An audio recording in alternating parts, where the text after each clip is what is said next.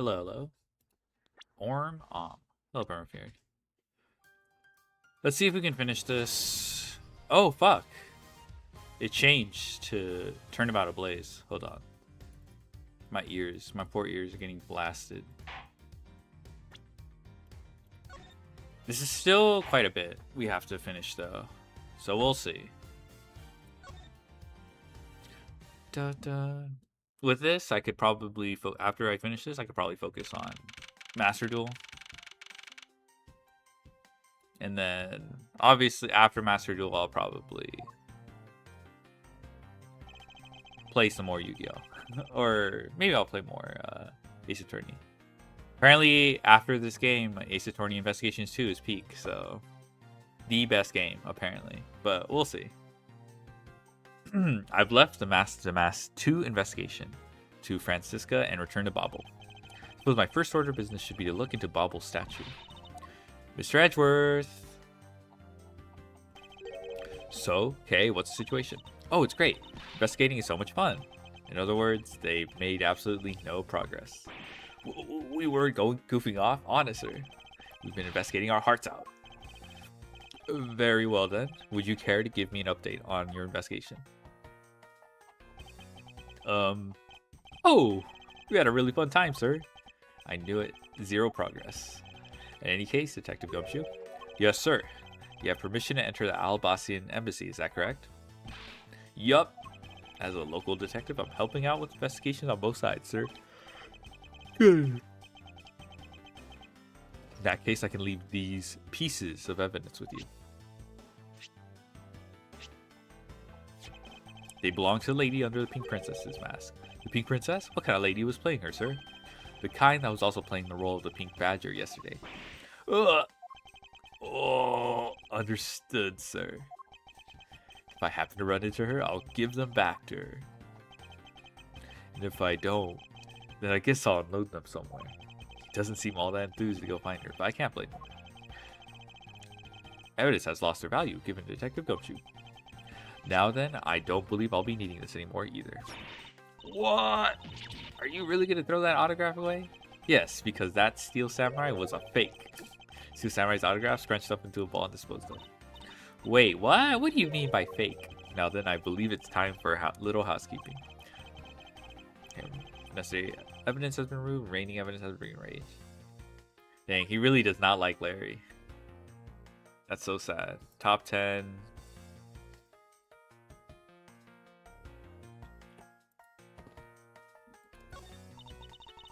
Well, how come so many traffic cones are red and white? That's because they're highly visible from a great distance. Oh, is that why? So then the reason you wear that white and red suit is for visibility's sake? Please don't compare me to a ragged plastic traffic cone. I'm not. What the fuck?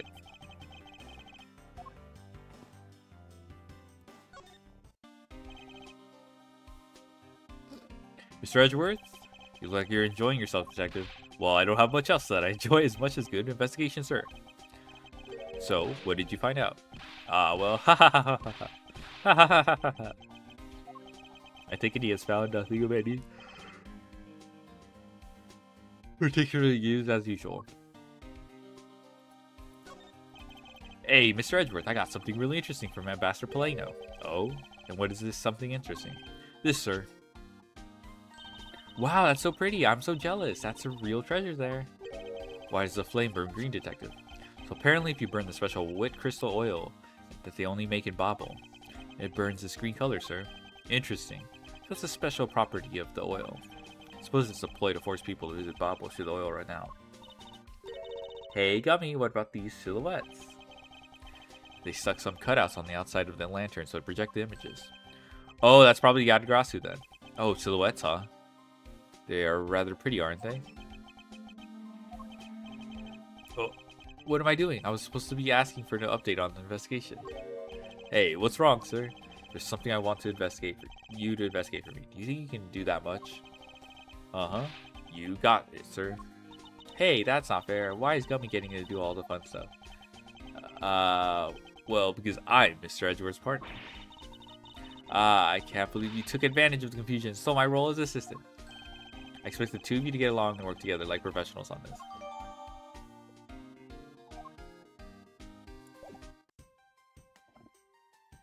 Alright, Polano, what do you want? Ah, so you're back now, are you, Midget Edgeworth? You must be tired. Here, with these you can eat whatever you'd like. And these are discount tickets for our cafeteria. They open tomorrow at 10 in the morning. I appreciate the concern, however, these coupons do nothing for me right now. Bruh. This open air stage, what function does it serve exactly? Well, normally we use it for a variety of events. Oh, to attract that extra bit of attention to Bobble. I heard that tonight over in the Alabastian Rose Garden, Master Alba was to give a speech. And you know what? Manny told me that I really should give a speech too. Mr. Cochin told you that? Yes, he did. Which is why I thought I should give a speech of my own. But unfortunately, I wasn't able to. Because of the fire at the Yadagrass Garden? Exactly. Master Polano, I'd like to ask you a little more about the Primiduck statue. Oh, I see. Let me ask you this. Did you know that Alabas and Bobble used to be one country called Codopia? Yes, I know that much about your history.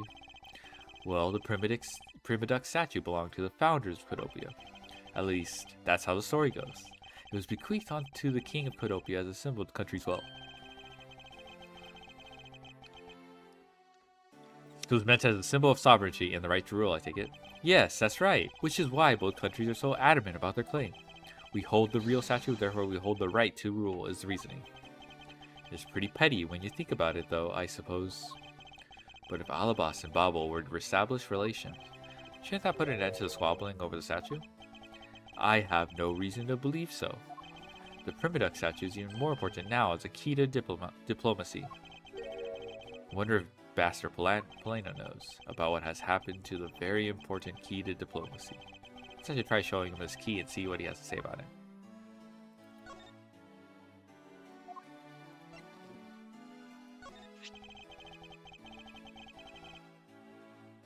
Master Polano, if you could please take a look at this for me. The Primiduck statue sitting in Alabas right now actually belongs to Bobble. So it will appear.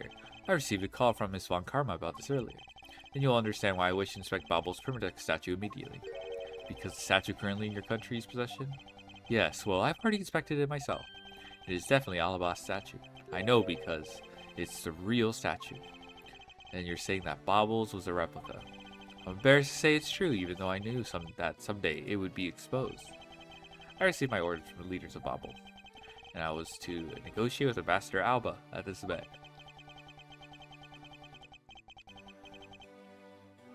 I was to negotiate with him and fix the results of evaluation tonight, to say that we could not determine which statue was the real one. Why are you telling me this? Well, because you already figured it out. Our statue is just a hollow gold shell. And even if Bobble were to lose face, the reunification of the country is what's important. Hello, Arrows. Evil. I'm right in thinking that, aren't I? I'm not making a mistake, right? If you don't know yourself, then I won't pretend to know either. I never thought that by being betrayed by my own secretary, the real symbol of wealth would be given to me. Isn't it simply ironic? Hey, where are you going? Are you heading back to Albas? Yes. But before I do, I'm supposed to give you a summary of what's happened. Your PMO is Sag. Oh, I see. So there's been a murder in both countries using an object from the other country.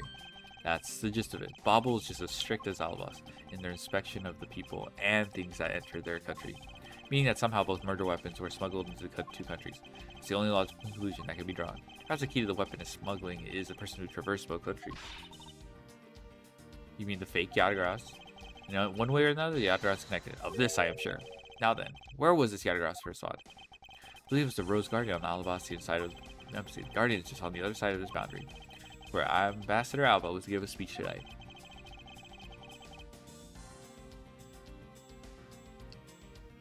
At least that's where I heard the Yadagrass had appeared. In that case, I believe it's vital that I investigate the Rose Garden post-haste. Wait, before you go, take a look at this, Mr. Edgeworth. What is it? My guess is that's a guitar pick. I picked it up just now over there. Do you think it'll be of any use? There's a little water on it, but how did the water get on it? Doesn't look like there's anything it could get wet from around here.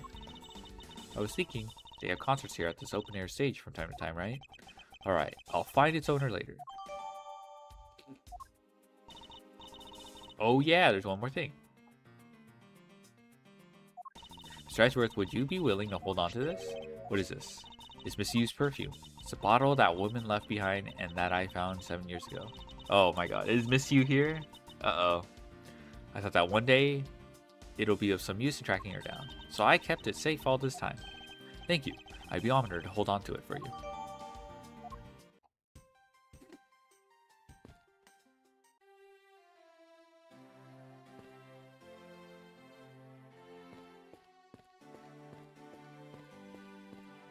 Keys inside keys? Yeah. We're missing belt buckles. I think I'll be returning the investigation now, boss. But I know. I'll go back to Bobble and do some more investigation there.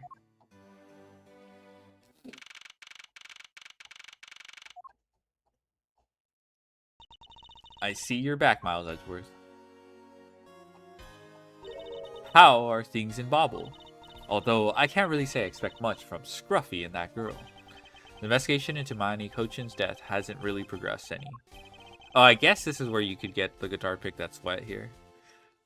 So there's just like switched evidence. However, the investigation into Yadgras has. Ah, yes, Yadgras. Even now I find it hard to believe. A person could freely travel between the two countries at will. Preposterous.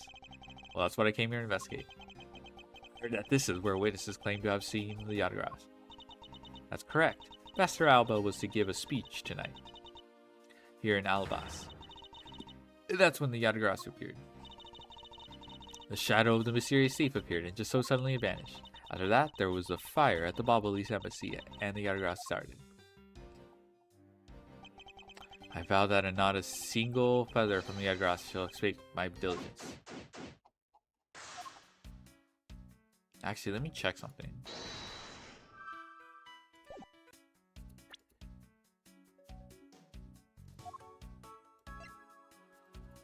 Ah, okay, we can't see it. But I'm pretty sure this is what's projecting the image of the silhouette.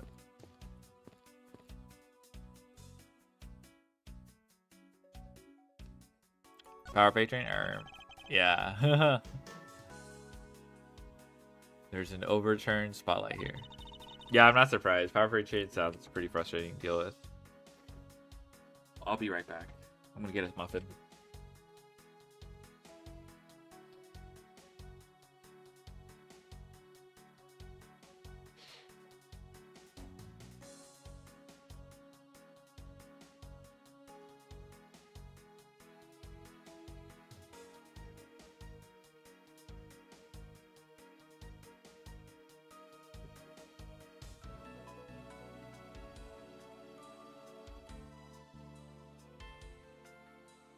When Yadgras appeared, the audience I was waiting for the speech to start panning. I suppose that's when someone must have knocked it over. I'm having a tough time visualizing the mass confusion that took place here. I thought to use my whip to capture the Yadgras.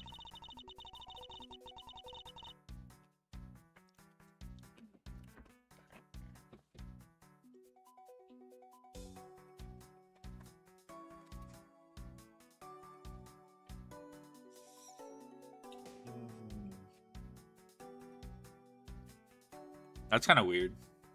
People saying it's fine. I'm not even ignoring the comparison to Gimmick Puppet. I don't know. I don't know what circles. I haven't ran into people like that, but they don't seem like very. They sound like people I'd mute anyway. Hopefully these aren't people at locals. You can't avoid those people. However, there were people in my way, and I was unable to land even a single lash. Yeah, that just sounds like people are being contrarian. Which is like 90% of Yu-Gi-Oh! Discourse. I suppose this means that some other poor saps were hit instead.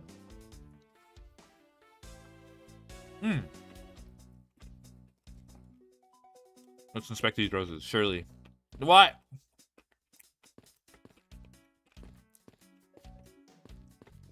Oh, here. Back to the... To be honest, I don't think the Link 3 is that big a deal.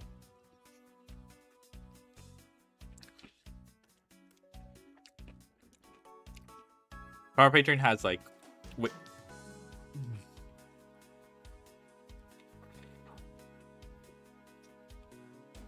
Is it possible that the Yagura's are hidden in these bushes? Of course not. They're rose bushes. You've been spending so much time with Scruffy and that girl, they're rubbing off on you. It's alright, I'll wake you out of your stupor. Now, the next time you feel like sleep talking, remember that I'll whip you for real. All I tried to do was offer up a possibility, and this is what I get. Okay, I didn't expect that.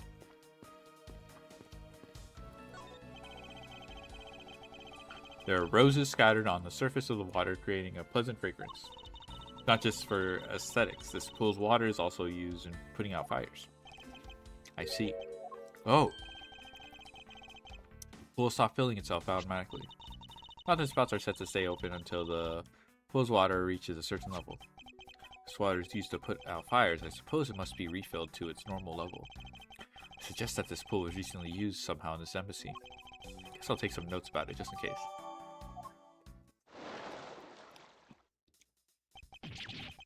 Yo! What the fuck?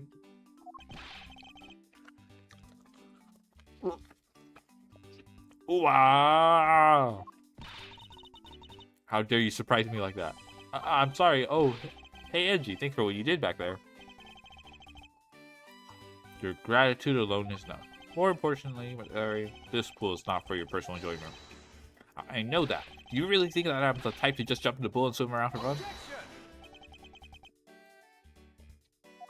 Alright then, did you by any chance fall into the pool? Nice guess, but no dice. So you know my son, right, Edgy? Your son?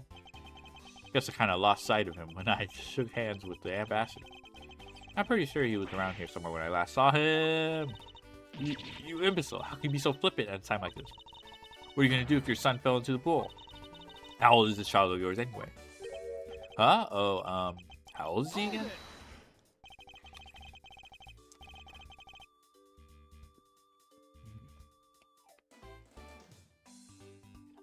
Larry, this is the first time I've heard of a son. Who exactly is the mother? The mother? Oh, that chick. The pink princess. The pink princess? Miss Von Karma. I've been confused by this man's word for a bit there. However, I believe what he's looking for is the doll of the Iron Infant. Yep, because I'm the Steel Samurai through and through. Heart and soul. The Iron Infant, my cute little son.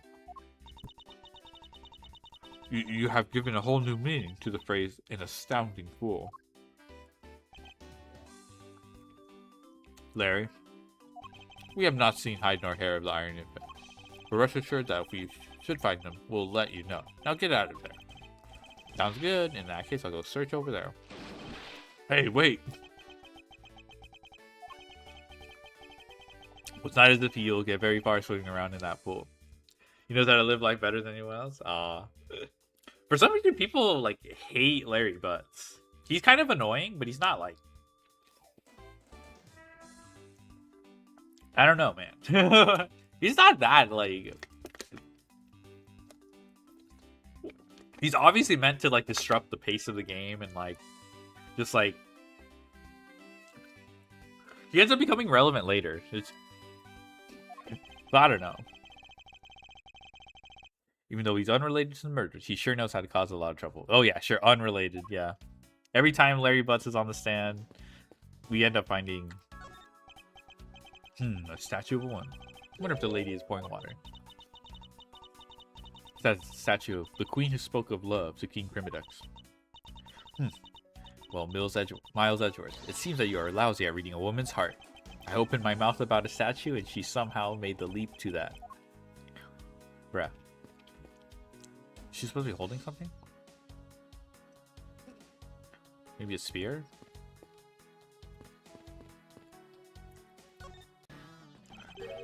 Have you finished checking out all the bystanders? Yes, sir. And we found 14 counts of pickpocketing, 16 counts of illegal parking, and one person ran a light, sir. Don't tell me you didn't find out anything related to the case. Sir, not a single thing, sir. Well, for now, let's just get those other lawbreakers down to the precinct. Agent Long. Well, if it isn't Mr. Prosecutor, I would just like to thank you for your assistance earlier. Make no mistake, it's not like I was trying to help you with what I did.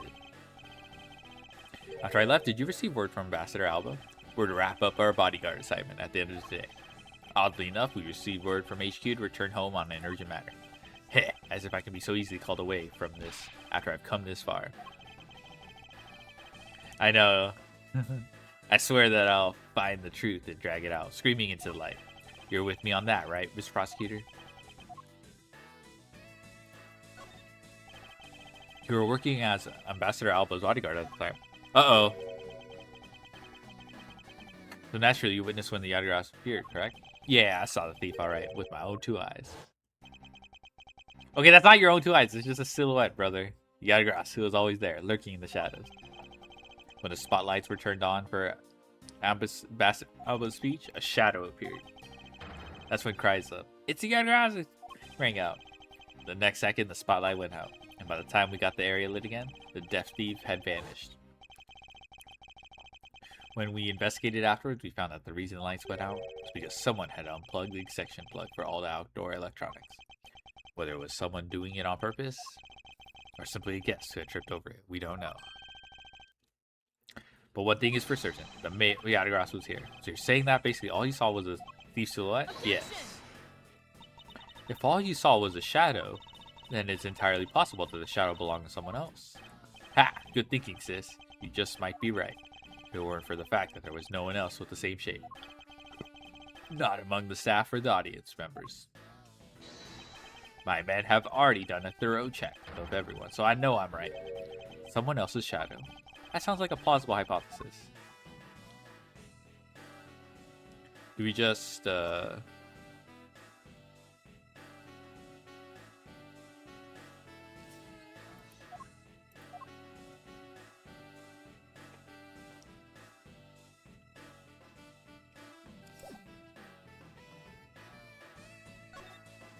I have a lantern?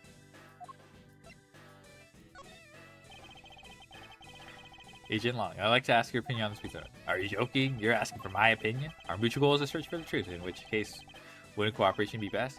Long G says, only cooperate with those you can. Sorry, but I'm not one to place my trust in you, Prosecutor Scum, so easily. I'll take that as a no.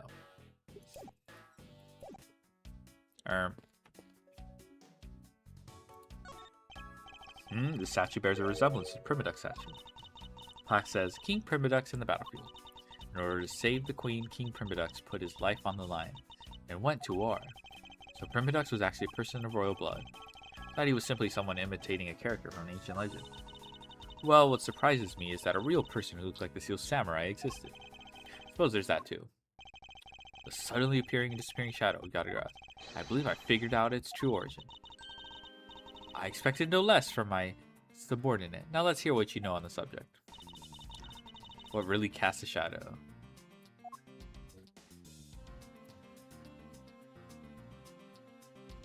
Take that! The suddenly disappearing shadow of Yadras. Is it not possible that it was created by the statue? Are you playing me for a fool, Miles Edgeworth? This statue bears absolutely no resemblance to the shadow of Yadras. You're correct, however, the statue is but one part of the whole picture.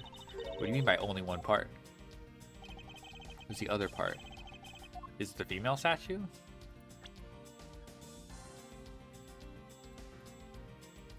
Oh. Take that! It's another statue? The Yadras shadow was made from the shadows of these two statues. Made? What do you mean by that? Right now the spots are all over the place. This is because they were moved when the guests were in a panic state. However, if we were to restore the lights to where they were when the thief appeared, I believe that the two shadows will create the Yadras shadow? Precisely. Now then, watch as I reveal the true form of the Yadras. First, if we set up a spotlight, cast a shadow of King Primadux and the battlefield. The shadow of the king statue would appear on the backdrop of the stage. Like as we set a light up on the queen who spoke of love to King Primadux. Her silhouette would also appear on the backdrop to her stage. Aha, so if we combine the two shadows. It looks like nothing. It looks nothing like the Yadras' shadow. Miles Edgeworth, how do you explain this grotesque shape? Calm down, Francisca. The way the light needs to be shown on the queen statue is wrong. What do you mean by that? I believe that the whole of the king's shadow needs to be used for this work. However, in the case of the queen, oh, her fingers. I don't believe her whole shadow is needed. Rather, the person who created the shadow only used one part of our shadow. Only one part? Yes, and that one part is enough to fill in the rest of the Yatagarasu shadow. Why did you say that in the first place? You're right. I apologize. Or the queen, yeah. Yeah, the hand. Okay. Think back to what is missing in our shadow. 5 long, thin areas, correct? Now, what does that remind you of? Ah! That's right. It can only be the shadow of the queen's left hand. Francisca, can we please adjust the spotlight's position so that it only shines on the queen's left hand? Alright, let's give it a try and see what we get. It's... Yeah, this is exactly like the shadow I saw. Oh. Hold on. I guess I have to look at this.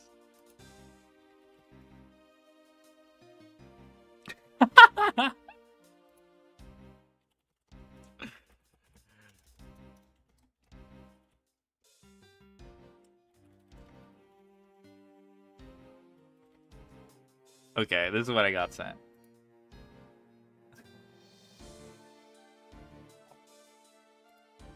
Reggie babies. And then pulled the plug after people saw what the culprit wanted them to see. In their panic, the guests must have moved the spotlights around, which we assume was also part of the culprit's plan. By the time the lights came back on, the Yatagarasu shadow had vanished. Which means that the shadow was a construct from the very beginning. So you see, the Yatagarasu never did visit Alabas tonight. The only country that thief visited was Babel, although it can be assumed that the Yatagarasu had an accomplice in Alabas. An accomplice? But who?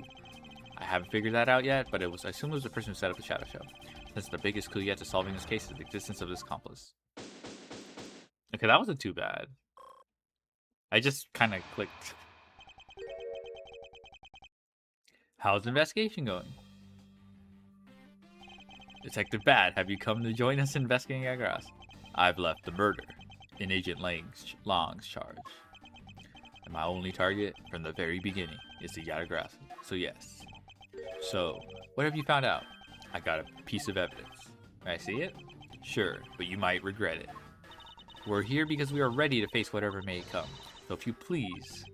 When people heard the commotion, bystanders started gathering. And one woman claimed, I'm telling ya, I'm a genuine international journalist. Oh my god, it's a lot of heart. She gave me an interesting picture. A journalist?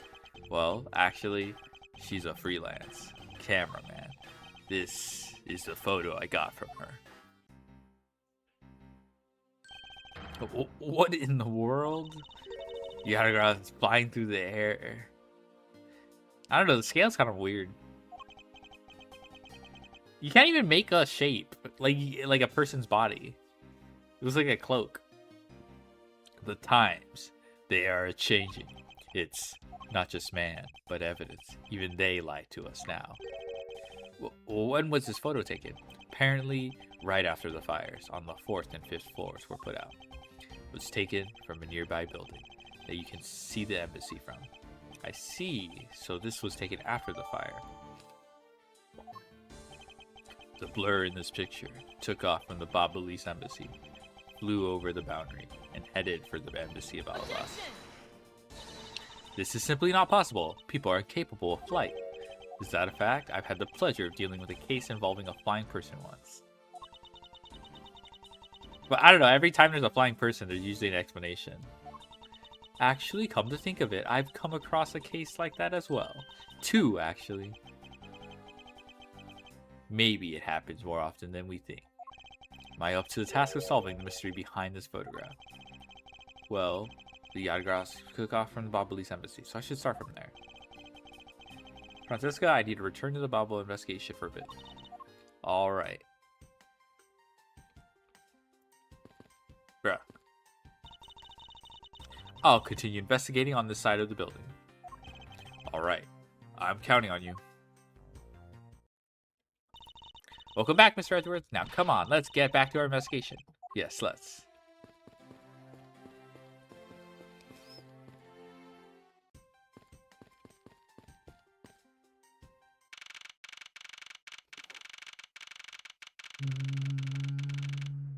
Another investigation, huh?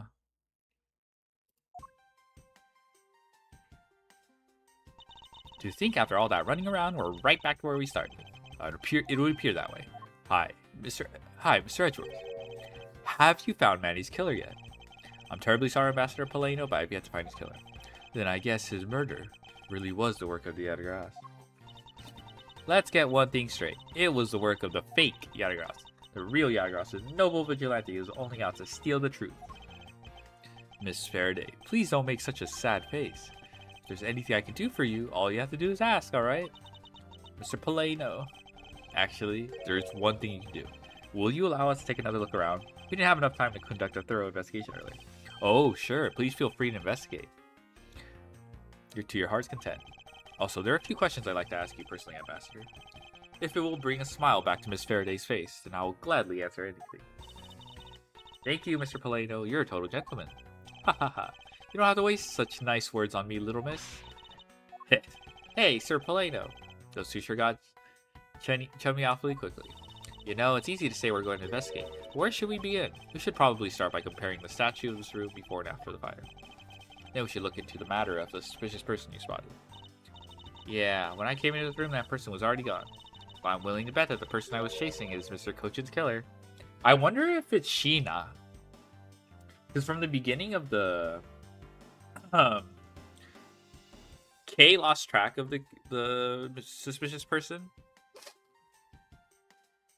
Like, as soon as she entered this room, I think. And then Sheena apprehended Kay.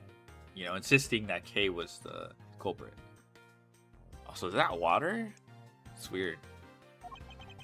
We don't know that yet. However, it's hard to believe that person is unrelated. Furthermore, because the key Yatagras stole 7 years ago was found here, it signals that perhaps Miss Yu is also somehow involved. I knew it! The woman is almost definitely Mr. Cochin's killer. Yet again, we don't know that. There are too many mysteries to be solved here.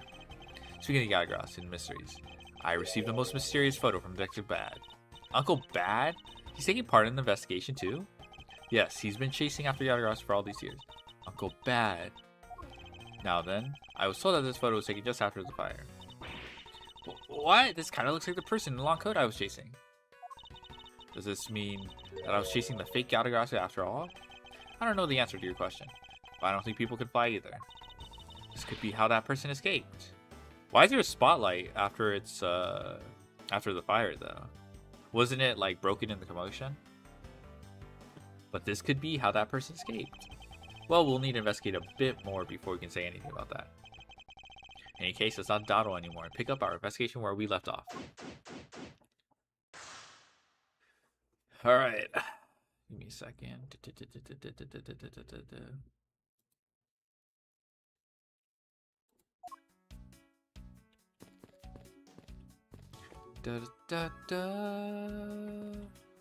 Okay, so first the statue.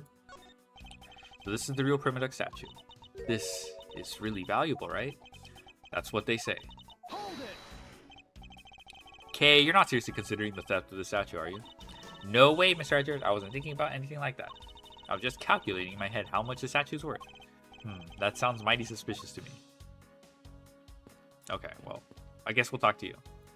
We have questions. Now then, Ambassador, I'd like to ask about your movements before the fire broke out. Before the fire? Which fire are you talking about? Which one? There was more than one tonight? Huh? Oh, I see. I guess you didn't hear about it. We had 2 fires here at the Babali's embassy tonight. What a bother all of that was. Are you kidding me? Wait, but the only fire we know about is the one after the Jam and Ninja show. Oh, well, the first occurred at the start of the Jam and Ninja show. Luckily, only the 4th and 5th floors of our embassy caught on fire. Not wanting to cause panic among the theater goers, we decided to keep it internal. And the fire after the Jam and Ninja show was the second one of the night? Exactly.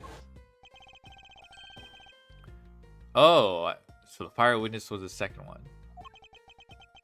Come think of it, didn't Detective Bad make a reference to the first fire? Oh, I see. When was this photo taken? Apparently right after the fires on the 4th and 5th floors were put out. I suppose this means that the photo was taken just after the first fire was put out.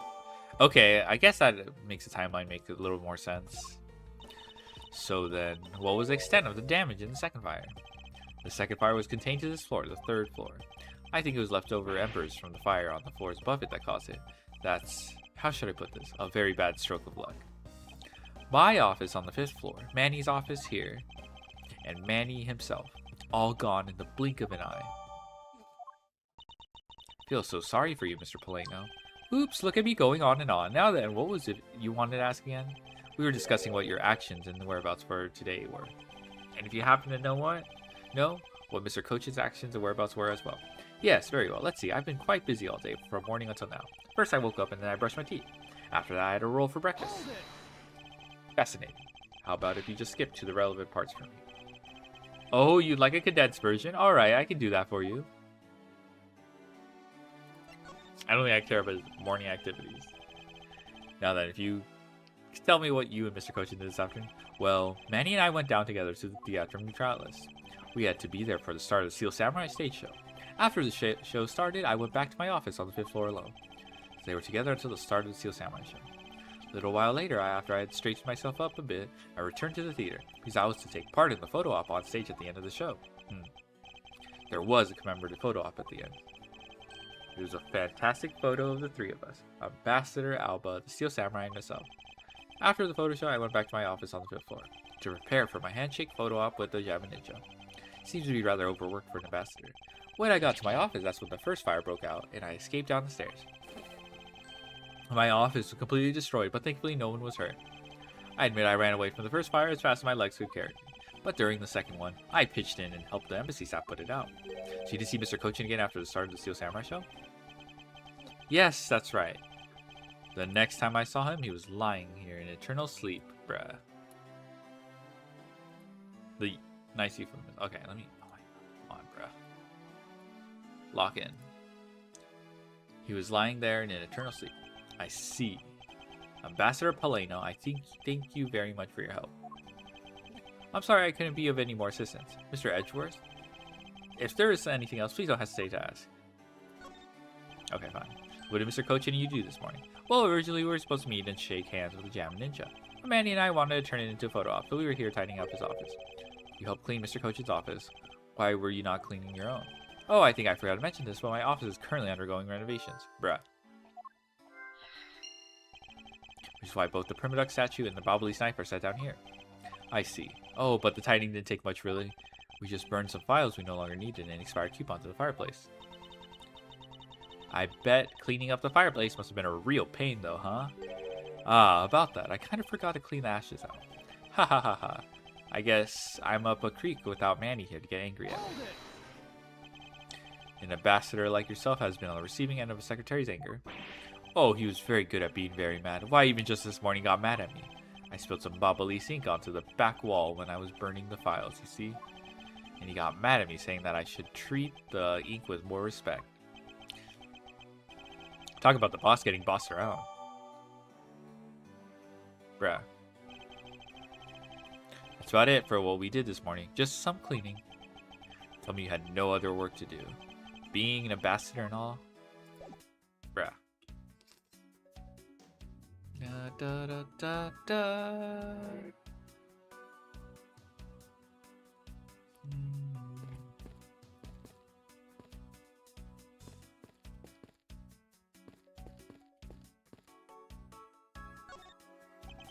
Appears that this area was heavily damaged by the fire. Yeah, I guess we should hurry up and get started examining everything. I won't rest until I've inspected every suspicious-looking nook and cranny. It would appear that this desk also fell victim to the fire, but it doesn't look too damaged. Ooh, I think we can rifle through this drawer a bit. I suppose we really should take a look. Oh my god, it's the nub. Seems that the contents of this drawer survived the fire rather well. Now that's a sturdy desk. Guess it's the value of the solid wood construction. See if there's anything else useful in here, Mr. Ed. Oh, that's a toothpick. Or the pick, the guitar pick.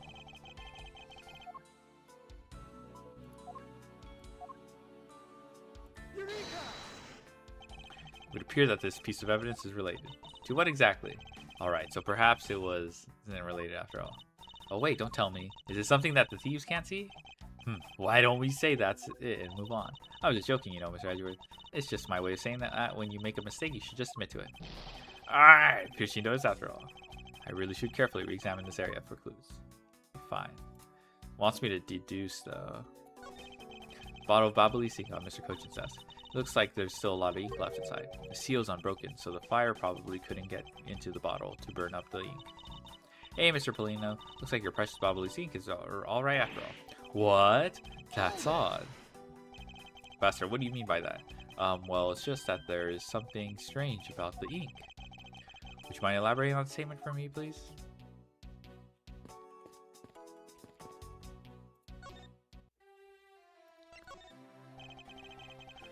Wonder if you might tell me what you noticed about Mr. Cochin's bottle of ink.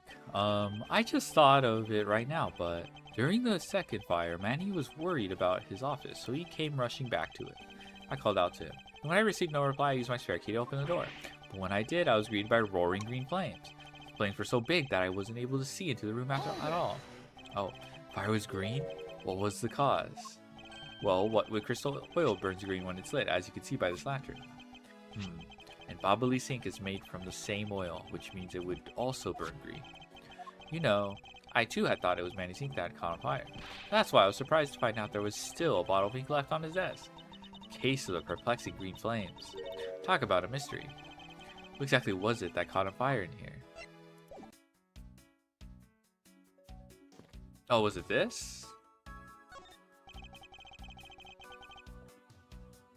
Pastor Polino, what exactly used to be here? There used to be a stack of brand new pamphlets. Looked like they were all burned up. I guess we'll just have to reprint them. No matter how fast we reprint them, they always disappear so quickly. Is the bubbly tourism industry really that hot right now? Of course! Although recently the most popular vacation destination has been the Republic of Borginia. But we refuse to lose to them. We've been hard at work promoting Bobble. Interesting. Well, I've just recently returned from a trip to Virginia myself. Oh, and how did you like it? It was alright. I probably shouldn't bring up the fact that I was a suspect on the flight home.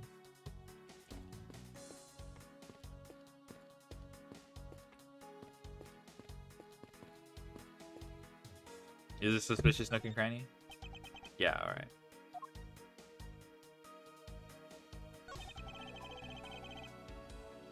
It's a rather unusual shape for a notepad. I suppose this must be another souvenir from somewhere. That's a notepad?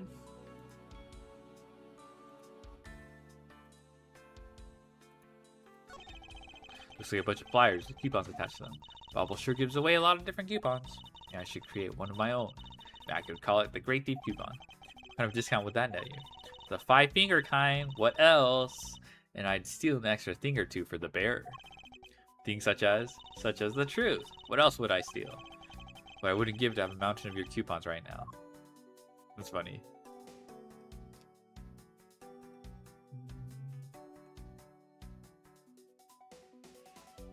Okay, do we have any? Let me see the evidence. Oh! Okay, that's kind of this spot's somehow connected. Okay, it's the note. Okay. The shape of this notepad matches the shape of this note we found. Hey, you're right. What is it? It looks like something straight out of Monument Valley. Oh yes, that notepad is a souvenir from somewhere in your country. We've been collecting them for the purpose of studying them, you see? Yes, I do. But you do seem quite passionate about it. Oh, would you like to see my souvenir collection? I'd love to show it to you. Are you sure they haven't been burnt to a crisp by the fires? Ambassador Polino, wonder if you might recognize this handwriting on this note. This looks like Mandy's handwriting. I see. In that case, did you figure something out? The snow was found in Albas. Specifically, it was found being firmly grasped by the murdered Damas II.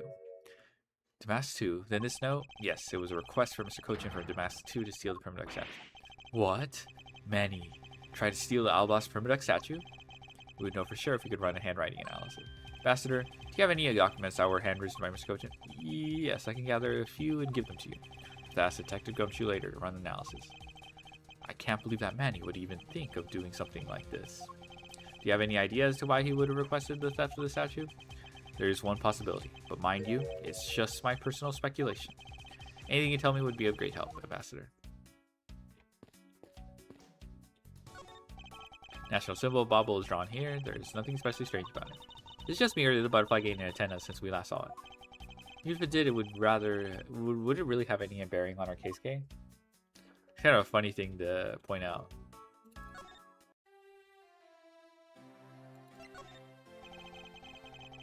I believe that you said you might have an idea as to why Mr. Kochin hired the Master Mask too. Actually, I fear it might be my fault, as I was telling you earlier. We were to determine which statue was the real one as a part of today's event. But because of the Yadagras and the fire here, that got cancelled, didn't it? Ha ha ha ha! I'm actually relieved the rest of the event has been cancelled. Where you see Bobble's statue, well, it's just a replica. Did Mr. Kochin know about Bobble's primitive statue? Of course he knew. That's why he was the only person I could consult with. We'd have to do something once our statue was revealed as a replica. As to be expected, I was very nervous today, as this would impact our country's authority. Yes, I understand. Well, when I told Manny my concerns, he said, let me handle it. It'll be alright. I'll find a way to make sure you're the ambassador of the reunited Codopia. At the time, I thought he was just trying to cheer me up. But when I saw that note, I realized he was serious. Mr. Kochin conducted a lot of business behind your back. I assume he did all that to ensure that you are the next Codopian ambassador. But why was he trying so hard, I wonder? He was so much better at getting things done than I ever was or will be. I have an answer yet as to why he was trying so hard. I suspect he had an ulterior motive in mind, beyond just simple kindness. Oh, here you are, Mr. Edgeworth. Detective Gumshoe, have you collected the information I requested? Yup, got it all right here, sir. Here you go, Kay. Feel free to take a look. It's for you, after all. What is all this, Gummy? It's all the information on this room that I got from the embassy and Interpol people. Now we know exactly how this room was before and after the fire. Good work, Detective. Ah, it was nothing, sir. I'm an expert at getting people to talk. Wow, you two remind me so much of my father and Uncle Bad. What do you mean? As prosecutor and detective, your dynamic is just like theirs back in the day. Well, don't you worry. I'm going to find my own wonderful partner someday. And when I do, I'm going to become a good Yadagrassi, just like my father, right? Please don't ask me questions, which I have no answers to, Kay. However, I can say that it is truly a wonderful thing to find a partner you can trust. Hehe, you bet. Well, now, Mr. Edgeworth, well, I'd like to ask you for a favor. Yes? That gadget, Mr. Thief, is it? The thing you call your secret weapon? Oh, you mean Little Thief? Heh, you're coming to rely on it, aren't you? I don't need a crutch like that. I'm only asking because I need for the investigation. From the information Detective Gumshoe gathered and the ambassador's testimony. I'd like you to please recreate this room as it was during the third floor fire. Just fuck Phoenix already? True. You got it. Alright, here we go. Dark skies of evening, when no other bird dares take wing. One alone remains all see. Now, witness the true power of a real, modern-day Robin Hood.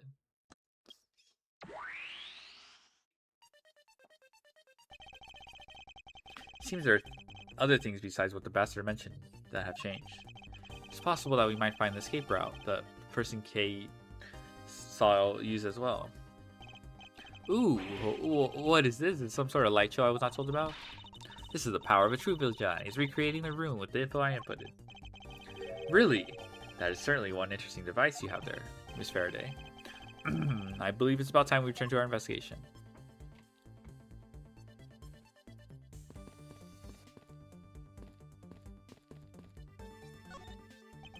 This grandfather clock. It was apparently in a different position before the fire. According to staff members, the clock was flush against the wall before the fire, sir. Means that most likely it was moved by someone during the fire. Speaking of which, it's totally 11 o'clock now, but I don't hear any chiming. Huh, that's odd. It was still chiming right on the dot of every hour this morning. Maybe the fire damaged internal mechanisms or something? Ambassador Paleno, may we take a look inside that clock? Sure, go right on ahead. Detective Gumshoe, if you could please inspect the insides of this clock. Yes, sir. I'm on it. Mr. Edgeworth, I found this inside, sir. It looks like a length of wire. This is what caused the clock to stop chiming. What was a long length of wire doing inside this clock in the first place? Why would someone do this to such a valuable clock? Sounds like it wasn't Mr. Paleno that put the wire in there. Perhaps it was Mr. Kochin's killer who did. Bruh. These must have been the large green flames of Master Paleno saw. With flames like these, it's no wonder we couldn't get in. Okay, by the time you came into this room, had the fire already been put out? Yeah, the fire had died out or something by that time. Then this fire in here only burned from the time the fire started on the 3rd floor until the Yatagrasu appeared and caused a stir in Bobble, I suppose. I guess Mr. Paleno was just lucky enough to run into this fire as it was burning, huh? Yes, you could put it that way. And since you were the first to discover the body, we could assume that no one else entered the room until that time. No one other than the person you were chasing, of course. I knew it. That person I saw was definitely up to no good. I mean, that person could even be Mr. Coachen's killer. That's very likely to be the case. After all, the person came into this room before you, and must have chosen this room precisely because they knew no one would be in here. Okay, then maybe the green fire was where it was to prevent anyone from coming in. But then, what did the person set on fire to make the green flames? Well, whatever it is that person burned, it would make rather sizable fire. Since the fire is green, well, we've seen something that burns green, right? It's a bit tinier than these flames, but you get what I mean. Yes, I do believe what you're thinking is exactly why these flames are green. Which fire related? The ink, right? Take that! Source of the green flames is related to this. Oh, really? Well, I don't think they're related at all. Uh-oh, sorry. It really isn't related after all. Okay, it's a stupid lantern. Hey, you honestly apologize this time for being wrong. What? I'm always honest. And that's a good thing. Now just keep on doing it.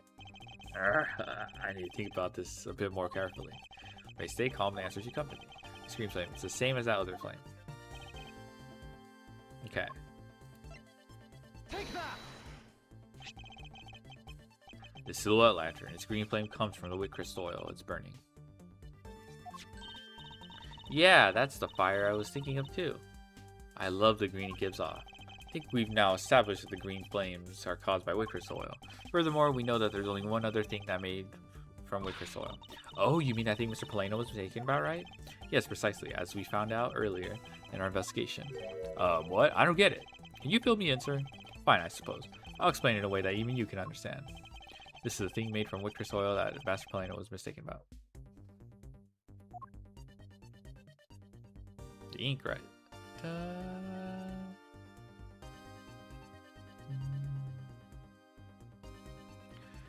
Take that! Bubbly ink is made from wit crystal oil.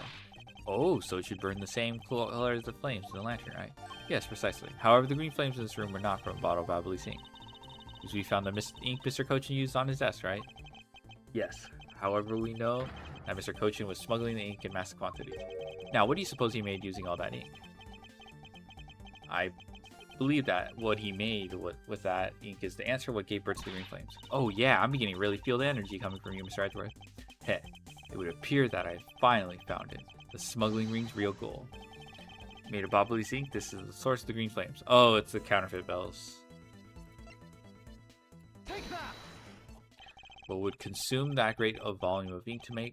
That would be the counterfeit bills that the smuggling ring made and are circulating in Zhangfa. You're kidding. You're saying that it was Mr. Coachin who made the counterfeit bills? I am. I believe you could even go as far as to say that he stole Bobble's printing press. Ambassador, Mr. Coachin had permission to freely use a printing press, correct? Why, yes, and I do remember seeing him using it in the middle of the night. But never did I think he was using it for such a foul deed. Ambassador, because of your secretary's crime, you will need to be investigated as well. Ah, yes, I suppose so. We've caused a bit of trouble for a few countries, haven't we? My duty to search out all who shielded Mr. Coachin and concealed his crime, for they are the ones who started the fire in order to destroy the evidence.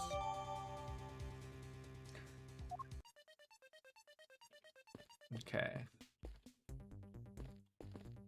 What the?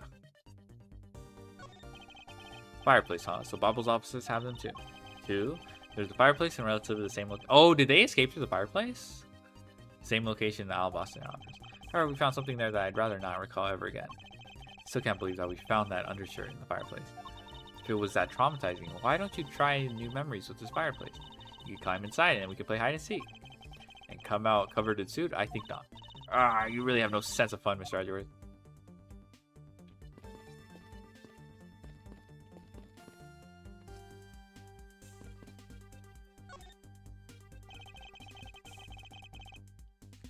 You see the Alabastin and see through the window. So where were you when you were investigating over there, Mr. Edgeworth? You can see it from here. I was here on the first floor. That's where Damask 2 was killed. What? You mean the Damask 2? Aw, poor guy. As a fellow second-generation thief, I can't just turn a blind eye to this. Even though Master Mask 2 was merely a poster of the original.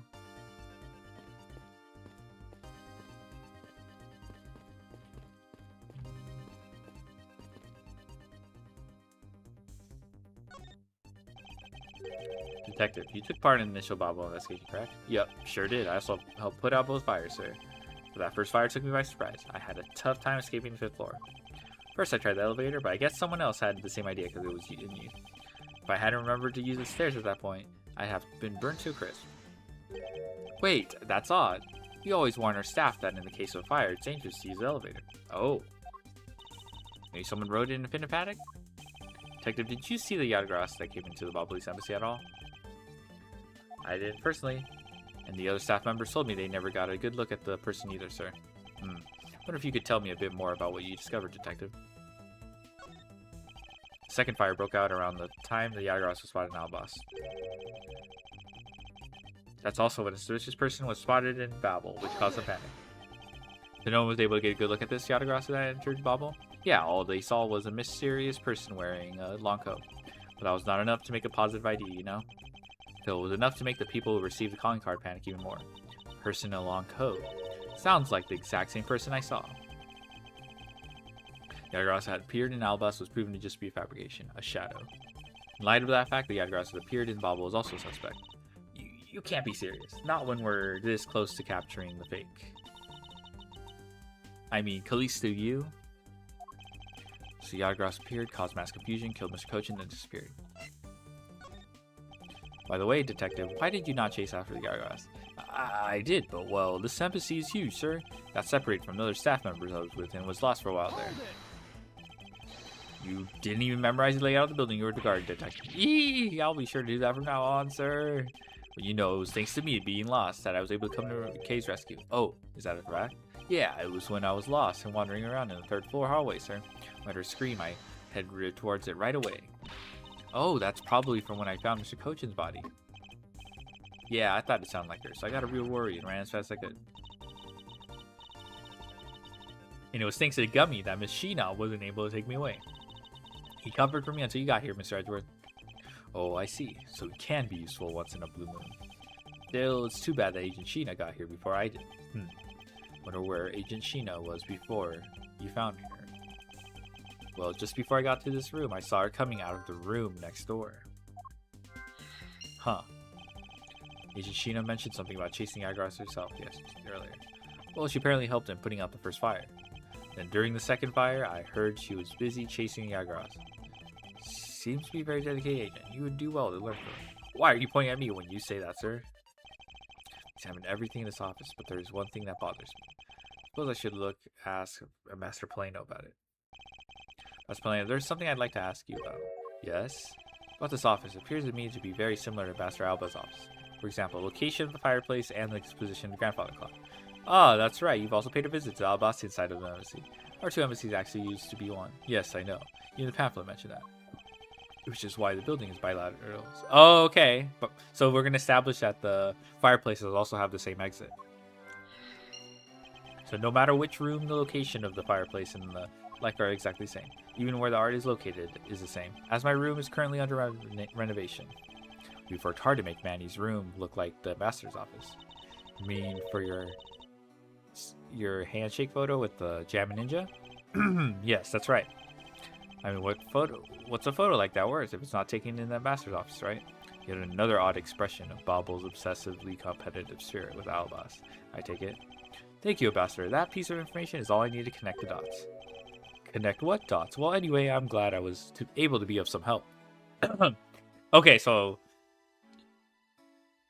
if we establish this fireplace connected and Sheena exiting the door, the next room door, she probably escaped through the fireplace, then exited through the next room's fireplace, and then that explains why she was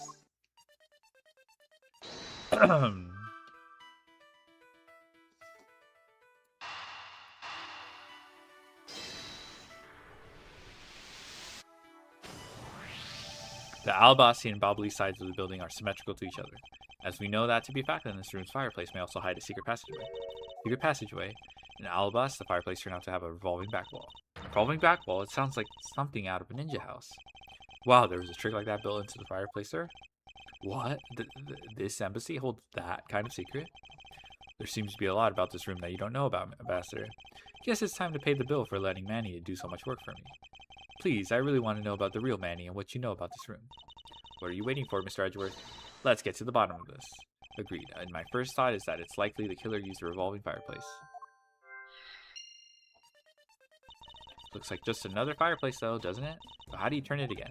Albus had to push where the X was on the far wall of the fireplace. Oh, I see an X back there. Sir, let's see what happens when I push it. Ah, you scared me, sir. There's something about the fireplace that lies in contradiction to the facts. Huh? But we found an X where you thought there'd be one, right? We did, but that's not what I was referring to. Something's missing from the scene. What does this contradiction mean for us?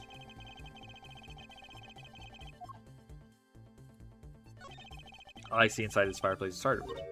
Huh? That's odd. Doesn't match up with what Mr. Polano said earlier. What's the meaning of this contradiction?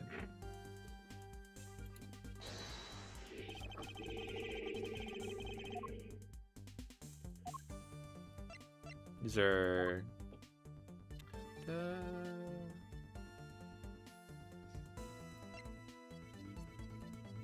Spill Babylisi ink onto the back wall while burning files in the fireplace. Left ashes there.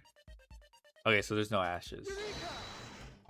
Ambassador Polano, you said that you burned some old files in this fireplace today, correct? Yes, I burned quite a few files this morning, actually. And after you did, you tried to clean out the ashes from the fireplace, correct? That's right, but why are you asking? And why are you making such a scary face? I'm sorry, I admit I am a bit intimidating when I'm serious.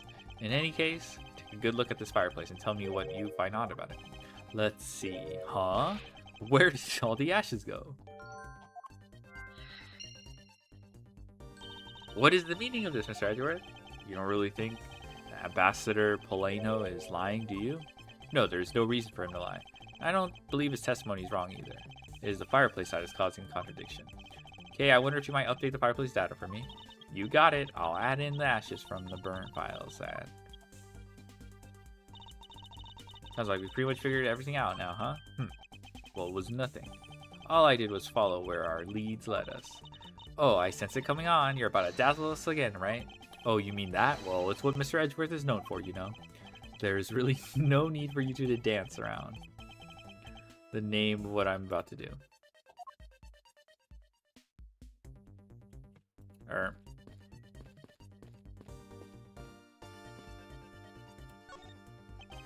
Already checked this area earlier, but never heard. Still.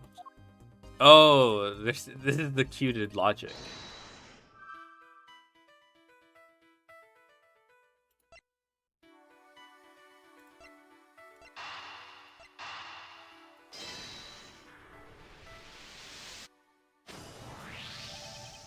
The reason as to why the ashes are missing is simple. It's not because someone cleaned them up, right? No, because even if someone did sweep them up, the fireplace is too clean for that. Ambassador Polano said that he spilled some Babylisi ink while he was burning the files, and yet there's not a trace of the spilled ink on the back wall anywhere. Well then, I don't know what happened. Well, I'll tell you what happened. The two sides were switched. By using the revolving fireplace wall, the ashes were moved onto the neighboring room, which means that this is a clear indication that the fireplace was used. Then you mean the person I was chasing disappeared from this room through there? Yes, I believe the person you are in pursuit of is Mr. Cochin's killer. After committing the murder, escaped through the fireplace. Wow, Mr. Edgeworth, you figured out the killer's escape route. I have, but this is only the beginning. Now we have to chase the killer down.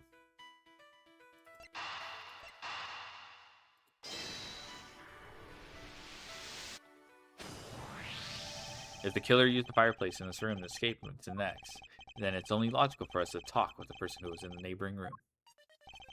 Well, the person that was in the next room was... Oh, it was that person, sir. Yes, Detective. Agent Sheena.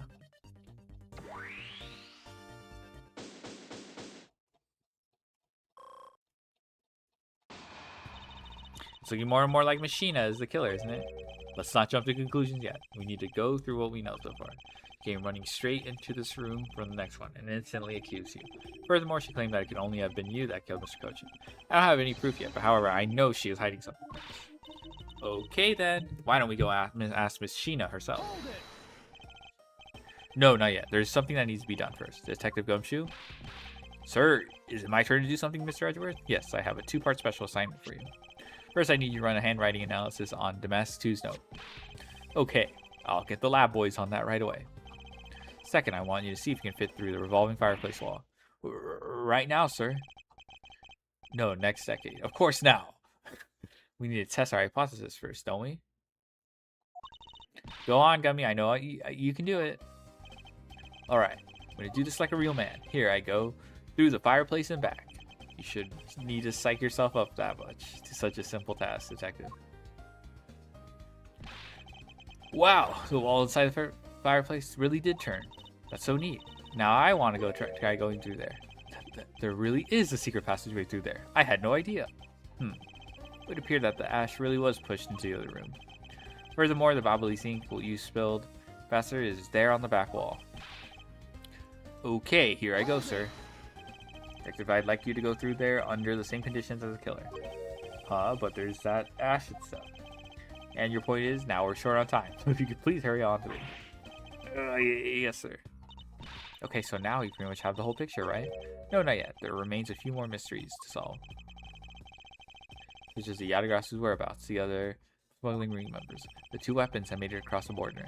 The key Miss Yu stole 7 years ago. In fact, we haven't figured out a thing regarding how Miss Yu is related to the embassies. Mr. Edgeworth? A number of pieces connect in a very complicated way in this case. It's almost enough to make one completely mentally exhausted. What are you saying, Mr. Edgeworth? I thought you were the one who said that it's easy if you follow the leads? Was that supposed to be an impression of me, Kay? If it's info gathering you need, Gummy and I can help with that. Then all you have to do is show off your fancy-schmancy logical deductions. Show off? Does it seem like I'm being boastful when I do that? Let's not overcomplicate matters, okay, Mr. Edgeworth? We've been so focused like a laser on only what seems strange and out of place. No wonder nothing's clicked and we haven't unlocked anything yet. If we think things through calmly, the answer should come to us. Okay. That's the sort of thing I say to myself when I'm practicing how to unlock padlocks, you know?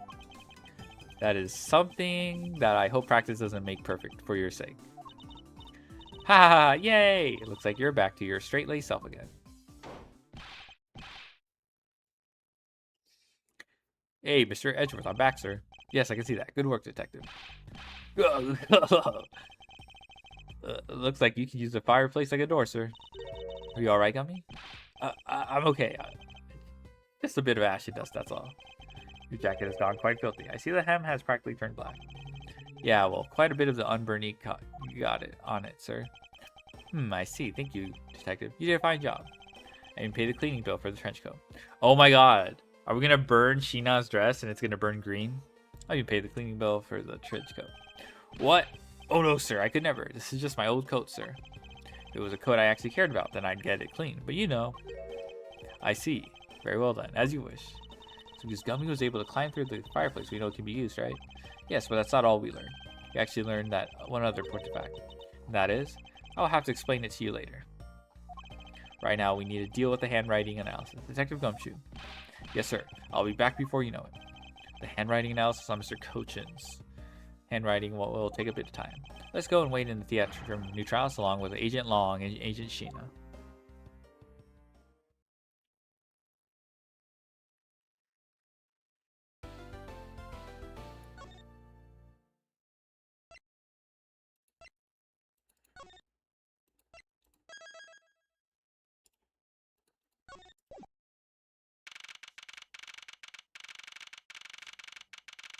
Yippee.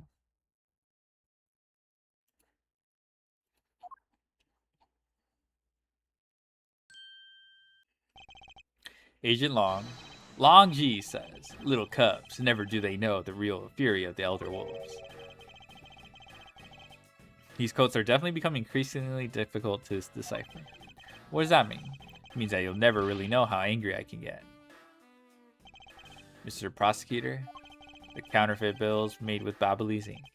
They were all of Zhangfa denominations. Yes, I heard from Miss Von Karma. We don't know where the play money has gone. They must not have figured out that it was all burned yet. Ever since those things showed up in circulation, my country's economy has taken a big hit. Zhangfa is in financial chaos as we speak, because we can't tell the difference between our own bills and the fakes. But it's not just the money. The citizens are also worried. I've staked the honor of the House of Long on this. I've come to this land to capture the mastermind behind this whole mess. I investigated how the bills were made and how the ink was smuggled into Zhangfa. And I pursued the smuggling ring all the way here. But tonight, this is where the final chapter was written. Despite my frantic efforts to chase the smuggler down, someone got to him first. Now I'm called to return home without a single answer. Agent Long, don't start. It's not your fault. It's not anyone's fault, Mr. Prosecutor. Pastor Alba, I'm sorry for all the trouble tonight. Oh, no, it was I who should apologize. It was all because I was not strong enough. If only I was able to think of a better solution. Quirkus, you fool. Curse your empty brain. Hey, you're being too hard on yourself, Ambassador. I take full responsibility for today. End of story. Sheena, let's go. Time to return to our den. I don't like to admit it, but there's not much else for us to do but to go home as well. Agent Long, a moment of your time. You, Wolfman, and the Secretary Lady, hold it. Objection, pal. Detective Gumshoe, have you got the results of the handwriting analysis already? Yup, in that note. It's definitely written by Mr. Cochin, sir. Just as I thought. Good work, Detective. Hey, Mr. Prosecutor, how long do you intend to hold us up for? Sorry to make you wait, but I believe that now everyone is finally here. Agent Sheena, I'd like to ask you something, if you don't mind. Yes? How exactly did you fail to see the Yadagras when you were in the neighboring room to where Mr. Cochin was killed? I'd like you to explain that to us. What? Hey, Mr. Prosecutor, what are you doing asking her about something she didn't see? Agent Long hasn't touched the Bobble investigation at all. I suppose I will need to explain a few things to him first. Well, Edgeworth, I can't even begin to imagine what's going on in that head of yours. The only thing going on in my head is the pursuit of the truth. Oh, it sounds like you have some sort of plan. Very well, I'll supervise you until the end. Ugh, she's seriously going to treat me as a subordinate for the rest of the day. You're not trying to pick a fight with my subordinate on some flimsy guess, are you?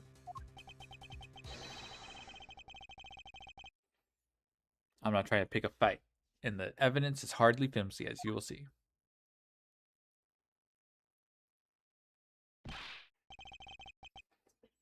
Ha!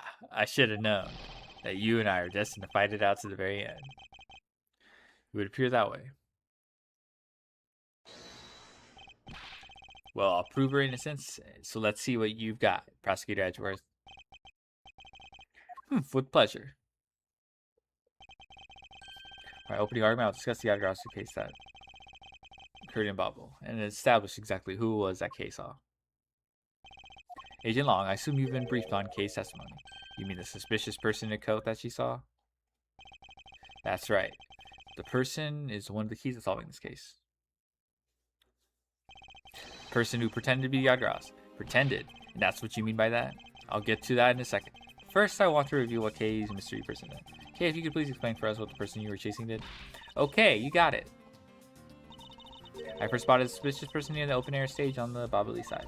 I called out to the person, but as soon as I did, that person ran off. I thought it was rather suspicious, so I immediately gave chase. For the sake of argument, let's call the suspicious person the Yadagras. Now, please tell us what happened when you chased the Yadagras up the third floor. Can do.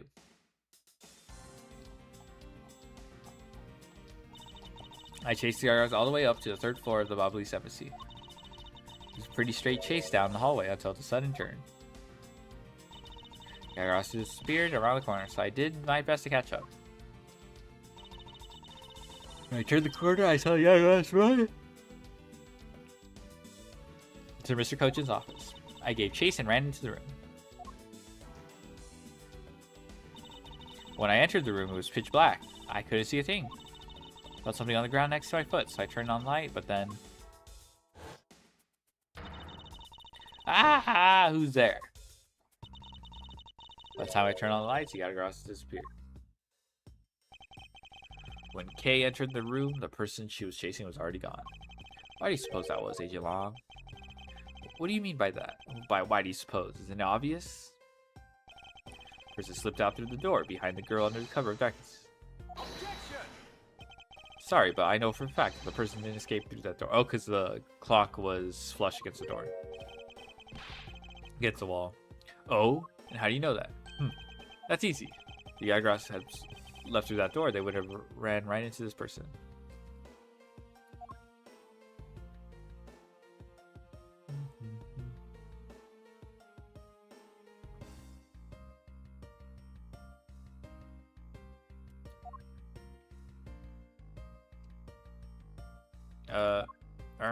Okay, it's not you, it's not you, it's not you, it's not you. Okay, it's either Gumshoe or Sheena. Take that! Your answer is Sheena? Yes, because let's consider what would have happened if the Yagras had used the door. When Kay screamed upon discovering Mr. Cochin's body, the Yagras would have ran right into Agent Sheena, who was in the next room over. Arrgh! Agent Sheena, would you mind telling us if you saw the suspicious person in question? No, I didn't see anyone. You see? Therefore, the Yagras could not have escaped through the door. Just means that the creep slipped out before Sheena made it out into the hallway. I doubt that, as there was another person in the hallway. Certain detective. Detective Gumshoe, where were you exactly at the time? Me, sir? Well, when I heard Kay scream, I ran towards Mr. Cochin's office from the opposite direction of me. Agent Sheena, sir. So, Agent Long, can you explain how someone could have eluded both of them?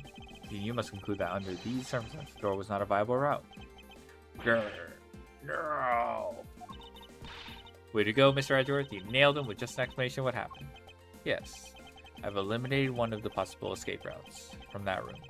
This is far from over. I need to make Agent Long aware as well. We had another possible escape route the Yagras could have taken. Ha ha ha ha ha. I get it. That's what you were trying to show me. Now, Mr. Prosecutor, let me guess. This is what you're trying to say, right? If the door was not a viable escape route, then there must have been another way out. Precisely. Hey, Mr. Edgeworth, it's time to bust with our revolving fireplace wall explanation, right? No, not quite yet. Huh? But why? I thought this would be the perfect time. Revolving wall on the Bobbly side is known only to poor people. We use this information unwisely, the truth may escape us in the end. What's with all the whispering over there? Scared I'll figure out your tactics? Nothing of the sort, Agent Long. Come, let's continue where we left off. That smug, haughty attitude of yours. You really rubbed me the wrong way, you know that? Well, no matter. I figured you out already anyway. The only other possible escape route besides the door is the room's lone window. Since an eerie picture of said escape route exists, are you saying that this photo captures the moment of the Yagras escape? I guess Detective Bad must have filled him in on this photo. I have to admit that at first. I thought the window to be a possible escape route as well. However, I know now that to be impossible. Now, I realize you may not know this, but humans can't fly. Of course I know that. That's bloody common sense. Besides, I've never said I thought that photo would be one of Yagras' escape route. I suppose not. Alright, then explain yourself. The shadow in this photo is not the Yagras that Key was chasing after. You can say whatever you like in whatever language you want. But there is only one language I really understand. Language of evidence. Very well, then. I present to you the proof that the person Kay saw is not the same as the one in this photo.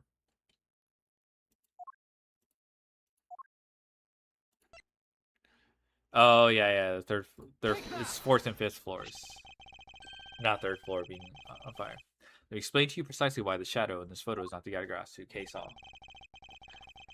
Kay spotted the Yagras headed for the 3rd floor during the 2nd fire. However, the photo in question was taken just after the 1st fire.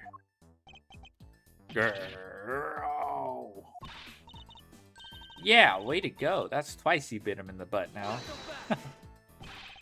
We're not done yet. You still have to explain what that shadow is, and how the Yagras escaped. I don't suppose you can answer both, can you? Regarding the photo, I admit that we don't understand what it means quite yet. Ha, as I thought. However, the Yagras escape route, now that I can answer. You can? Well, then, Mr. Prosecutor, go on. Enlighten me. Hold it! Even if I explain it, you'll try to find some flaw with what I have to say. You were busy heading up the Albasian investigation, correct? In that case, I doubt you have much knowledge about the Bobbly side of the case. So wouldn't it be best if the lead on that side Agent Sheena explained in my stead? She does my subordinate. If I don't stick up for her, how can I look her in the eyes and call myself her boss?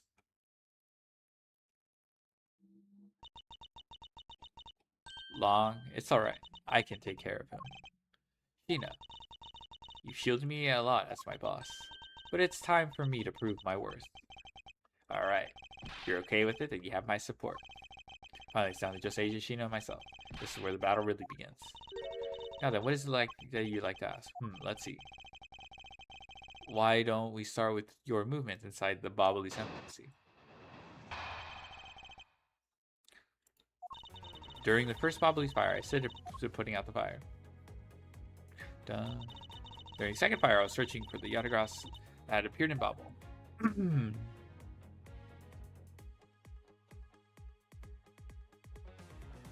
Dun. While I was searching, I heard a scream coming from the next room over. Although I was in the next room, I was unable to catch a glimpse of the Yatagrass. To be honest, I'm actually very skeptical if the girl's Yatagrass even exists. And that is all I have to say. But I'm not lying when I saw the suspicious person run into Mr. Coach's office. Like I said earlier, I have no intention of retracting my testimony. Good. Just to confirm, did you have a partner when you were on your investigation? No, I moved alone. In that case, you have no one to corroborate your alibi. Is that correct? Are you calling her suspicious because she was in a room by herself? How pathetic. And it wasn't when Agent Sheena tried to arrest Kay under the same rationale? How about when you accused Larry because he was a weapons owner? Grrr. Now that's unexpected for the useless slump to get into such a situation. Although I suppose it's never a good idea to let mistakes go uncorrected. I will make no excuse for what I did in that situation. You should apologize right now for making Kay out to be the killer, pal. I'm sorry. Sheena, apologize. I'm sorry. It's really okay. I mean, I'm not under suspicion anymore. Right, Mr. Edgeworth? Well, I never doubted you. Not for 1 second. The same goes for me. I believe in Sheena. Let's put that to the test, and let's see if she really is worthy of your trust. Heh. This promises to be interesting.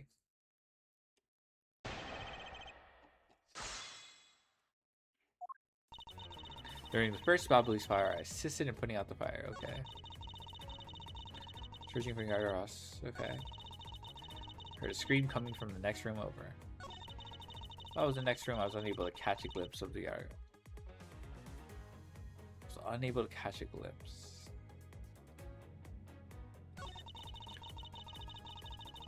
Makes you very skeptical of the girls. Objection!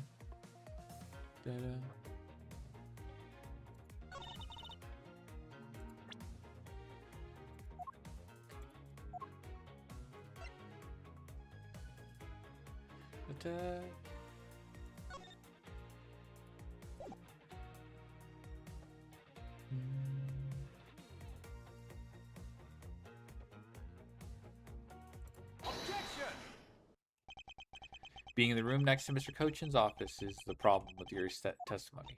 Not so fast! Mr. Prosecutor, I don't see what problem you're talking about at all.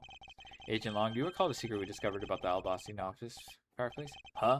Oh, you mean how it connects to the office with the room next door? What about it? Well, Alabas isn't the only country with secret connecting fireplaces.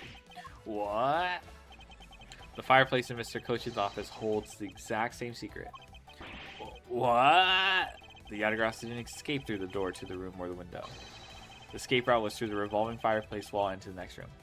Yeah. So if she saw, if that's the second, if that's escape route, if Sheena should have witnessed the Yatagrass, and because she stated that in her testimony, she didn't witness. She had to be the one to use that revolving fireplace. Now, do you see? The Yatagrass had escaped into the next room. Then the thief would have run straight into Agent Sheena. Yes, meaning that it's impossible for her to have missed the Yatagrass. What is the meaning of this smile? Well, would you care to explain, Agent Sheena? How you managed to completely miss the fleeing Yatagrass?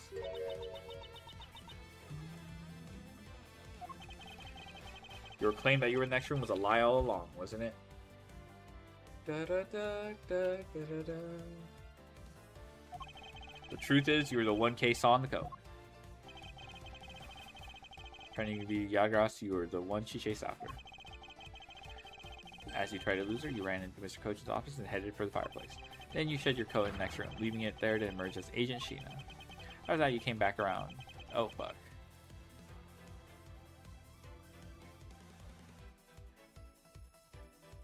Can you place Kay under arrest? Does that sound about right? If not, then speak now or forever hold your peace, bruh. How dare you make Kay look like the bad guy when you're the suspicious one, pal? Oh my god, that's, Sheena? He. It's Callista. He. Ah!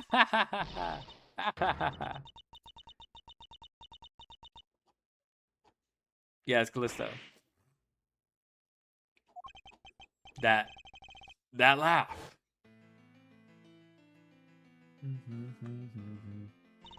I remember this irritating laugh. Brr, I'm getting chills down my spine. It can't be, but it has to be. Ina, what's wrong with you?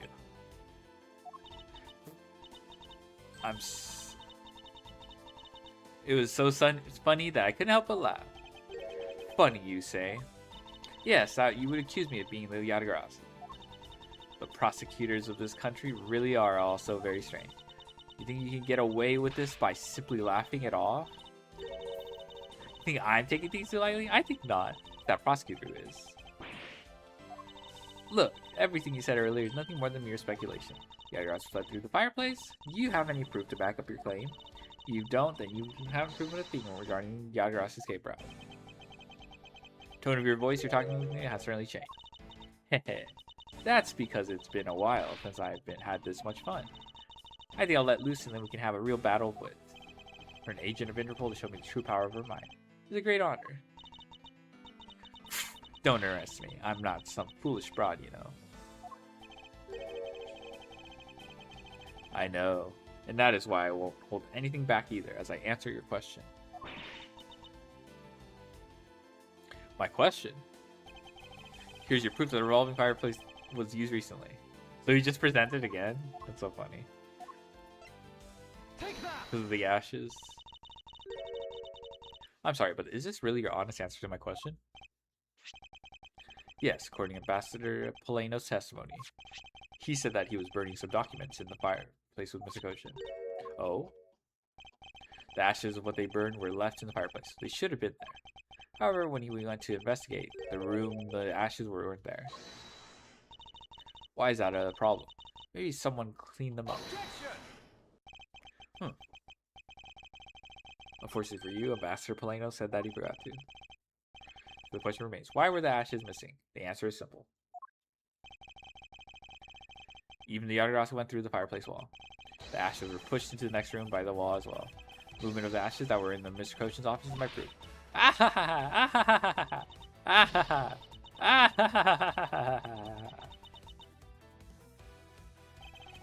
And just what is so funny? Ashes prove. Are you even allowed to submit such flaky evidence to court?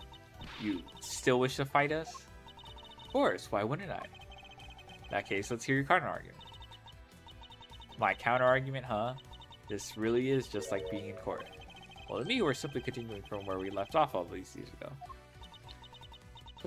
I have no idea what you're talking about. It doesn't matter if we're at a crime scene or in court. Let's finish this here now. I suppose. I've had a lot of fun today, but I grow weary of this game of cat and mouse. Let's make this the last testimony and wrap up this absurd case once and for all.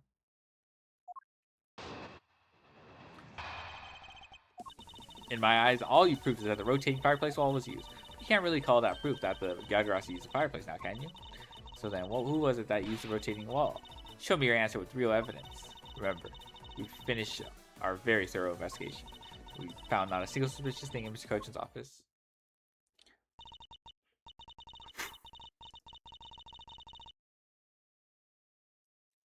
And there you have it. My counterargument. That's very impressive. She has seen through to the fact that I have yet to gather that one piece of evidence. What is it, Kay? I haven't heard a peep out of you in quite a while now. You don't think you can handle it? Feel free to leave the rest of it to us. But Kay, pull yourself together. You are the true heir to the Yadagras name, are you not? If you want to steal the truth, then you must never take your eyes off of it. This chase you're running catch a truth, you must see it through to the end. Mr. Edgeworth, you're right. I will see through this to the end. So, you go get her for me, Mr. Edgeworth. With pleasure. It's like a lack of evidence has left you wide open, doesn't it? Sheena, please. Show me you're someone I can trust. Don't worry, this will be the deciding match. You'll see. Really sorry, Agent Long. But I simply can't allow her to escape again. Very well then, Agent Sheena. I'm ready whenever you are.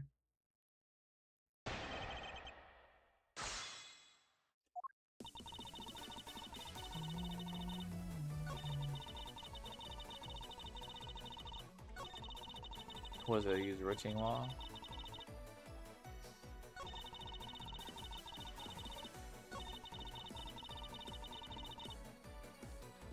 This is a very wild claim.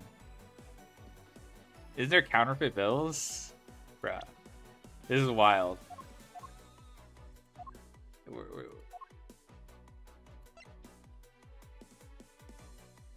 Objection! How do you miss that, bro? You didn't find anything suspicious at all? I highly doubt that. But I didn't. You can even ask the other men. I don't need to, for I found like what you should have a while ago. Excuse me.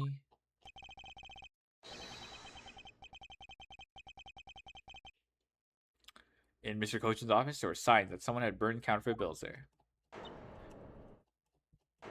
What in the... Ayah!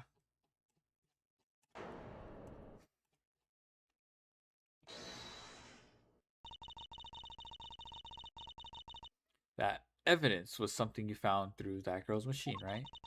So, what if it was? Ah, that's what I thought. But unfortunately for you, a recreation made by a machine is hardly concrete proof. Among the ashes you found in the room, did you happen to find any counterfeit bills? No. You see, so there was nothing in that office. Nothing you can call evidence anyway. Speaking of things that you Interpol agents have missed, I did find one more. Your pompous attitude is unnecessary. All I require is evidence. Very well.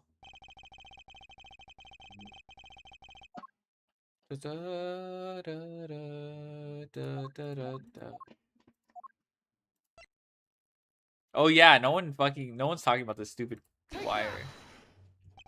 I'd like for you to take a look at this length of wire. And what exactly is this supposed to mean? A length of wire. So what about it? I'll tell you what. We found this in the Babalis embassy not long ago. What? You found it wound up inside the grandfather clock in Mr. Cochin's office. You found that at the scene of Mr. Cochin's murder?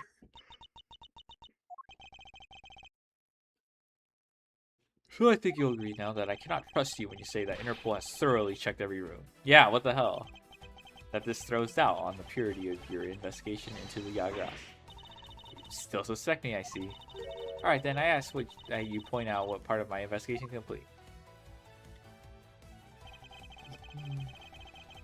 The other Interpol agents work under the command of Agent Sheena.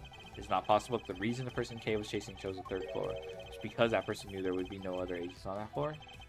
Furthermore, we've come to see that Agent Sheena was only pretending to be investigating the Yadagras to the point of arresting K. In that case, there's one location that no one has yet to inspect.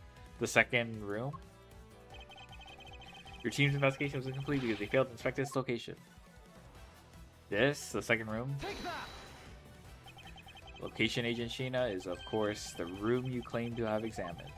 I believe the room next to Mr. Cochin's office warrants a thorough inspection. If you do that, I doubt you'll find anything of use to you there. I will be the one to decide that. Detective Gumshoe. Yes, sir. I'm on it.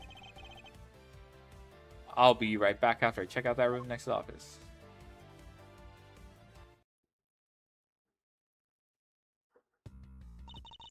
Hey, Mr. Edgeworth. Do you really think that Miss Sheena's the Yadagras? Yes, if my logic is sound, I believe she is. And I'm not going to let her get away with ruining the name of the Yadagras. But can you prove she's the Yadagras? Is the question. Detective Gumshoe can find out what I'm hoping he will find, and I'll be able to. And just what are you hoping you'll find? Let's just say this. I had Detective Gumshoe do a little experiment for me earlier. Experiment? As if that detective has the brains for high science. It wasn't that mentally taxing. I had him use the same escape route as the Yatagras. What did you find out by doing that? First, that it's possible for a person to fit through the revolving wall door. Second, that by going through there, his coat was covered in ash and bubbly sink. Who cares what his coat is covered? It's not worth that much anyway. But is it really worth so little? I believe that it's actually quite a meaningful result, the value of which I'm about to prove. Sir Edgeworth, I found some things you really need to see, sir. Oh? So what are these things that you found? Some makeup, a coat, and a pair of shoes, sir. You found a coat? You hear that, Mr. Edgeworth? Maybe it's the one the person I was chasing was wearing. Yes, the possibility does exist. And Sheena, were these pieces of evidence not in the room when you examined it? Fortunately for you, those aren't suspicious items of any sort. They all belong to me. They were getting in the way, so I stored them in that room. Aw, thank you for bringing them to me. It saves me a trip. May I have them back now? These items that the detective brought back are incredibly significant. I request that we be allowed to examine them. They're my personal belongings, so you have no right to touch them without my permission. I wish you examine them for the sake of the investigation. But if you wish to deny us access to them, Agent Long, let's hear your opinion on this. I say let them look at your stuff, Sheena. Long! Sheena, let's put it all out in the open. If you're really innocent, then you have nothing to worry about, right? I guess so. Alright, go ahead and examine whatever you like. After all, I have nothing to hide. Good. Now let us begin. Which of Agent Sheena's belongings are you going to examine? The coat. For sure. Let's examine the coat. Yes, sir. You managed to stain your coat rather badly. Agent Sheena. The Yatagras the case saw was wearing a coat, and I'm beginning to wonder if this stain wasn't created when you went through the fireplace. Aha, no, you have it wrong. That suit probably got on my coat when I was helping the police put out the fire. What about this dark substance around the hem of your coat? Oh, I didn't realize that the hem was that dirty. Sure, it's just some water mixed with soot from when I was helping with the fire. I don't think so. You think you can get away with such a transparent line? Yeah, don't lie to us, pal. This is the same powder of dirt that got on my coat when I went through the fireplace. Your words ring hollow in the absence of evidence, you know. So unless you can prove that the dirt on the coat is from the fireplace, which I can't. How? You did a great job, Detective Gumshoe. Huh? But be certain. What did I do? This coat, this is exactly the piece of evidence I was searching for. I had been hoping to find the coat that the person Kay saw was wearing. And thanks to you, we've proved that going through the fireplace was solely a coat. I don't quite get what you're saying, but I'm happy for your praise, sir. All that remains is for us to show that the dark substance on the coat hem is... What? Oh, and you think you can do that? Yeah, you just burned the coat. This is the dark substance that sullied the hem of the coat. But... Take that! But bubbly ink? Yes, this is what will prove that the coat went through that fireplace. According to Ambassador Poleno, he burned some files in the fireplace this morning. You told us about that already, so I don't really see the point of mentioning it again. My point is that he spilled some ink onto the back wall of the fireplace at the time. The dark substance on this coat turns out to be bubbly ink. It would prove that you and this coat went through the fireplace. Ah! Sorry, I've clipped one of your wings, Yatagras, but they were not finished yet. We have no way of proving whether or not this is bubbly ink on the coat hem. Oh, but I do. I intend to show that it is ink in a few seconds. How? How, you ask? Well, since you don't seem to know, allow me to show you. Yeah, we're gonna burn the coat. Yep. We can find out whether that is bubbly ink or not by lighting on fire. That's how you're gonna prove that it's bubbly ink. Yes, if you could please cut a section of the dark stained area for me, I'd appreciate it. That will show you what the dark substance is. Sheena, sorry to do this, but I'm gonna have to cut off a bit of your coat. Go ahead, I wasn't planning to wear it anymore anyway. Now then, if someone could loan me a lighter or something. Oh, I've got some matches, I always carry them so I can light smoke bombs. Then, if I could please have one, Kay, we can get the experiment underway. The flame! It's the same color as the flames wood crystal oil produces, which means bubbly ink is a product of wood crystal oil, and when lit, the ink produces a green flame. I believe the time has come to clip the Yatagras' other wing. Miss Sheena, you're the fake Yatagras, the one who killed my father. It's about time you came clean, Agent Sheena. Or should I say, Callisto, you? Hey, Mr. Prosecutor, you're not serious, are you? Do I look like the joking type to you? Aha! Whew, Callisto you. I've never heard that name before in my life. That manner of speaking and that attitude. You haven't changed a bit in 7 years. You're the defense attorney that killed Mr. Faraday and then tried to frame me for it. Oh, really? And you have proof? You insist that this Callisto you woman, but you can't prove it. If you have proof, I'm afraid you won't. You have no proof, and I'm afraid you won't be able to lay a single finger on it. The Raven is a very unique bird, one that flies by the darkness of night. However, the light of dawn has arrived, and it will reveal your true ugly form in the world. Enough poetry. I want to see some evidence. Do you really have something to prove that she is Callisto you? I do. It's something that the second Yatagarasu has preserved for us these last 7 years. Do me the honor, Mr. Edgeworth. I will, okay, for we have finally come to the end. Is it just the makeup?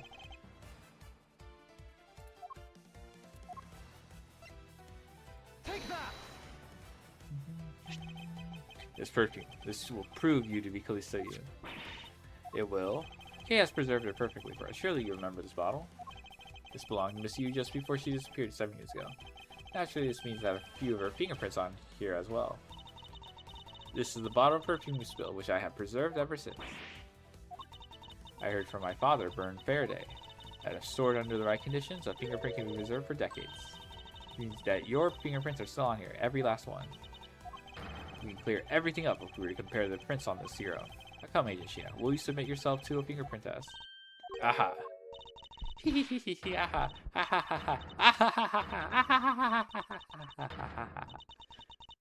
Oh my gosh.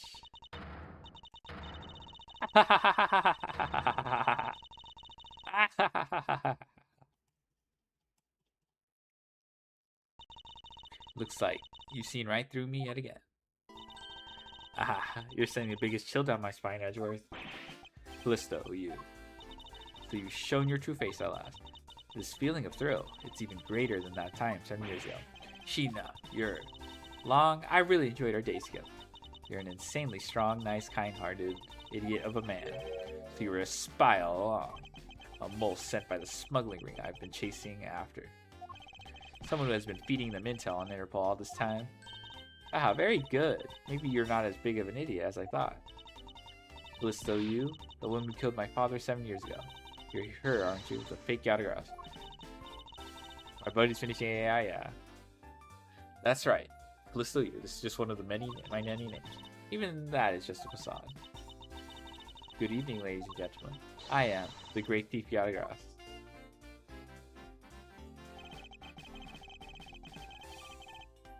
So you, this time you won't escape. This is the end of the road for you. Now come along quietly. You know you're the one who left the strongest impression on me, Kay Faraday. And yet, you had not used the Yatagarasu gadget. I have never known who you were. But here you are, being a thorn in my side, just like your father always was. Kay, don't. You, I'll never forgive you for what you did to my father. You really are just like him. Faraday, too, possessed such laughable honesty. Uh-oh. Kay! You let Kay go right now. You despicable. Let go of me, you filthy. Arr! Think I'm a fake, don't you? Well, unfortunately for you, I'm the real Yagras. That's impossible. My father was the one who created Little Thief. Hey, Edgeworth. Yagras has 3 legs. Do you know why that is? Why it has 3 legs? There's 3 main reasons why Yagras will always be one step ahead. First, Yagras always knows the exact location of the target object. Second, Yagras always knows exactly how to disarm the security system. No, it can't be. Did you finally figure it out? Do you finally know the real identity of Yagras? The real identity of Yagras is... It's the Little Thief. The real identity of Yagras is neither Bern Faraday nor Callisto you. By a bloody signature, they're also both the real Yagras. Haha, how very perceptive.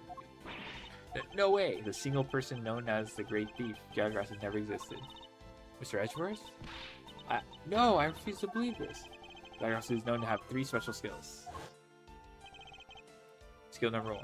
Yagras always knows the exact location of the target object. The lawyer would have the opportunity to learn the layout of the client corporations. Skill number 2. Yagras always knows how to disarm a security system. A good prosecutor would be well versed in the ways of criminals. And skill number 3.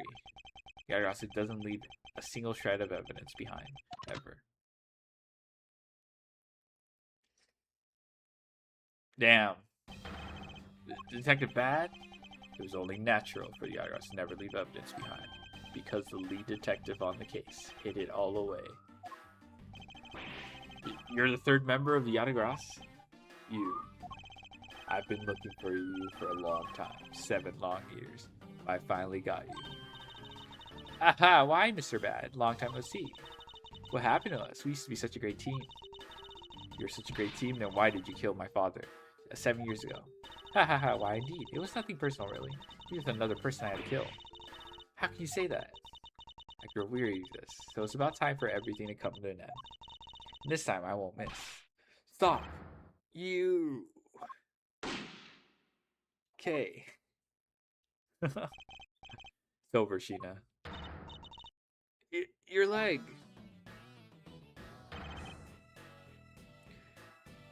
Agent Long! You idiot! What were you thinking jumping in front of my gun like that?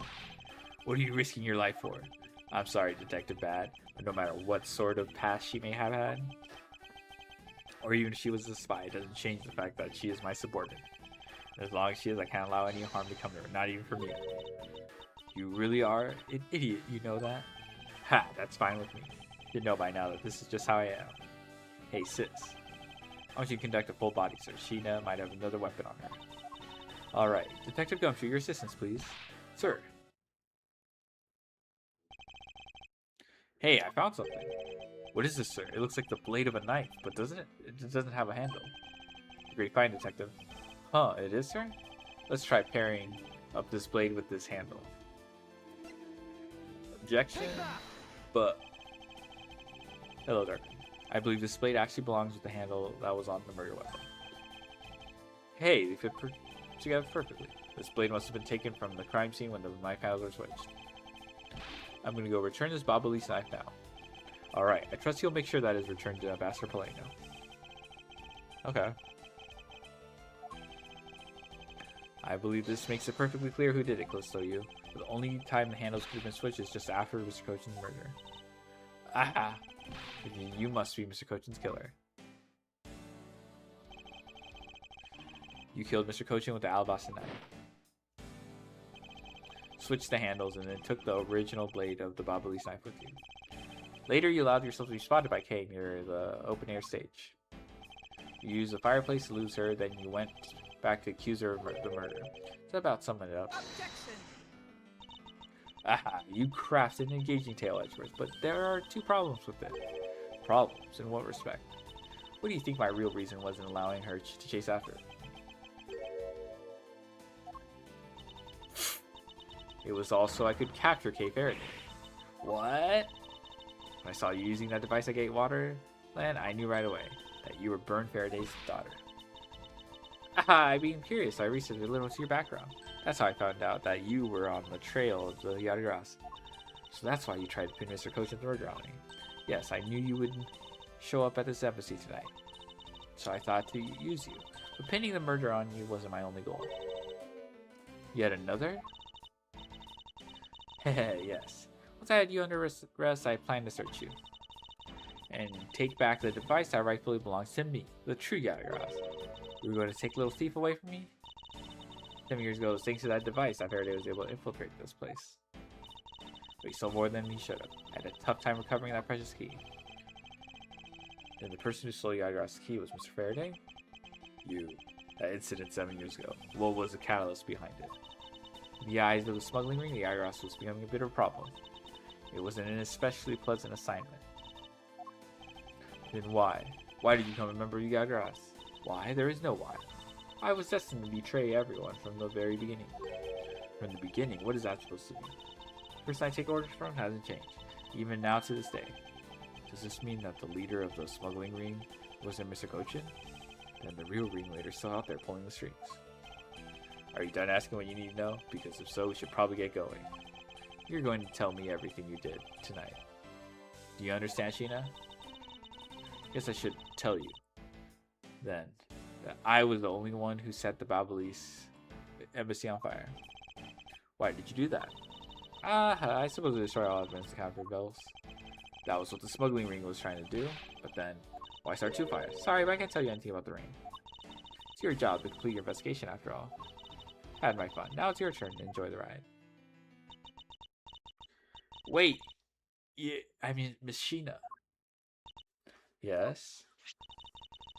When I fell to the floor earlier, these fell on my feet. What about them?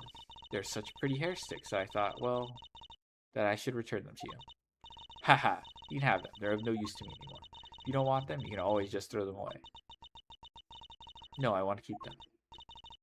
Haha, suit yourself. Oh, that's right, I almost forgot, Edgeworth. About the second problem I had with your story. I'm gonna kill anyone tonight. What? I'm not saying that as a sore loser. Think of it as a hint, if you will. Mr. Prosecutor? Yes, Agent Long? Mark my words, I'm not done here, and I'll be back.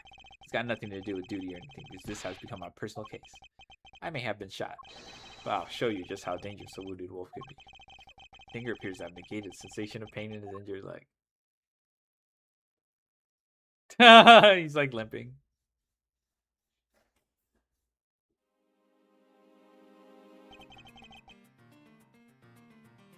It's finally over, Kay. I feel like I peered into her heart a little, you know? It's so cold and dark and incredibly lonely. The person who's giving her all these commands. The one who thought my father was a problem to be removed. That person is the real ringleader behind the smuggling ring. Mr. Edgeworth, I have a favor to ask. Can you hold on to these hair sticks for me? They're really pretty, but just like the ones they were selling for the Jam Ninja show. But until this case is over, I don't think I can look at them without being overcome. I understand. I'll take good care of them for you. There's a bit of soil stuck on the ends of these sticks. Oh, I guess it's that time already, huh? So it's midnight, the dawn of another day. Hey, Pops, take some butch. You've really done a lot for everyone all these years. Detective Bad, don't tell me today is the day. Yeah, it is. With this, I can retire in peace. It was down to the wire. We almost didn't make it. We did it. We solved everything. That's just it. We haven't solved everything yet. The ringleader of the smuggling ring, you, the Yatagrass we were chasing after, the legend of that Yatagrass is now over. Mr. Edgeworth, that bit of logic earlier, it was brilliant. I feel like I can leave it all in your hands. I'm counting on you. You really true, Uncle Bad? Were you also part of the Yatagrass? As I said to you earlier, Kay, I'm truly sorry. I wanted nothing but a peaceful life for you. Uncle Bad. Hey, don't take it so seriously. It's all just one big joke, right? Fortunately, it isn't. Oh, come on, sir. She's just yanking on my chain. Isn't she, Mr. Edgeworth? Detective Bad? Wait, no. You are no longer a detective. Mr. Bad, I'd like to ask you about the Yatagrass. Not you too, Mr. Edgeworth. Mr. Edgeworth, here I should give these back to you. These are the pages from my KG8 files that the Yatagrass stole from my office. Huh? Wait, what? Mr. Edgeworth, I must apologize for last night. The Yatagrass stolen to my room was you, was it? Wait, then that means what? Tell me it's not true. That's too insane for me to believe, sir. It's true, even if it's not something you want to hear. The KGA incident, it was a very emotional, trying case. We stood in that courtroom, Faraday as the prosecutor, and I as the lead detective. Faraday had evidence in his possession that would prove the defendant guilty. However, because it was stolen, the defendant was found innocent. You was the elder sister of the victim in the case. When the defendant was pronounced not guilty, she let out a great wail. That's when we realized that there was a limit to what the law could do. The only way to bring someone like that to justice was to do so outside of the courts. That's what we thought at the time. That's how we formed the Yatagrass and vowed to bring to light any dirty dealings the companies had with the ring, including companies that dealt with the Mono Group. Mr. Mono Conglomerate, we called ourselves the Yatagrass and flexed our collective muscle. We exposed all sorts of shady dealing as a warning to the business world as a whole. By doing that, we were able to stop the higher-ups from covering things up. But then it was finally time. We had finally arrived at the moment when we'd find out the ringleader's true identity. It was then that the U literally stabbed us in the heart. And Faraday, he died for it. But why? Why wasn't she the sister of the victim wasn't she the sister of the victim in the KGA incident? After Faraday's death, I looked into her past. And that's when I found out that she was a phony. The victim of the KGA incident, CCU. She never had a sister. What? Then that means Sheena wasn't the only fake name she used. Callisto U was also another pseudonym. From the very beginning, that woman was a spy sent by the smuggling ring. Said it herself, I was destined to betray everyone from the very beginning. Anyway, let's return to the real topic at hand. Don't fix it. We started with this trump card that we stuck onto this page of the case file. Dang, she never had a sister? Please use it wisely. Trump card. That photo that we stuck on there, try peeling it off. Behind it slumbers a piece of evidence that Faraday hid away all those years. It's the mark of the hourglass, but why? This is a directives card from the big boss. Take a look at the back. This was something Cochin had on him at the time of the KGA incident 10 years ago. That blood is from the victim of the incident, the CCU. But why is the card adorned with the mark? The reason why we called ourselves the Yadgrasu was because of the three-legged raven mark that the smuggling ring's boss used. Apparently orders from the boss would come on these cards without fail. The person who received the order was supposed to burn immediately after reading it. Apparently, it burns a bright green flame when set ablaze. So you mean the cards were written in Babali's ink? The fact that the card that the coach was sent made it into the Faraday's hand at all is nothing short of a miracle. We decided that whenever we stole anything, we would send a card along with it to the police. So that's what those white cards are. The great thieves I used the mark that only those within the ring would know. It was our message to the ringleader that we were only a few steps behind.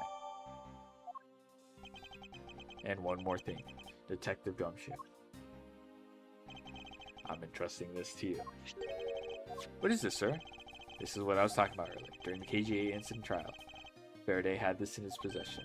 This important, definitive piece of evidence. But I thought it was stolen. How do you have it?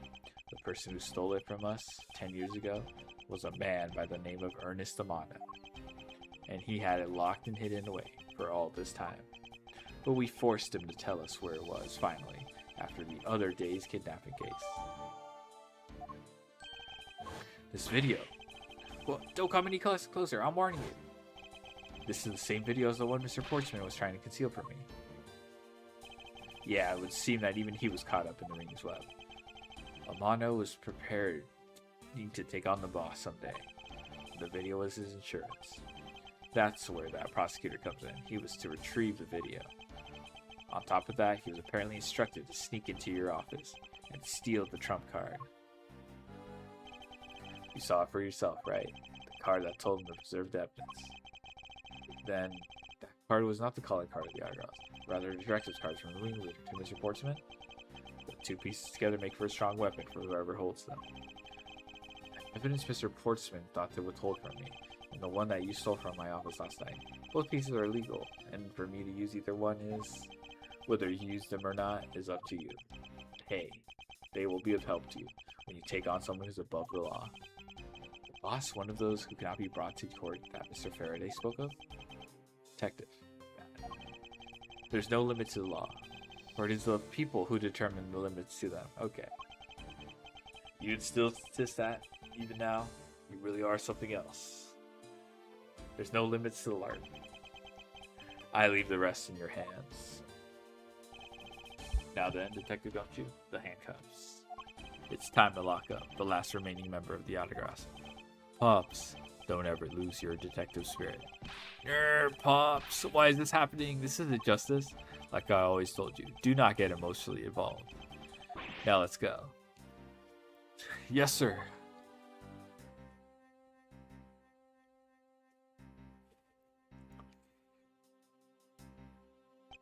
Is this really the end of a legend?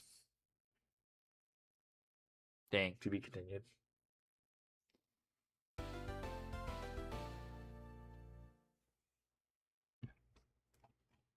All right. Got a little bit. I don't know how close we are to finishing.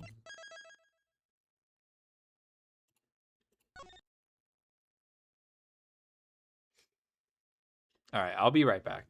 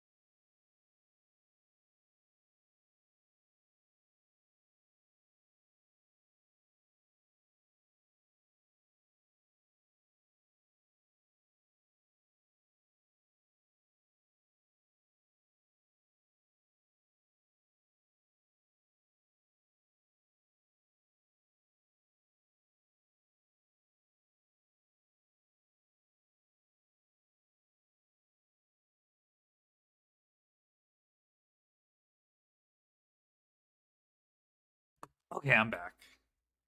I think I'm up to doing the rest. I mean, I kind of wanted to finish anyway, but you know, I could always change my mind. Uh,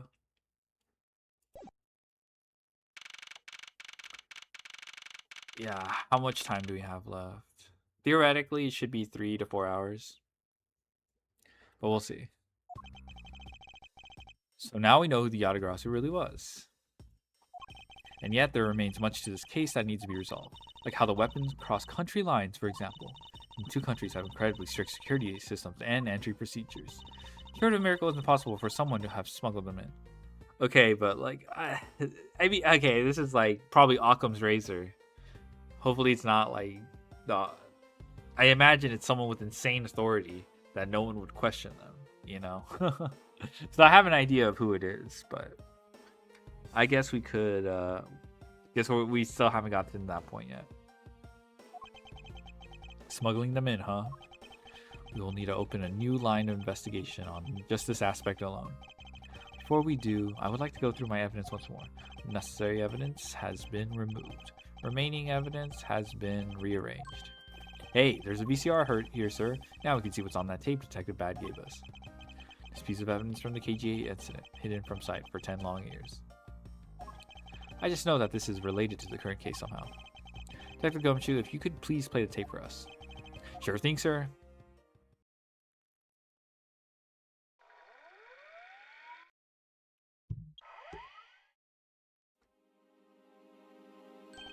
This man, it's Manny Cochin. And he's holding a knife in his hand. This looks like footage from a security camera at the entrance of an apartment building. Apartment building? How do you figure that? Unlike you, I actually read the summary file on the KGA incident. The crime scene was the victim's own apartment. How did we not know this? This footage was shot at the entrance to the victim's own apartment building. At the trial, Mr. Faraday claimed that this piece of footage existed. However, no one could find it. Yes, somehow someone was able to steal it and hide it through Ernest Amano. I can see how this would have been a definitive piece and why someone would want to hide it. Bruh. It's a piece of evidence from a 10-year-old case. There's no way it's related to this case we're working on now, sir. Actually, I believe it has everything to do with the case we're working on now. The ringleader even went so far as to use Mr. Portsman to retrieve it, which means that in this video lies a very convenient bit of footage to the ringleader. Where? Where? Wait, what was that? That bit you played just now. Please show it to me.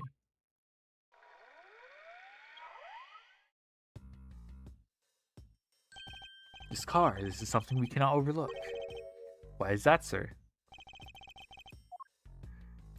The flags? Take that! It's from the Cadopian Embassy. This is the national flag of the Principality of Cadopia.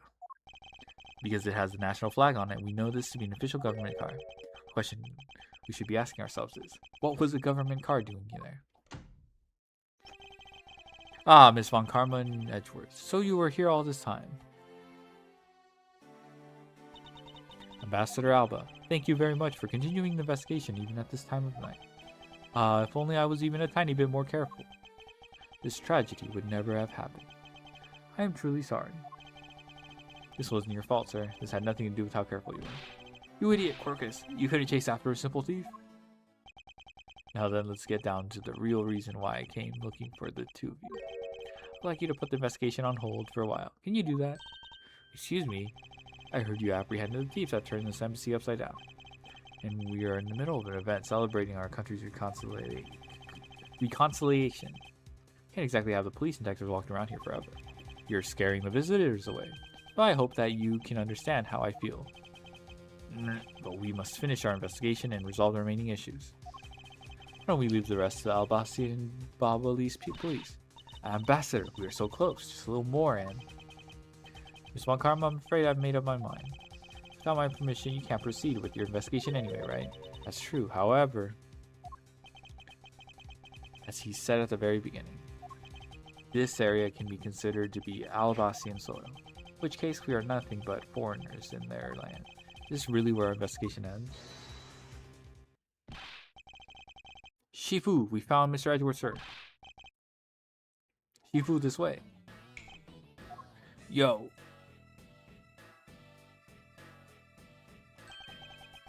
Agent Long, you're back on the scene rather quickly. If I laid back and took a break, I'd lose a scent of my prey, Mr. Prosecutor. Agent Long, why have you returned? Because I have to solve this case no matter what. Well, I'm sorry to inform you. Don't take this the wrong way. I don't suspect you personally. However, a member of Interpol was just found to be a thief, and so... under these circumstances, I wish to put your investigation on hold. After all, I believe our own police can handle things for me. They are quite capable. At this rate, our investigation really will come to a close.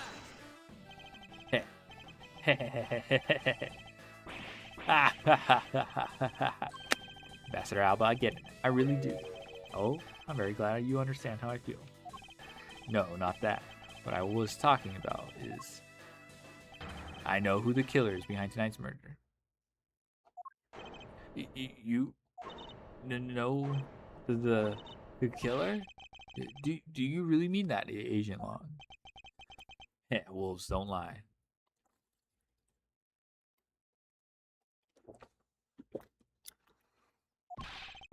Then who is it? Well, let me first say that I'm not talking about Mr. Cochin's murder. That was all Sheena. Long Ji says, the truth lies not at the exit, but rather shines outside the maze itself. Truth is unexpectedly simple. So let me ask you this. Who do you think was the Mask 2's killer? Well, I'll tell you who. It was you, Francisca Von Karma. What the...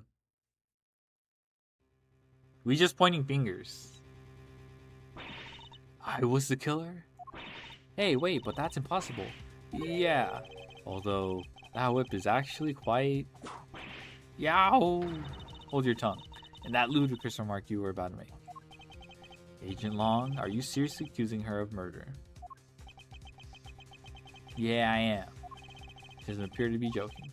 Hey sis, I remember that just before Ambassador Alba went to give his speech. He called you in his office, right? Yes, he did. What does that have to do with anything?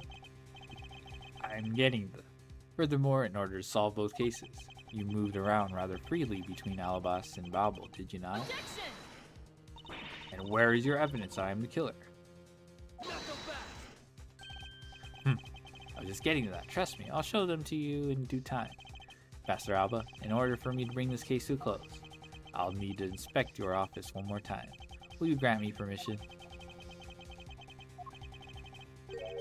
With things as they are, I suppose I don't have much of a choice, do I? Good, then let's move out. Oh, and don't even think about running away, sis. My pack will be keeping a close eye on you. You can bet your bottom dollar on that. As if I would have any reason to flee. Just so we're clear, your logic had better be sound. Because I'll accept nothing short of a perfect explanation. She's rather upset, not that I blame her. Ha ha ha ha ha ha. I expected that you'd accept no less. But we'll see how long you can keep that nose of yours stuck up in the air like that. Hold it! Agent Long. As someone related to the night's case, I request that you will allow me to take part, so that I may clean up my superior's mess. I guess I should. The more the merrier. Especially when it's the peanut gallery. Oh, in that case, I want to join in too. I still haven't seen what it looks like in Albas yet. If you let Kay in, you've got to let me in too, pal. I can't sit around and do nothing when Miss Von Karma's in trouble. Hey, Gummy, let's have a competition so you can save her first, okay? Okay, I'll take you up on that. Oh yeah, I'm fired up and ready to go. But as a detective, I don't believe this is something you're supposed to be excited over. Ha ha ha ha ha ha. Sounds like this is just going to be real interesting. Ambassador Alba, I'll be bringing these kids along for the ride. Very well, but I'd like you to keep in mind that this will be your last chance. I'll have this whole mess cleaned up before you know it. Now let's go. Maybe he just said that just so he could get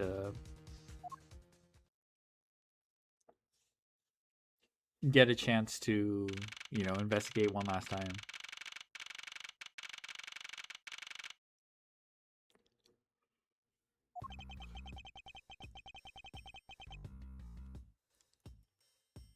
Okay, now let's first go over the facts one more time.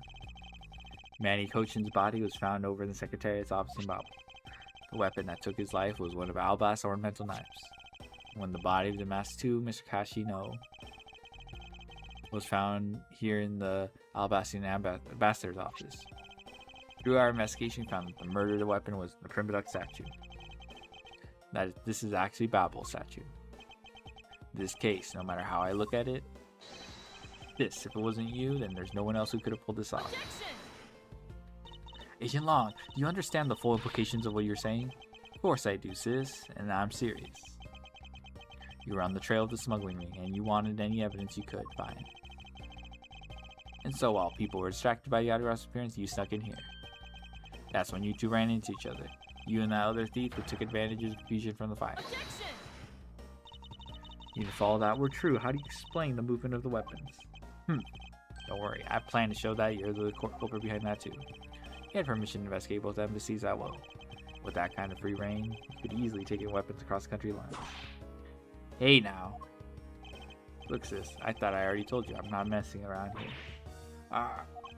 This case isn't directly tied to the smuggling ring. But she now certainly is tied to the smuggling ring. He's right in saying that she is a member of the smuggling ring. However, the connection between this case and the ring, could it not be deeper than what any of us can imagine? Grr, let's get this ridiculous circus over with already. As I said, you need to calm down. Because you only know the facts of the Alabasian side of the case. I don't believe you can see the case as a whole. Therefore, solve it. What? Don't worry, I am taking this seriously as well, and I will prove your innocence. That's the only way to be, Mr. Prosecutor. Can you come up with anything else that can top my hypothesis? Of course, your explanation has solved the mystery of the moving weapons as well. Of course, then I will. Let's now delve into the truth behind the murder of Master 2. You do understand, don't you, Mr. Miles Edgeworth? This is just a confrontation against Agent Long. You can't figure out how the murder of Damask 2 is related to the smuggling ring? Then it will mean the end of our investigation. As long as I have no good counter-argument to his hypothesis, then the best I can do is walk this thin tightrope and see what I can do. Come on, prosecutors, let's get started. Yes, let's.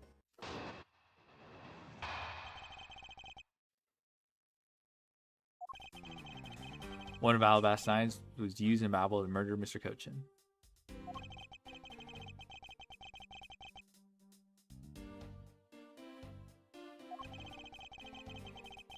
Somehow, these two objects were able to penetrate the two countries. Oh, let me check my phone real quick. Two countries' impenetrable security.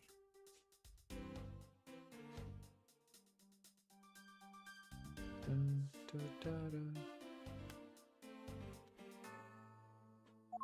The only one who traversed the two countries just before and after the crimes was you.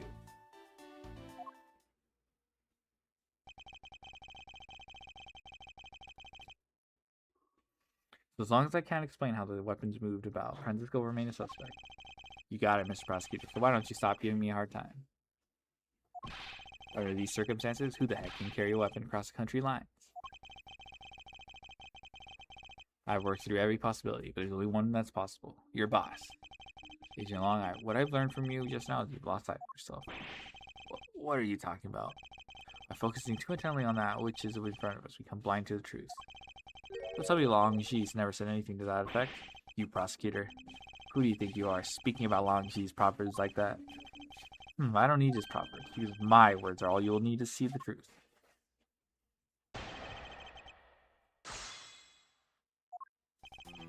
One of Alabast's knives was used in the murder of Mr. Cochin, and the murder weapon in the killing.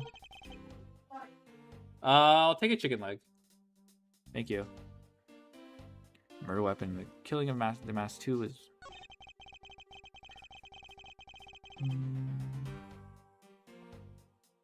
Somehow these objects...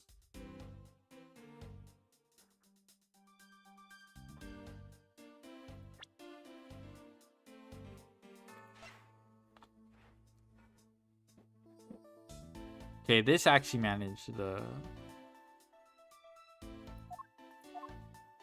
Okay, well, we got our evidence condensed. Oh, what about this?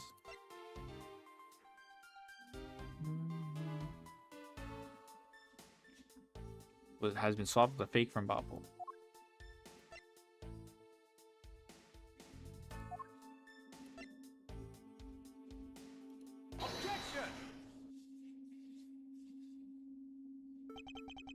Agent Long, those two items are not the only two to cross the border tonight. Oh, Master Mask was killed with Bobble's Primiduck statue, yes. If that's the case, then tell me, where did Alba's Primiduck statue go? To Babel. Precisely, and if the two statues really were switched, then this means that both statues were smuggled across the border at some point. It means that a total of 3 items were smuggled across the embassies. I guess so. You know what? Doesn't matter the number of items, only that the sis is the only one who could have done it. He's the only person who went back and forth between Alabasta and Bobble was her. Is that really true? Was there no one else who traveled between the two countries? Or was it the cloak? Actually, there was definitely another person. One who paid a visit to both sides of the wall.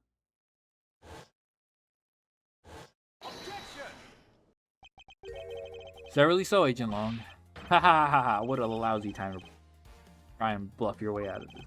I checked out what the guard said along with security camera footage. You're not going to overturn my hypothesis that easily. But suppose there's some other way other than through the theater doors? What other way?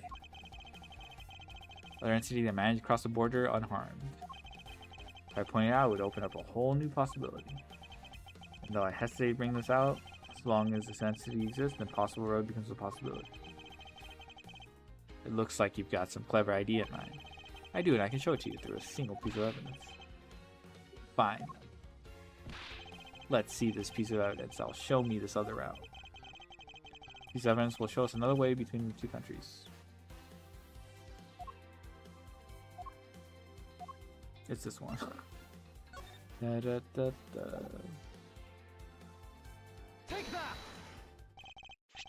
Agent Long, I'm sure you are familiar with this unforgettable photo. That supernatural photo, like I said before. Humans can't fly. No, of course not. I understand that perfectly well.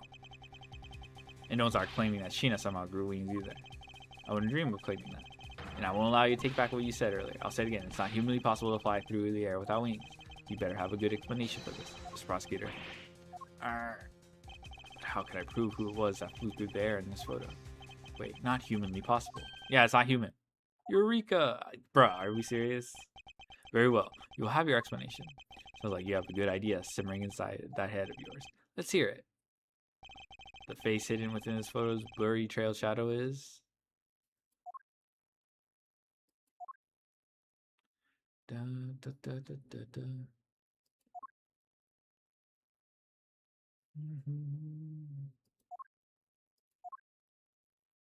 Is it the statue? Let me see. Because it's not a human. But could be humanoid. Oh yeah, Manny Kocha for sure. Take that! Naturally, the shadow is the third smuggled object. The Primdex statue replica. Can't be serious.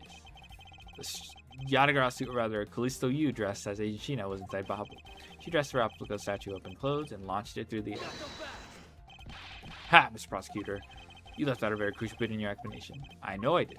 She launched it through the air. Ha! And how exactly did she do that? That! He's literally burying his fangs at me. And he has a point. How exactly did it move through the air like that? As long as this remains unsolved, we won't be able to move any closer to the truth. Which reminds me, didn't he say this earlier? Hey, sis, I remember that just before Ambassador Alba went to give his speech. He called you into his office, right? Just before the murder, Francisco was called here, right into this very room. That's the case. And that may be another avenue I can pursue. Agent Long, in order for me to answer that question, I will need to hear that testimony from Ms. Von Karma.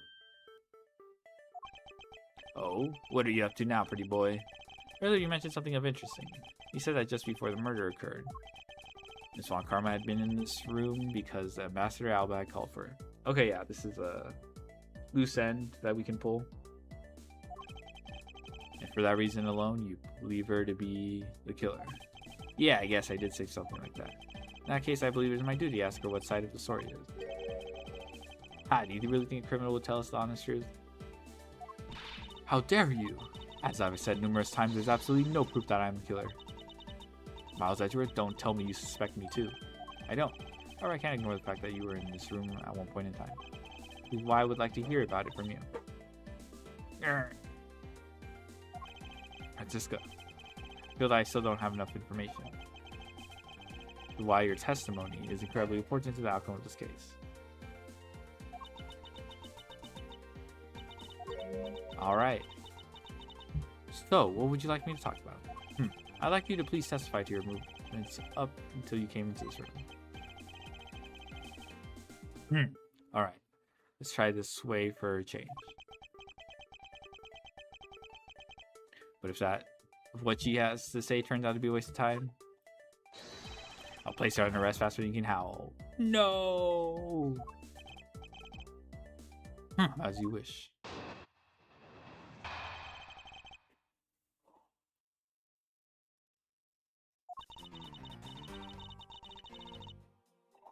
As I said earlier, I was assigned to guard duty in the Alabastian embassy. After I saw the Steel Samurai off on his way towards the ambassador's office, I returned to the Rose Garden for a bit and checked up the security situation. After all the preparations were placed, I was called back by Ambassador Alba to his office. Francisca, I wanted to make this clear from the very beginning. So what I wish to confirm is that the only time span in which you were in this office was before the murder occurred. Is that correct? Yes, of course. I see. Now the only way that I can see for us to break out of the situation is to ask Francisca about her testimony in more detail.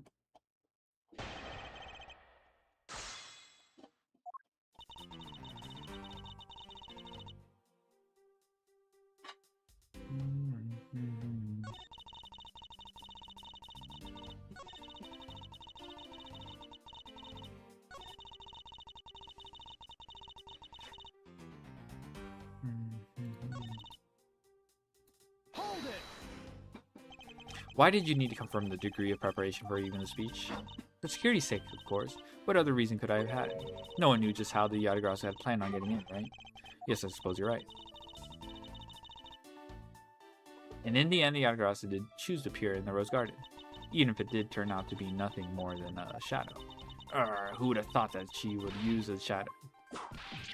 Calm down, Francisca. I'd still be nursing a grudge over the fact that she couldn't figure it out herself.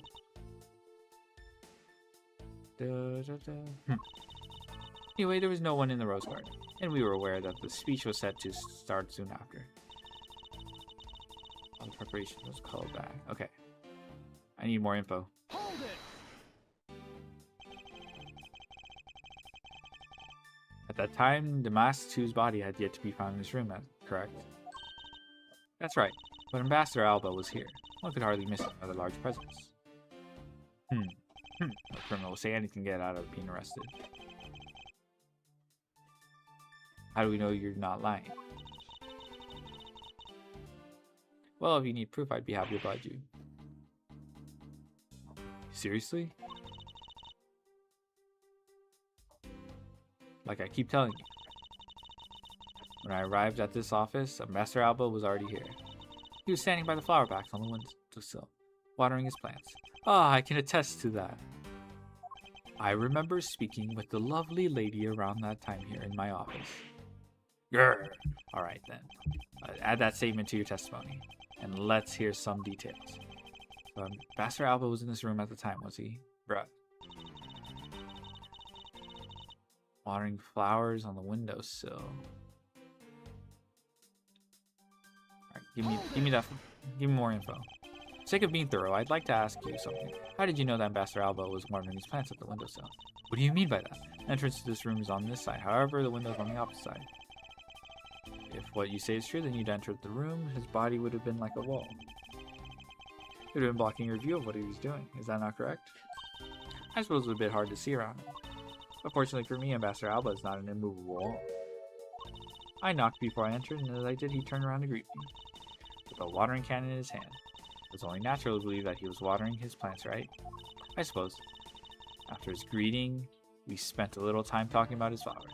He had obtained them himself and is growing them with the utmost care, you know. Yes, the plants in this room, they are all like my children. Passion flowers in the flower box on the windowsill are growing beautifully too. All 4 of them are in full bloom. Miss Von Karma, what did you say just now? You said the flowers are growing beautifully. What about the statement? Do you not understand? What do I not understand? I do not understand why a certain thing is the way it is. I'd like for you to pen that statement to your testimony. Very well. 4 large passion flowers, full bloom in a flower box. It's got to be something like this.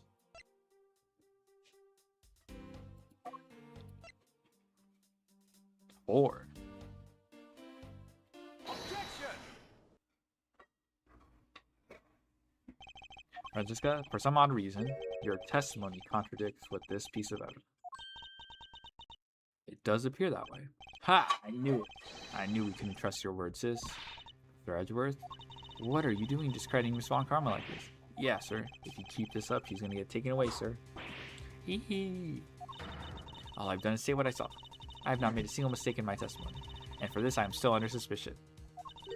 Is the number of flowers really all that important at this juncture, Miles? At the very least, it is a contradiction to enigmatic taste, one I find hard to dismiss as well. Then let's hear it, Mr. Prosecutor. What does the number of flowers have to do with anything? What does it prove? Blue's answer to that will become clear if we were to examine that flower box. How did this contradiction come about? There must be something behind this discrepancy. They're my beloved flowers. I've grown them with the utmost care. I ask that you please be gentle with them as you examine them, Mr. Edgeworth. I understand. Oh yeah, there's 2. Well, residents of expected every nook and cranny. This patch of soil looks as though it has had something removed from it. Hey, what are you doing, Mr. Prosecutor? Why'd you clam up all of a sudden? I'm still here waiting for an explanation, you know. Did you know, Agent Long, flowers are best appreciated in silence?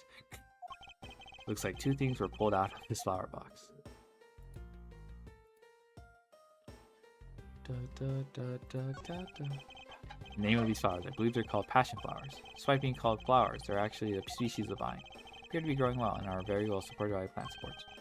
Yeah, but no matter how I look at it, it looks like there are only 2 of them here with me. You realize, don't you, sis? The little lie has failed. Miles Edgeworth, hurry up and shut this man up for me already. suppose I will need to use some evidence to shut him up, won't I?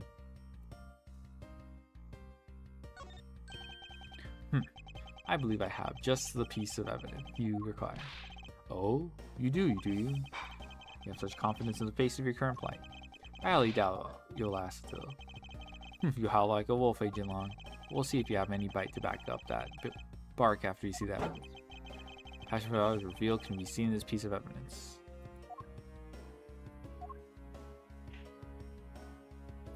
These had soil. Take that.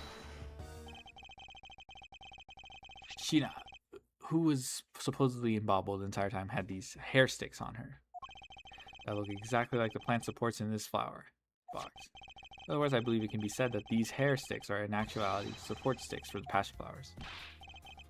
And so what? Is really all that important in the case? Of course it is. It means that we found yet another item that was smuggled between the countries.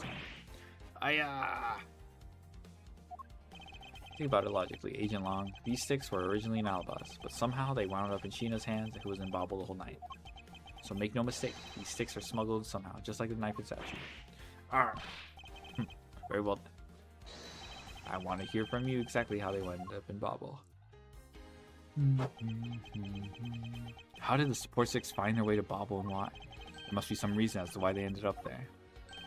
Aha, so that's why. Agent Long, you please take a look at this and tell me its shape. It's just another stick, isn't it? Though it is, but the shape of the support sticks is what's important. When they're used with something in this room, that's when it all comes into focus. The object completes the picture when used with the support sticks. Bruh, is it the crossbow? Oh my god.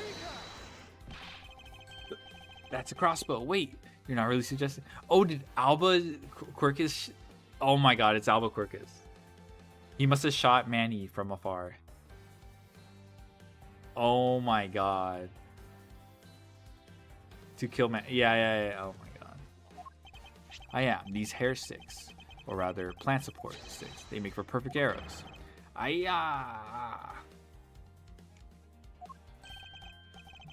done it. I found the common thread that connects the two opposites. This thread has yet to be completely untangled. Even using the arrows, how does this explain how those statues were transported? Furthermore, who could it have been who fired these sticks as arrows? There must be a common thread that ties all of these things together. Mr. Prosecutor, hold up a sec. You do realize what happens when you tie a statue to an arrow, right? They don't fly at all.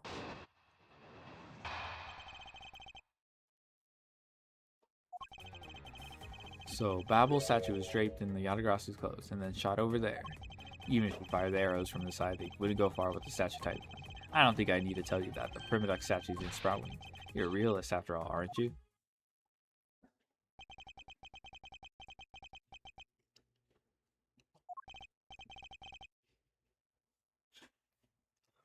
Of course they did it. Glad you understand. I feel much better instead. I was afraid for a second that you were unaware of this not crucial fact. It's only crucial because you're under the belief that the wings are necessary to this equation. What? You need to free your mind a bit more and let it fly like a bird on the wing. Primiduck statues flew, but not on a wing. Tell me a bit of your time, and I'll explain this mysterious phenomenon to you.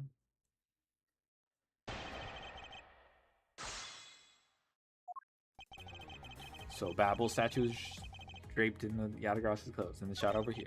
Even if you fired the arrows from the side, they wouldn't go far with the statue type. I don't think I need to tell you that. The Primiduck statues didn't sprout. Realist, probably not.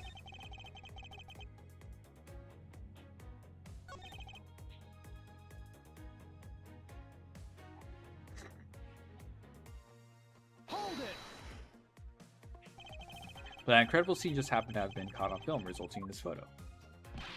Ha! And what an incredible scene it was. This photo was taken by a freelance photojournalist, right? Yes, so I hear. Not every photojournalist is known to be honest, right? Especially not the ones that sell photos of spirits and giant creatures to tabloids. Yes, I know what you mean. I've seen those sorts of photos many times before. There have been times where these photos have turned out to be a telling of the truth. If you had ever stood in a court of law, you would know that's entirely plausible. Ha! You really believe the stuff you're spewing right now? Courtroom certainly is a strange place if you say what you say is true. There really is something odd about that photo, no matter how you look at it. Hold it! We are in agreement that an arrow by itself would reach the other side, correct? But just the arrow by itself is pretty meaningless, don't you think, Mr. Prosecutor? Because the things they want to smuggle were a lot bigger than nothing. No, that's not necessarily true. What? What I need right now. It's not further discussion of conclusions, it's the launching of my conclusion. What the shooter wanted to launch with the crossbow was not the statues themselves. That was something a crossbow can launch that can be used to move the statues. Okay, I think that was the statement. I haven't done something.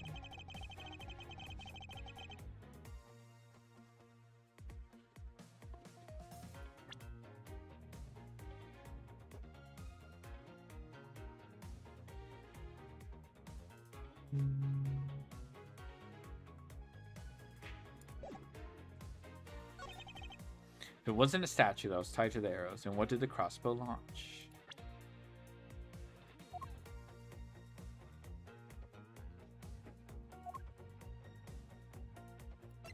Okay, it's probably not these.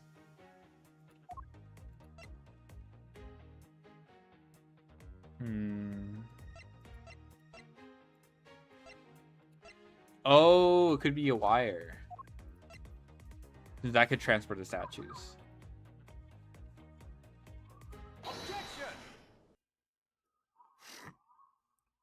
That's what it is. Okay, it's like a tripwire. Not a tripwire, but like a really hello, please.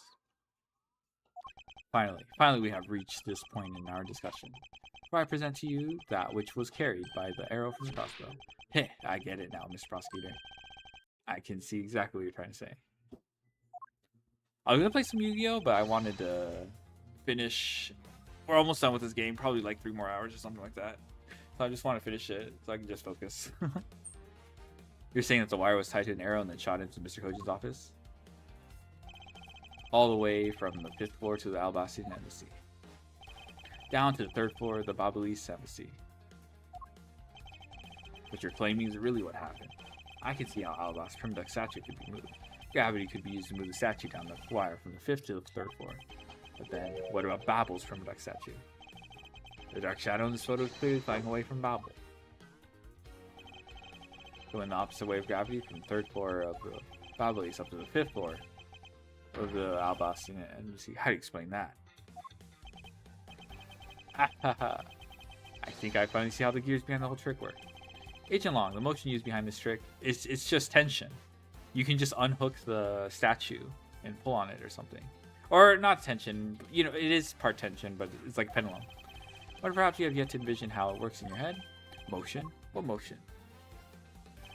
This is the motion that was employed to... Yeah, swinging motion. A swinging motion was employed. Heh, you sure thought that one through, Mr. Prosecutor. Because if they use that, the statue would swing right into the building wall. Oh, fuck. For shame, you should sign yourself up for grade school physics for not realizing that. Nerd. We're lost for words with that. Okay, calm down, think through this once more. There's only one feasible motion that could have been used to send the statue up. Bungee?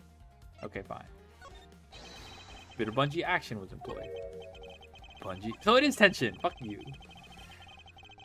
Are you saying that the wire acted as a bungee cord and the statue was hauled up? Simple way of putting it, but yes. Ha! Did you think about the weight of the statue at all? That thing is solid gold. Where the thing ever reached the office window, the wire would have snapped. But okay, let's consider your idea and say that the wire has the elasticity required. Da, da, da, da. You fire that kind of wire from a crossbow. Well, arrow could be sailing back at the person. Talking about danger. Fuck! He's absolutely right. Okay, I'm just a dumbass. I'm having a bit of a hard time right now dealing with the jurisdiction thief who lack the understanding of the most basic things like physics, Mr. Prosecutor. Personally, for me, it appears that Agent Long is correct. I just assumed it would just unhook onto something. Okay, calm down, think through this once more. There's only one feasible motion that could have been the statue up. Alright. Full tune rotary. I believe it was done via rotary motion. The statues were transported simultaneously. Simultaneously? Get real. The statues would collide somewhere along the way. I ever say there was only one line of wire between the two offices? If you shot an arrow with the two ends of the wire tied to it, a circular belt can be formed. Not so fast. Long Ji says, don't an object call a success what is beyond reasonability. Taking into account the tension difference between the two wires, the top one would sag too much to the point where the statues would collide anyway. Objection. Agent Long. As you know, the Primitive statue is a one-of-a-kind national treasure. And the fact that Bobble statue is a hollow replica of the real statue, it would naturally be lighter than the real one, meaning that my idea is very possible. Long Ji says, wow! Here's what I believe happened. Miss Yu and her mystery co-conspirator set themselves up in the two different rooms. The co-conspirator bridged the rooms by shooting the two ends of the wire down on one arrow. Then the two of them covered the statues and proceeded to transport the statues. After the switch was completed, another arrow was fired, carrying the other end of the wire down to the bauble where it was to be disposed of. And to do that, Miss Yu hid it inside the grandfather clock, QED. Ha! Ha ha ha! Grr. This proves it, right, Agent Long? That I'm not the killer. Not yet, sis. I still haven't had my dessert. Right, Mr. Prosecutor? Proof is in the pudding, as it were. Pudding is a nice dessert. So, do you think you can do it? Can you prove that what you said is what happened? Because remember, if you can't, I'll be taking certain someone back home with me as a souvenir. I agree that as long as there's no proof, my hypothesis remains just that. However, what I have laid out is no mere hypothesis, for this is one more piece of evidence. One more? This should be interesting. You think you have a piece of evidence that will turn your hypothesis into fact? Well then, let's see it, Mr. Prosecutor. The thing that made it possible to create a circular belt out of a length of wire. I believe that it is right here in this very room.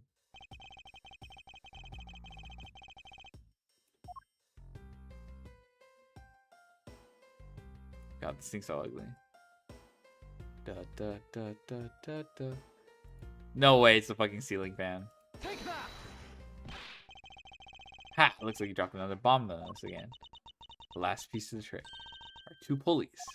Oh, there's two ceiling fans in the... There's another ceiling fan in the other. Precisely. The ceiling fans double as pulleys in this case. Thanks to the fact that there's one installed in each of the offices, the ceiling fans made for the perfect pulley set for the wire to run on. This must be it. This is how smugglers bypass impenetrable security. You really are something else, Mr. Prosecutor. You figured it all out already, haven't you? You know who the big hotshot that sets us up real life stage show is, don't you? The person who set up this rather large complex fake film needed to be someone who had foreknowledge of the existence of ceiling fans in both the Alabaster and Bobbly's offices. Like the passion flower support stakes could be used as arrows. The real mastermind behind this case? Well, don't you dare make this wolf wait for his food. Are you hesitant, Miles? You can't say who it is. Why don't you present something like you always do? A single point of the finger here, and this case will explode into an international incident. However, it's all... Oh, thank you. Or it's already too late for me to stop him before momentum. It appears that I have no choice now. To rush in. There's a piece of evidence that will point us to... Da, da, da, da, da, da, da.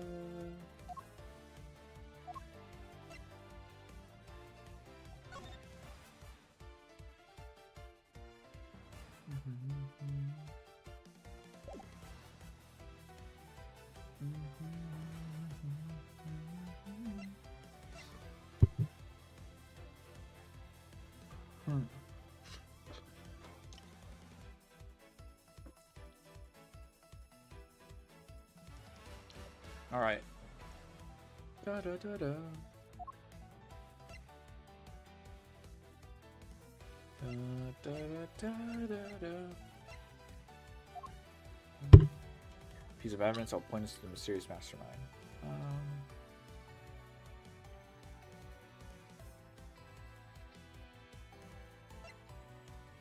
Take that. Does Quirkus own these? Is that why? Because he uses them as support stakes for the flowers? Or vines? His smuggling could not have been possible without the use of the crossbow. Furthermore, the arrows that were shot by the crossbow are plucked, as it were, from the flower box in this very room. Please delete the hand traps from Yu-Gi-Oh! TCG, and millions of people are going to play Yu-Gi-Oh! Again. In this moment, this game still be a bad game. Yu-Gi-Oh! Card game is lower than Brawl Star, for the unique reason that their creators are in communication with their players. Yu-Gi-Oh! Cards game with hand traps that not let up to play adjust form equals X thumbs down. Yu-Gi-Oh! With triple tactics at 3, not hand traps in the majority deck with balance play as Brawl Star Brawlers equals money. Hello Corin, how's it going? Yes, it's Ace Attorney Phoenix, right? Well done. Hey Neff, thank you so much for the 85 stream free. I appreciate it. I'm glad the Ace Attorney the surprise Ace Attorney stream didn't. Very good. Penis Fright, yeah. Hello, Metal. They were planted so long ago that the passion flowers had the time to grow so big. It was so tall, I know. Can you voice over in character? Did you not hear me voice over the fucking copy pasta? I think that was quite a bit of character. What you eating? Pasta, rotisserie chicken, mashed potatoes, and some veggies.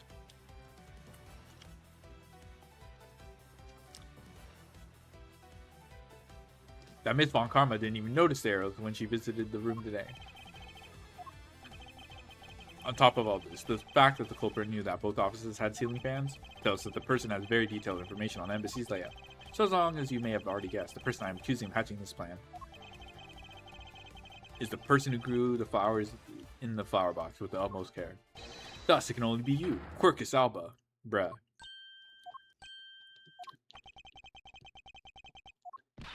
Are you out of your mind, Miles Edgeworth? I'm certain of what I am saying, and I'm sure that he is the culprit. Tell me, Mr. Prosecutor, what was the ambassador trying to accomplish by doing all that stuff you just outlined? Why in the world would he need to use a trick like that? I understand your need to doubt me. However, there's one thing that stands out to me as very odd. It's one thing, huh? The one single end result Ambassador Alba sought to obtain. We were to examine the focus of this complex trick. I believe we're finally finding the answer to Albazoa, yeah, Albaz. One fun fact. This case is named Turnabout Ablaze. When Yamu's doing her playthrough, he misspelled the title and as Torment Albaz. So who knew? She stuck spoilers in the title. Also Albaz reference. There's some deep cut. Lore. Yeah. I believe we will find the answer to everything. Everything will become clear once we examine this piece of evidence.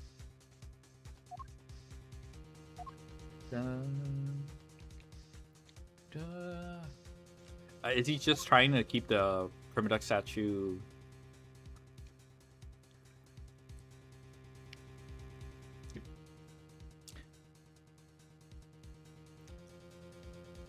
Take that! I would fully understand the reasoning had the situation been reversed. However, to go through the trouble of swapping the real Primiduck statue for the fake, I sense a very shady reason for such a bizarre action. And who better to ask for that reason than King Primiduck himself? I see. Ambassador will be examining that statue now, with or without your permission.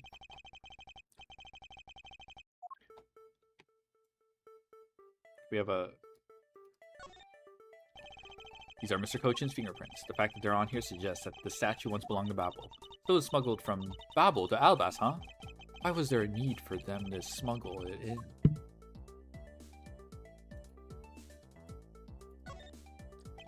With his sword drawn like that, there's an aura of valor and bravery around King Primiduck.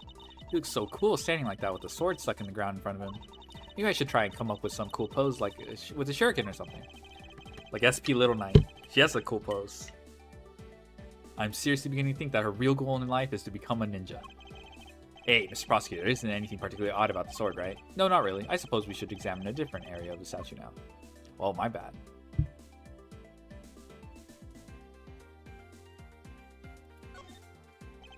A shield, huh? There doesn't seem to be anything unusual about it. I bet it's supposed to mean that the guy is protecting something. I don't think it's supposed to have that deep of a meaning behind it. In that case, what are we wasting time with this? Let's look at some other area. Brock! Army. This guy kind of looks like the Steel Samurai, don't you think? Maybe because they look alike, but he was picked to be the Goodwill Ambassador. Suppose that's possible. Take a look at this area around the base of his neck. Like a gap. Hey, you're right. Maybe it's meant to be some kind of secret. Perhaps it's possible to open the statue from this gap in its construction? What? Hurry up and open it, Miles.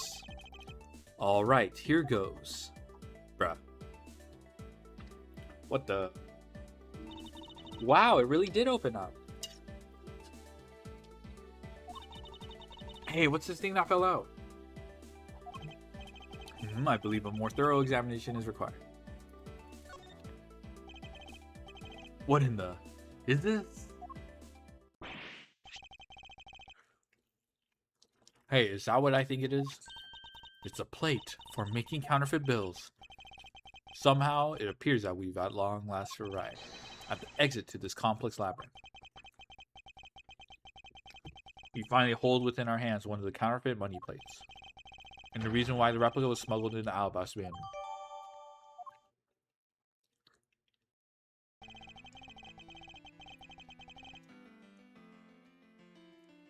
The primitive statue can only be handled by the ambassador or the secretary.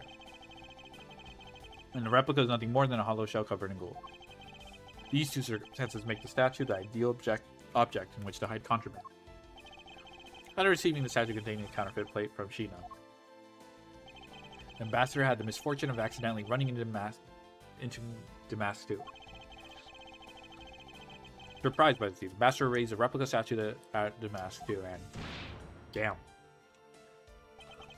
Then, in order to frame the Steel Samurai of the murder, he covered the samurai sword in blood. Well, Ambassador Alba? You're the leader of the smuggling ring? My country's a mess, and it's all because of you? You're the one who killed Damask too? Answer us. Bro's gonna be like, I never thought that you would figure things out to this level. However, there is one point I disagree with you on. The head of the smuggling ring was Mr. Cochin. Quit screwing around. I have no sympathy for someone who would try to pass the guilt on to a dead man. There's one thing I'm sure of, you're the real ringleader, Quercus Alba. Not good to speak with such subjectivity, you know, Agent Long. Subjectivity, my conclusion is anything but, and is a result of logic and investigation. Logic and investigation? Only seconds ago, you're ready to arrest Miss Von Comma. I don't think we can give such flip-floppy logic any real weight, do you? Heh. Heh. Ha ha ha. It looks like you still don't get why I came back. Excuse me? Cooked his ass? True. You see, the reason why I came back is so that I could sink my fangs into your wrinkly old neck. From the very beginning, my real target has been you. What? Yeah, so I figured he was just pointing fingers at Karma just to gain a foothold into the office here. Agent Long, I demand an explanation. Sorry, sis, I didn't mean to put you through all that. I knew you were innocent from the very beginning. You did? I knew that this whole incident had been meticulously planned and prepared for. So naturally, the occupant of this room, Ambassador Alba, seemed the most suspicious. But without the ambassador's permission, we couldn't get in to take another look around. Ah, so that's why you put on this big show to accuse Francisca of the murder. Using Francisca as the bait, you were able to gain us entry investigative rights. Yeah, if I hadn't done that, I doubt the ambassador would have given the okay to poke around. That's what all this was about.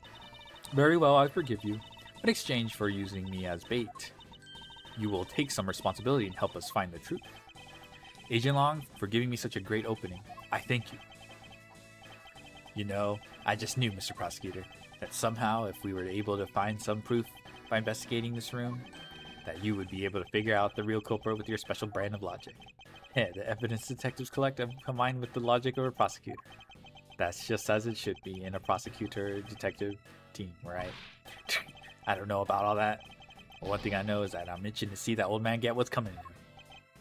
Ho ho, you're quite scary when you want to be, aren't you? Hey, you were the one who was planning to use me to push all the guilt onto the Siths. Fortunately for you, you misjudged me. Agent Long, I wish for you to stop trying to intimidate me. What we need right now is evidence and proof. I wonder if you have what is necessary to prove that I am the head of the smuggling ring. I like how we just don't even have a name for the smuggling ring. It's just the smuggling ring. And even like the members of the smuggling ring are just like, I am part of the smuggling ring. I mean, I'm not even asking for like a name. It's just funny.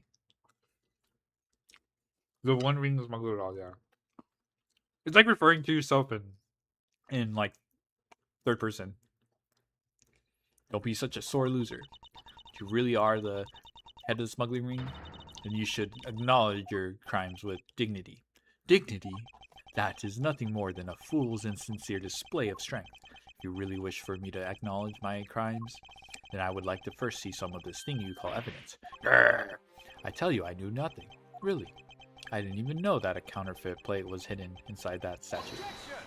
Dignity, yeah, You swapped a real state that vested in your country. Real statue that vested in your country the authority to rule for a fate. Doesn't make any sense that you didn't know anything. It doesn't make sense? Where doesn't it make sense? Can you prove that it doesn't make sense? Oh my fucking god. The ultimate excuse. He's really got us. He's turned the entire situation around against us. The proof that Interpol has been after, which points to this man as the ringleader. If we can somehow find that proof now, then we can see to it that justice is finally served. Is there nothing I can use to break this case wide open?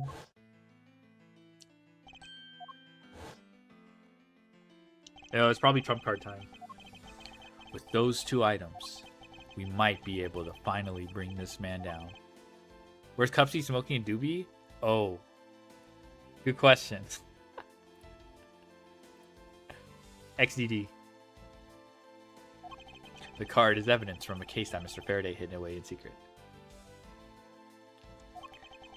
And the tape was stolen by Detective Bad from the police.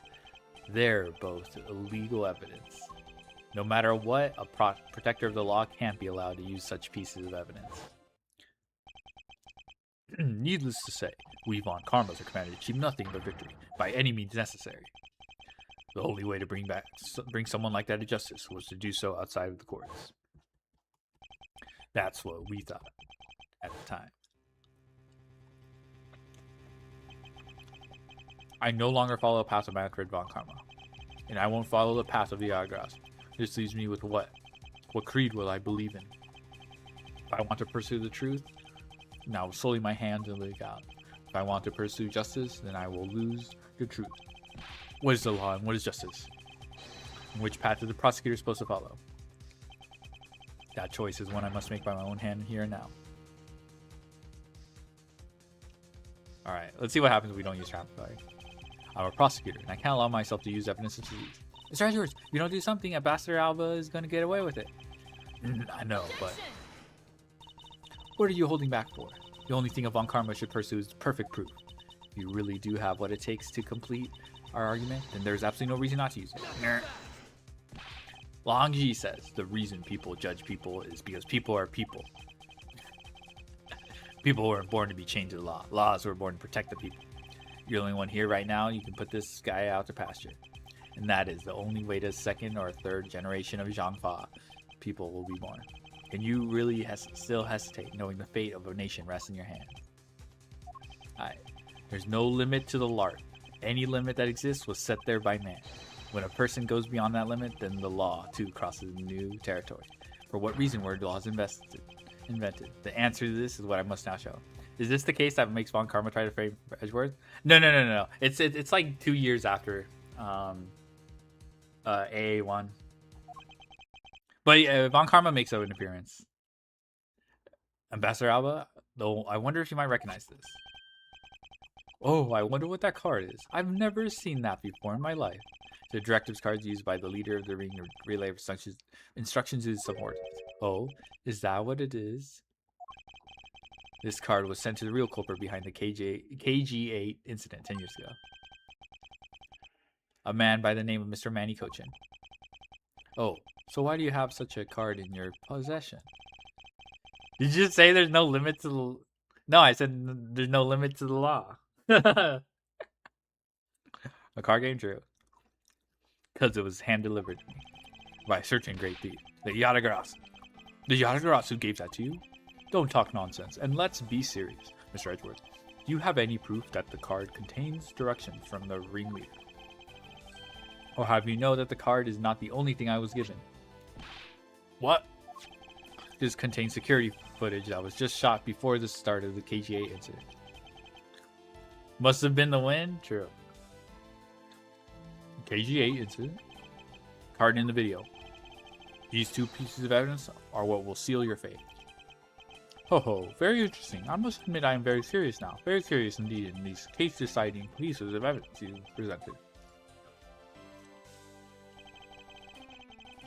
The prey the Yatagarasu has been chasing all this time now stands before me. Can't allow this man, who has had free reign for 10 long years, to simply walk away. Now is the time for me to bring to fruition the valiant spirit. The what? Yeah, the... Yep. Now is the time for me to bring to fruition the valiant spirit that was given to me.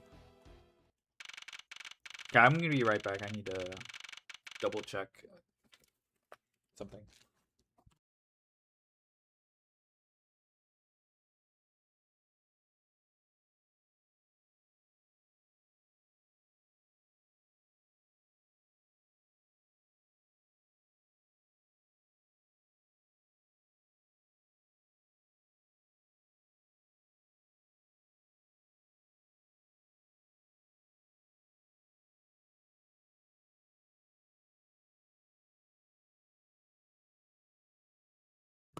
Alright, Yada mentioned.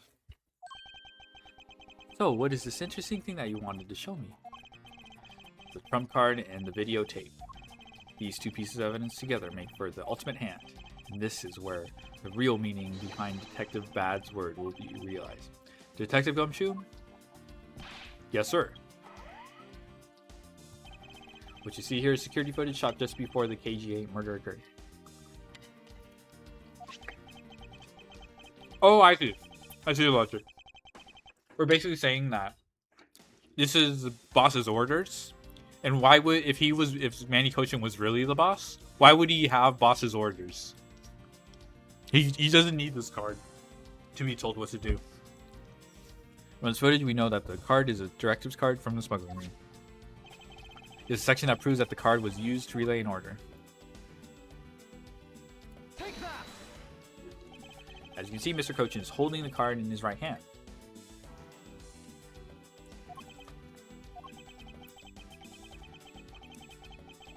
Killer is indeed holding a card with the exact same design. So that card in the one you have. Just because they look the same doesn't mean that they are, does it now? Ah, but there's a very easy way for me to prove that they are in fact one and the same. All I have to do is simply take a look at this.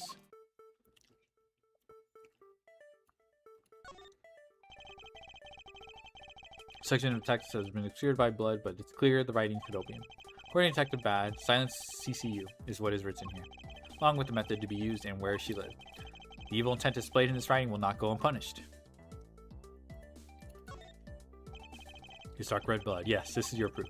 Proof that the orders on this card were played out in the terrible strategy. The blood belonged to the victim of the KGA incident. With a bit of DNA testing, we can very easily verify that as fact. If you have no objections, then I'd like for you to take a look at this next piece of footage. This car that passed by in front of the victim's apartment building is an official Cadopian government car. What? Detective Gumshoe, if you could please magnify the footage. This area footage directly links the smuggling ring with Cadopia.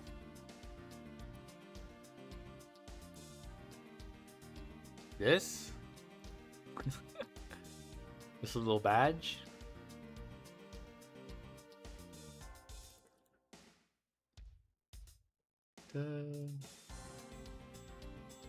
Take that. Ermi. The shape of this pocket and the directive card in it. Tells us without a doubt this person in this car is Mr. Cochin. Glurm. License plate on the car was also captured by a security camera. And with it, we can easily find out who was sitting in the car on that day 10 years ago. That's why I can say with confidence that you were riding in this car on that day. Arr!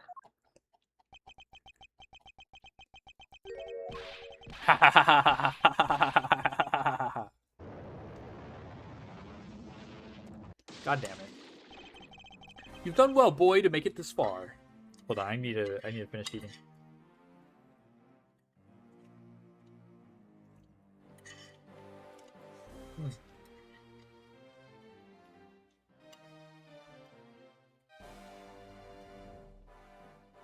Okay. However, about your claim that I was riding in the car at the time, that's going to be mighty difficult to prove. How so? Principality Codopia no longer exists, so naturally all records from that time period also no longer exist. That arrogance, what he really means is he's already erased all traces of them. Are we finished here, boy? Only weapon I have left to me now is this piece of footage. Must be something here that I can use against him. The badge? Take that. What the? Ambassador Alba. Yes, what is it? You were once an army man in the service of Codopia, and it was you who made the many missions you participated in successes, correct? Why the sudden backhanded praises, boy? Although, to be sure, the brilliant medals on my breast were awarded to me during the era of Codopia. But now I am the only one who owns this particular medal. Bruh. In that case, the only person it could be who is sitting in this car is you. How do you figure that? By the medal captured here in this footage. It's clearly the same exact medal as the one on your chest. What?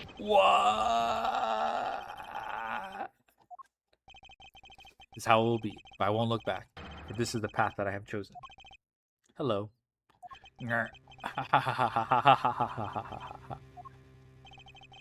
You've moved me with your devotion to this case, Mr. Edgeworth. Why is he taking such an arrogant stance with me? Why is it being done in the courtroom? I think it's just because it's like he's a prosecutor, like, and you're just like investigating a crime scene. If they leave this room, this guy's gonna escape. Oh, that's true. We are in an embassy. It's almost looking possible, isn't it? For the lot of you to have come this far, it looks like I just might lose our little game this time. You might lose the game this time. You don't get another round, Mr. Ambassador. Is that a fact? Very well, I've decided to confess and admit my guilt. You're going to confess? And I will accept whatever punishment that may come as a result. What the? They played SMT? Nah. Nah, I've never played SMT. Regardless, the Damask 2 murder, I admit it. I did it out of self-defense. Bruh. Claiming it was justified self-defense. Damask 2 attacked me and I felt that my life was in danger. If I hadn't done what I did, I might be the one you found dead instead of him. Ha ha ha ha ha ha. What a pathetic performance. Ha ha ha. Ha ha ha. I'm not giving you one. Wow, you two really know how to laugh at inappropriate times. You wish to claim it was justified self-defense, and we will need some evidence. It's always the evidence with you, isn't it? This is the guy who's like, where's your proof? Where's your proof? But if that's what you require, I'll provide it. That man left a mark on me when he was attacked. What? I don't particularly want to show it off, but this is proof that it was in self-defense. I'm an old man, and sometimes I don't pay attention when I should. But Damask 2 did not have a single weapon on his body. Hold on, it's nothing to get worked up over, because I hid the weapon. You hid it? I'm sorry, but as you know, a murder is a murder, even if it's in self-defense. I couldn't let it become public, seeing as how I am an ambassador. This is the weapon you seek, my special bonsai trimming shears. Oh, it's covered in blood. He was trembling quite badly during our struggle, but that's when he grabbed the shears that were sitting in my office and attacked. So you see, it was an act of self-defense. See, right, Mr. Edgeworth? Since he has both a wound and the weapon that caused it, it's enough to declare it so. No way! Oh, which reminds me, I guess there's still one more accusation I need to resolve. Smuggling and counterfeiting? Fortunately, all of that is my secretary's doing. I had no knowledge it was going on. Stop spewing nonsense. You're trying to throw my investigation under the bus in your desperation. If you want to get real honest, everything in this case can be connected to you. The murder of Master Mask 2 was done in self-defense. In my trials, no man escapes his crime alive. Perhaps so if you were my opponent in court. However, there's one very important fact that I think you may have forgotten. And what is that?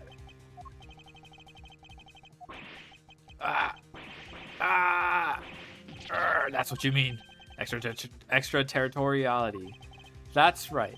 This embassy sits on what is effectively Alabastian soil. So any trial that is to be held will be held in Alabast. Therefore, the crime I just admitted to will never be tried in your courts. Agent Long, what is Interpol's stance on this? Agents investigate. That's our job. The judgment of people who have confessed to their crime, that's the court's job. Now, I've already confessed to all of my crimes, Agent Long. Furthermore, by the very nature of my position, I have full extraterritorial rights. These rights are effective even on your country's soil. Therefore, no matter where a crime may take place, I will never stand trial in one of your courts. That arrogance in your expression. Do they have the death penalty in AA universe? Yes, they do. It's mentioned like once in AA3. I think it's probably mentioned other times. But I only bring that up because sometimes people assume like every guilty verdict results in a death penalty or something because how extreme, you know, like. Oh yeah, AA6, but AA6. It's just straight up yeah. But in the Japanifornia courts, I think it was mentioned in one of the cases in AA3. I don't even think Matt on guard. Oh fuck, that's kind of a spoiler. I don't even think the final case. Whatever. Point is, I don't think they mention it that often.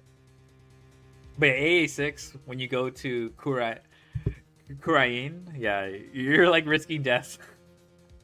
3 of those cases are you risking death. I can't believe they're gonna slime a kid in the first case. That's crazy. That's nothing like the face of someone who is ready to accept the consequences. Don't tell me you have your own country's judicial system eating right out of your hands. These crimes you all speak so seriously of. To me, this has all been nothing more than a game. I'll be honest, I didn't see it coming either. You may chase me out of this embassy with your accusation, but it's no big deal. Alabas has numerous other embassies in other countries around the world. All you would accomplish is you would change the backdrop of our little game. These 2 layers of protection of extraterritoriality and pride. This is why he is one of those who cannot be brought to court. Do you see now? Don't you? I live in a whole different world than you. Now, if you'll excuse me, I need to go and fetch your eviction papers. Bruh. Is there nothing we can do? Damn, we got our ass. We got cooked. Is this the final stretch?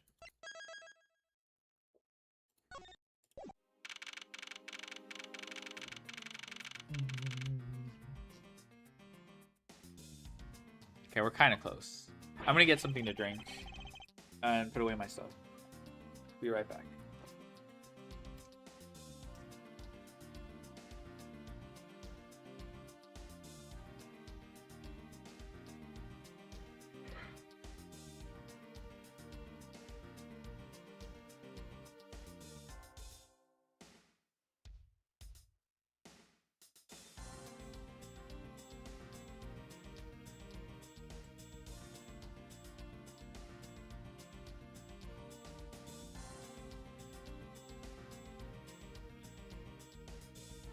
Dang it. So I've heard horror stories about the remaining hours of this case. You spend a long time on this guy because... Alright, have a good night. Alright. But yeah, this is gonna be like quite a long. Oh hey, there's a little photo. I can't believe it, sir. Extraterritoriality. Yes. And there's nothing we can really do about that. In the end, we didn't have enough authority to bring him to justice. I can't believe that even though we know he's the boss, we can't lay a finger on him. I know. Hey, Mr. Prosecutor, sorry to skip out on you, but I've got some business to take care of. We can't even give an evil guy like him a slap on the wrist? What the heck were laws created for? She talks really fast. What good are they? If the law can't help us, then I'll go as the address and take care of this myself. Don't you dare. Mr. Edgeworth, sorry, that was a bit too harsh. I know how you feel, sir. We're trying to take on an ambassador after all. He did tell us earlier to get out of the theater. It's kind of their country, I guess. I feel like I've been slapped across the face for just doing my job. What am I going to do? Should I retreat for now and formulate a better plan of attack? Come on, everyone. We can't give up yet. Okay. I want you to think about something for a sec. We've never let up for even a second as long as we don't stop investigating. We might find the rotten treasure hidden here. She's right. Come on, Edgeworth. You're right, Kay. Very well, let us reopen the investigation and see what we find. Come on, Kay. Right behind you. Okay, then I'll go check out Bobble a bit more, sir. And I have something that I need to investigate further in Alabast. Okay, so we're just gonna, like, get together. Now then, before I gather any more information, I should do a bit of housekeeping.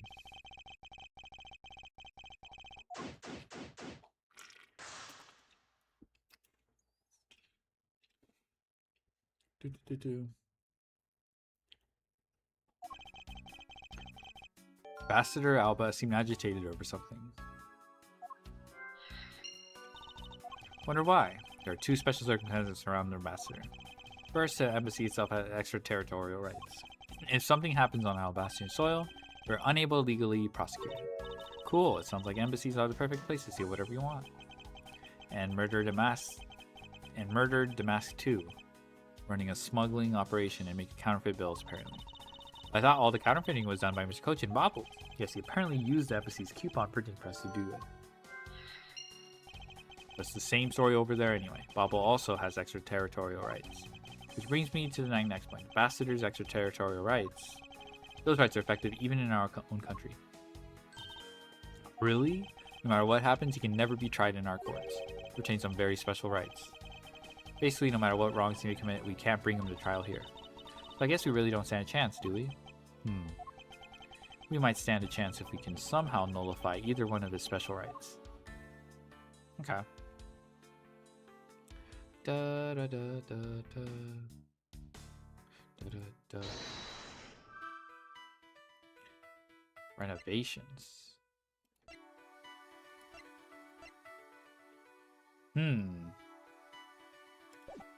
Okay, there is a chance.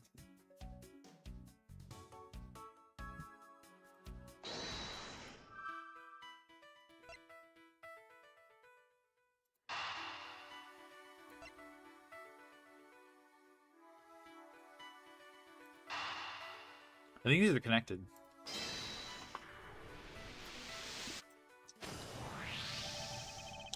We know that the counterfeit bills were printed using embassy's press. The necessary materials, such as the Bobbly's ink and paper, must have been hidden in a secure location. What do you think would have happened if the renovation had begun? Well, he probably had to find a better hiding spot place, or he'd get rid of it all. Right, so we can assume that the renovation was the cause of the plate in the bill's disposal. And the reason Mr. Cochin was killed as the ringleader of the small smuggling operation. Oh, so the renovations flushed out the smuggling. So we know. Who do you think has the most to gain? Corcus Alba.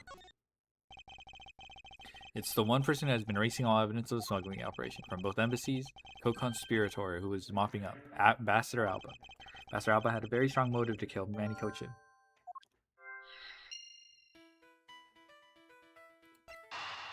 Oh, okay.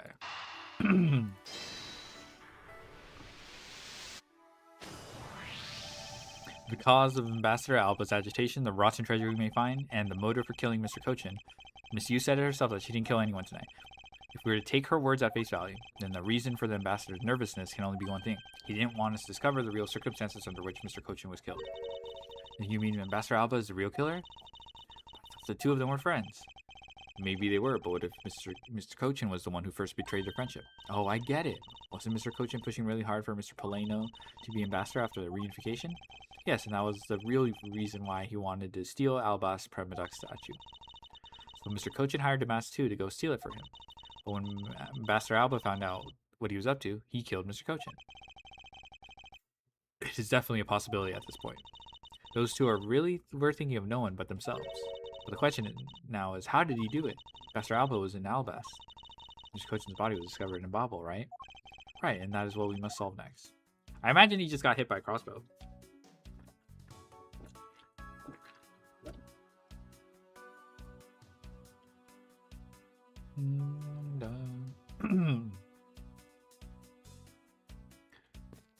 Okay, so picture. This was taken just before the two ambassadors gave their bouquets to the Steel Samurai. Wait, is it just my imagination? Or is there something in this picture that I've seen before? I won't rest until I've inspected every nook and cranny.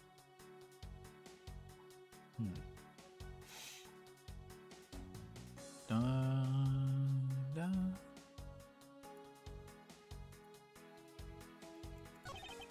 Appears to be a bouquet of Persian cyclamens and roses. Wow, you even know the exact species? I never would have figured you for an expert on flowers. It's all because of those flowers that old lady sends me every month. Just look at me, I sound like some sort of botanist. So, what exactly is this yellow flower here? That one, I'm not sure. This looks like the albalas or whatever, I forgot. Flower, or the symbol, like the one in the back. That one, I'm not sure. What? You don't know? As far as I can recall, I've never seen a flower like this before. I feel as though I've seen the shape somewhere before. Okay, we can deduce.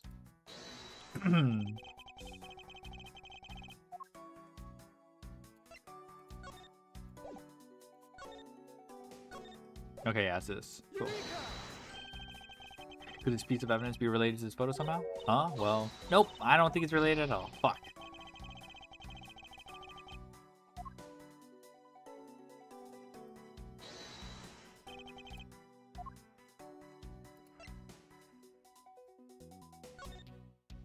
Okay. Oh! Okay, as okay, the missing petal. He hid the knife! This is the knife! That's why. Okay, so okay, that makes sense why it's a knife and not the...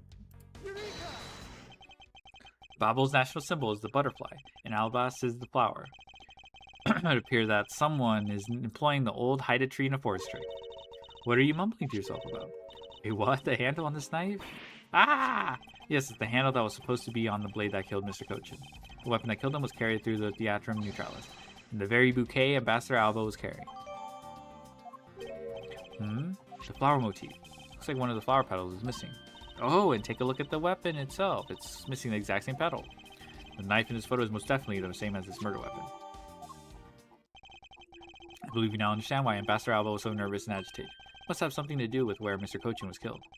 A place where the Albacian ambassador was likely to meet the Babalese Mr. Cochin. A place where Ambassador Alban happened to have committed the murder.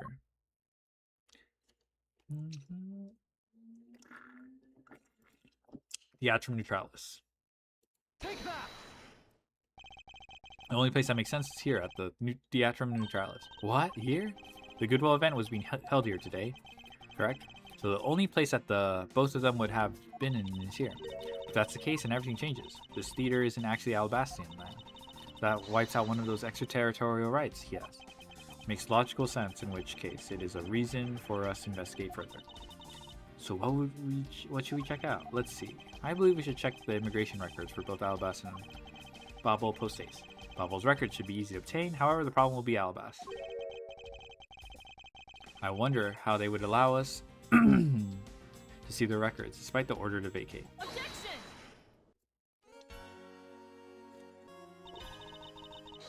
I'm already one step ahead of you, Miles Edgeworth. Francisca. I have here the security footage from both Alabas and Bobble. You would do well to take a look at its contents. You move fast. Avon Karma strives to be perfect in every way. It's not in my nature to keep on retreating like this.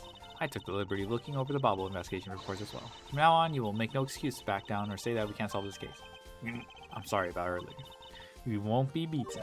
Because my cute little subordinate is going to try his very best, isn't he? Has you patronized me enough already for a lifetime? So this video contains footage from Alabas immigration screening area. I really hope there's something in here that we can use.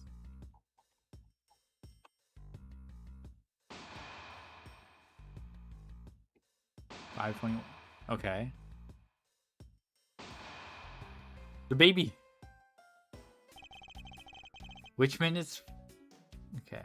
Should I examine? Oh, wasn't... Oh, dude, wasn't the baby missing? Doesn't something about this lump shape strike you as odd? Huh. Isn't it supposed to be this shape? No, there's clearly something odd about the bulge. If only we had the push card itself, we could compare it and confirm my hunch. Now let us check the footage from Bobble's security camera. Hope it shows us something good. Ooh, there wasn't a single sign of suspicious person or anything. That right there is a contradiction. Huh? Did I miss something?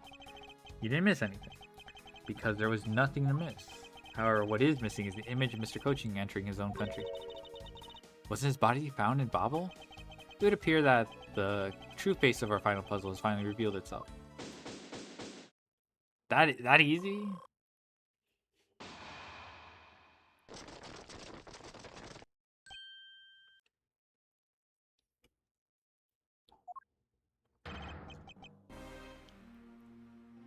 Ambassador Alba. Thought I had asked for you and your group to vacate the premises, Mr. Edgeworth. Actually, I thought I should let you know that this theater sits on my country's soil. You've had your fun, I've enjoyed our little game. I dare say that you even achieved a new high score. However, once you've recorded a score, that same game can never be replayed again. Do you understand what I'm saying to you? Your game is done and it's game over. Objection! Where do you think you're going at this time of night? After admitting to my crime, I was overcome with regret. So I'm heading to the airport now, to return home. I'm afraid I can't let you do that. There's still too many issues we need to discuss with you. You can't stop me, Mr. Edgeworth, and you know it. Urgh.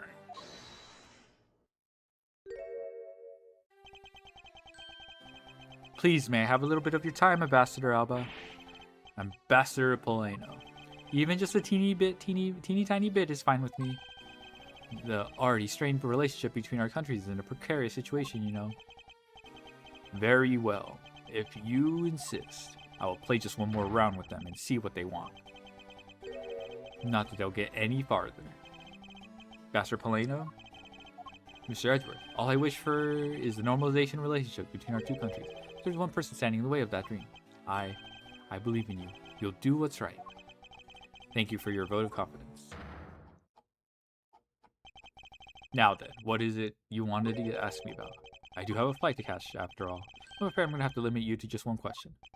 That's more than enough, because I only have one question anyway. I want to hear your alibi and how you couldn't have killed Mr. Manny Cochin. Oh, I see. You seem to have a good hand this time around. This should be fun.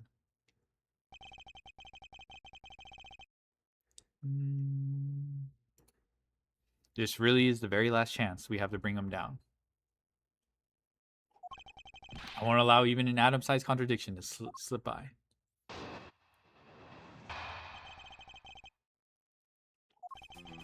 Frankly, I still don't understand why I'm being placed under suspicion.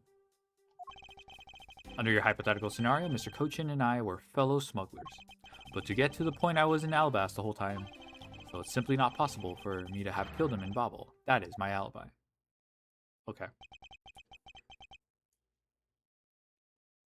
So that is your alibi? That is correct. It is simply not possible for me to have committed a crime in Bobble. Now we've cleared that up. I'd appreciate it if you would move out of my way. Hold it! I said hold it. What is it this time? I thought I told you I'd only allow one question. You did. But you still have yet to really answer my one question. What? Until you tell us the truth. I will refuse to budge an inch from where I'm standing. Very well. I'll play with you just a little longer. Miles Edgeworth, that's my subordinate and representative of this country's prosecutors. You are forbidden to lose. Of course, that is something I've understood from the start. The guy's the one who ordered my father killed, isn't he? Yes, I believe so. The goal of the first Yatagarasu was the first capture of the smuggling ringleader, my father and Uncle Bad. Their legacy will live on. Through me! So that's why we've just got to catch him, okay? We will, I promise. Now, Ambassador Alba, let's have at the truth now, shall we? No matter how many times you ask, my answer remains the same.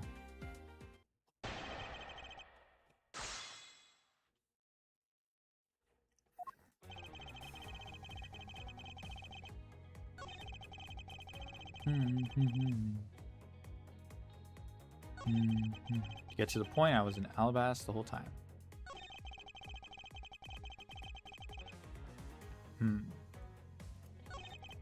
This might be true, actually.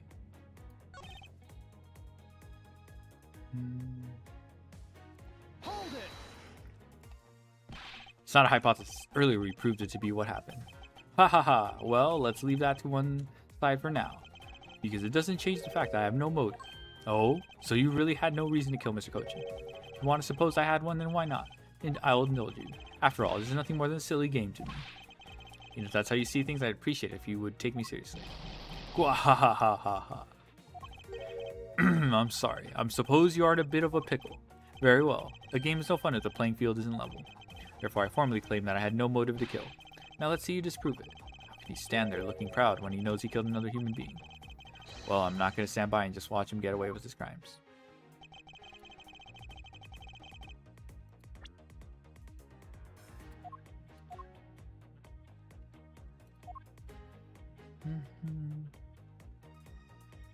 Da da da da da.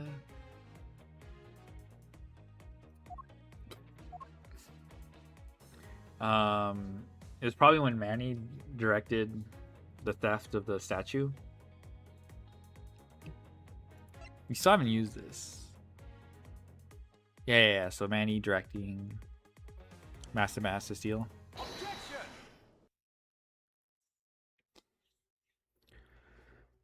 If you want to know, I believe you did have a motive to kill. It was because Mr. Cochin had betrayed you, but you had your own reason too. Namely, you wanted to pin the smuggling all on him. Evil begets evil, and because you were trying to test each other, it turned into this mess. I don't believe this. You have a bad penchant for telling tall tales, Mr. Prosecutor. And if you're not, then I suppose you have some proof to support your argument. I never use guesswork in moving my cases forward. It has been proven that the snow was written by Mr. Cochin's hand. Shall we take a look at it?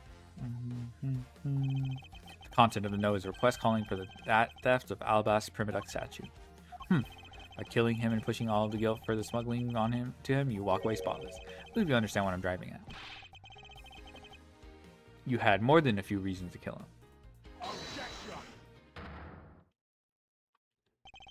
Are you finished with your hypothesizing? Excuse me? Let's suppose I did have a motive. Even so, motive or a thought alone can't kill. Isn't that right?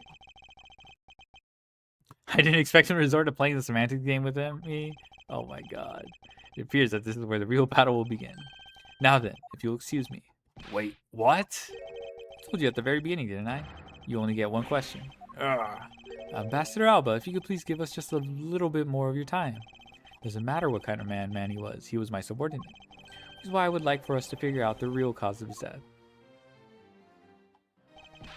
That is something for Bobble to figure out, and something to which I have no relation to. Now he's even turning down a request from Ambassador Polena.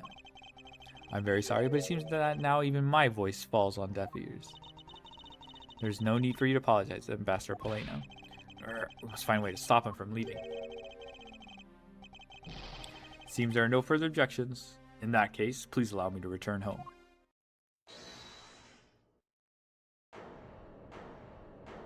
Gumshoe. Oh. Hold it right there, Ambassador Alba. Okay? Like I said, Mr. Edgeworth, the Yatagrasu's legacy will live on through me. Yes, but how do you suggest we stop him from leaving? You just leave that to me. Ambassador Alba, do you recognize this? No, and why should I recognize that tattered old organizer?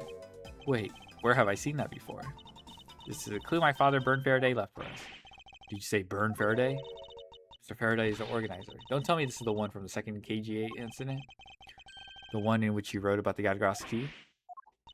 Yes, this organizer belonged to the prosecutor you had Miss Yu kill 7 years ago. I have no idea what you're talking about.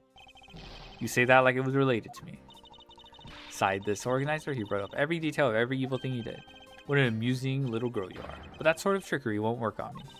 If you won't believe me, then take a look at this. And what is that toy there? That's... This thievery device was used by Yadagras, or rather by my father. 7 years ago, he used this when he snuck into the embassy. What? These 2 pieces of evidence that hold the information the Yadagras dug up on you. You go home now, I won't hesitate to send it all to Alabast, right behind you. Little girl, get to the point. I want you to go up against Mr. Edgeworth one more time. If you win, then I'll hand over these 2 pieces of evidence. Yadagras, ever the thorn in my side. Okay, does that organizer really contain any information on his dirty dealings? Nothing case-breaking, really. Ah, then it was just a bluff. Even if it was, we still can't let all the info my father and Uncle Bad found go to waste. Plus, just the existence of Little Thief is troublesome enough for him. Those 2 pieces. Aren't they keepsakes of your father? It's okay, I believe in Mr. Edgeworth. He'll come out on top in the end. When the going gets tough, someone's got to be there to put the wind back in your sails. For all this time, you're still quite the feisty one. I applaud your powerful nature.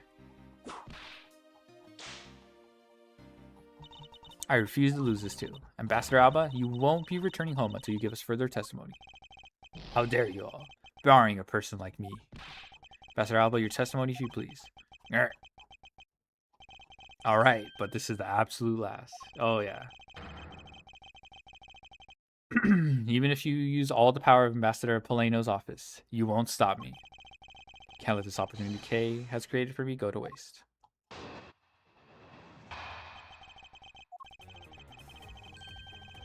The last time I met with Mr. Cochin was here at the Theatrum Neutralis. Oh. After that, I was in Alabast the rest of the time, as I stated earlier. In any case, I did not see Mr. Cochin again after that. So you see, there is no time span in which I could have killed him. Wouldn't you agree? That's not true.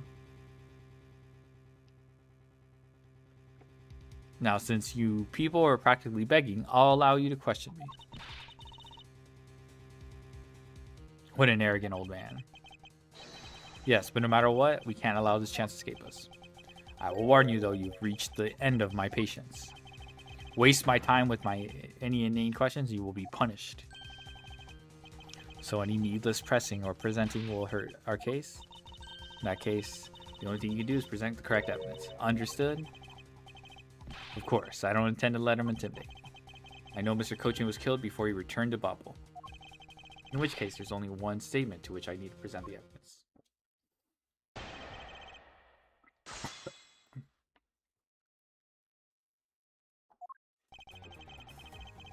It's probably this statement.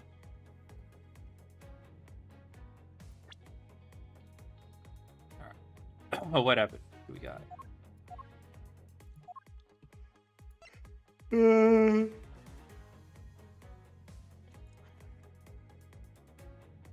This is probably not.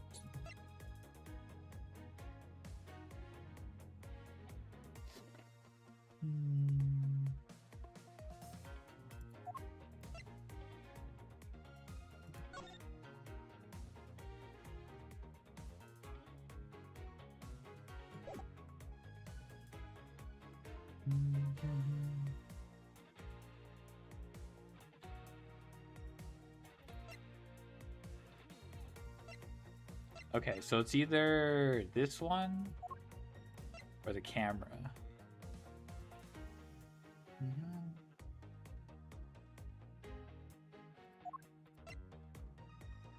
Objection! I'd like you to take a look at this picture. It's rather a nice picture, isn't it? It was to commemorate the restoration of relations between our nations. Oh, it's commemorative, alright. One that captures the proof I need to show that it was you who committed the murder. Come again? This is the knife that killed Mr. Cochin. I see you recognize it as well as you should, for it was you who brought it to the theater. You hid it among the flowers you were to give to the Steel Samurai. Meaning that you killed Manny Cochin here at the theater. Grrr.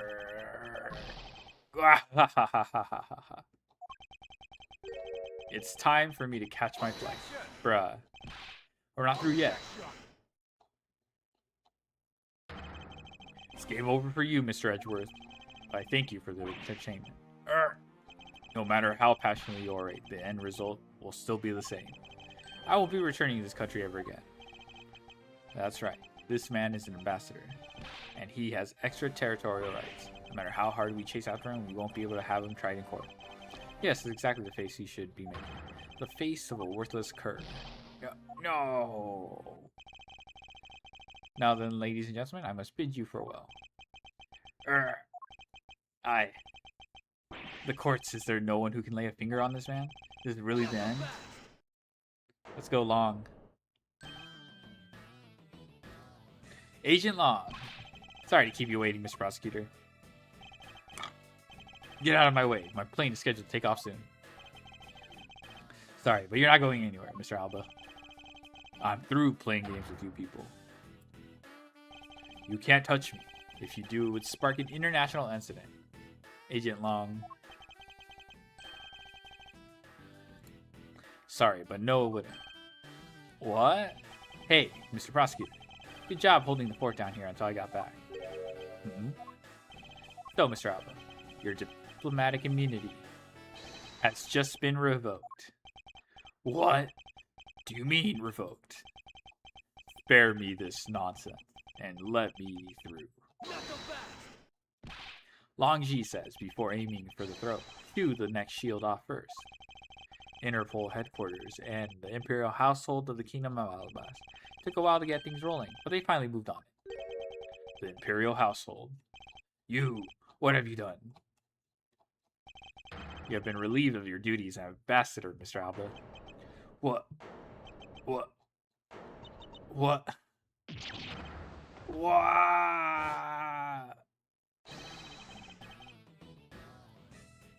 Effective today. Effective right now. And you have Mr. Prosecutor's videotape to thank for this. The video of the autographs protected? You can't be arrested simply because you're an ambassador. In that case, I thought I'd strip you of that title. You underestimated me, a descendant of the founder of the attainment philosophy, Long Ji.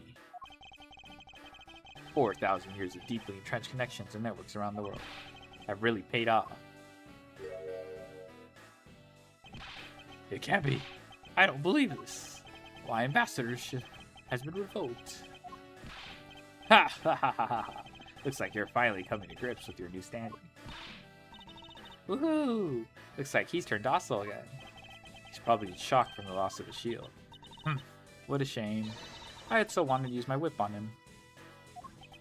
Why is this happening to me? I'm just a hard-working, honest ambassador.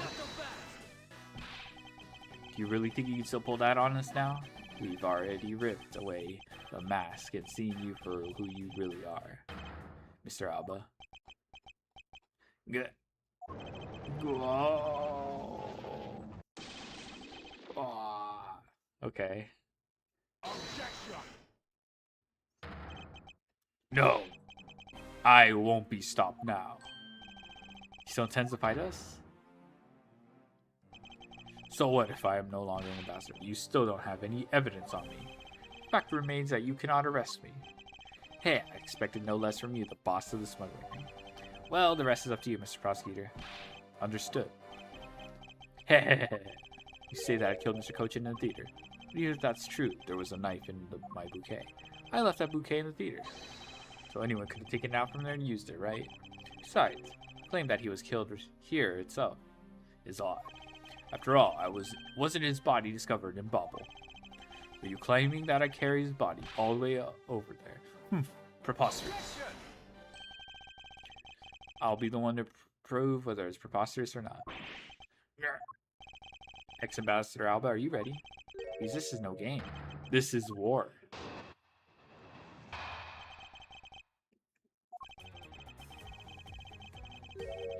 I killed Mr. Cochin in the theater using a knife that was stuck in my bouquet. I left that bouquet in the theater. Anyone could have taken a knife from there. Besides, Mr. Cochin's body was discovered in Bobble, right?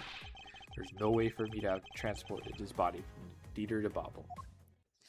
The cart. Yeah, you can use the push cart. Look, why don't you think you've had enough fun with me? You've already stolen my ambassadorship from me. Would you have me surrender too? You have no plans to return to this country, is that right? Did you know that a bunch of your subordinates are seeking asylum because of you? Ha ha ha, that's if I care. Hey, Mr. Prosecutor, boot this guy out of the embassy and we can finally end everything. I know, and I'll give it my all to see that he leaves in handcuffs. With the title of ambassador, he's just another witness. Yes, just another witness. Alright, what are we waiting for? Let's get this guy. And get him good. I wonder if they understand that all I can do is present evidence to the testimony.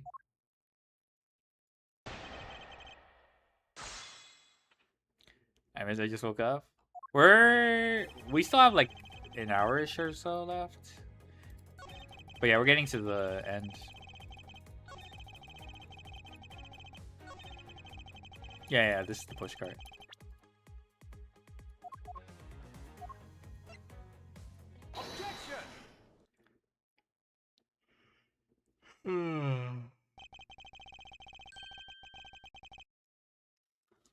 Actually, I do believe there's a way to transport the body out of the theater. Perhaps you should give this a look. What is that supposed to be? It's footage from a security camera that captured the state of the immigration area. Should I congratulate you on getting your hands on it? Just letting you know that we're not the only ones just watching your every movement. Thank you for the warning. Now, if you could take a good look at this section here. This lump here inside the pushcart. You know what's causing it? Should I? I don't. In that case, allow me to enlighten you. This is the cause of the natural lump under the cloth in the pushcart.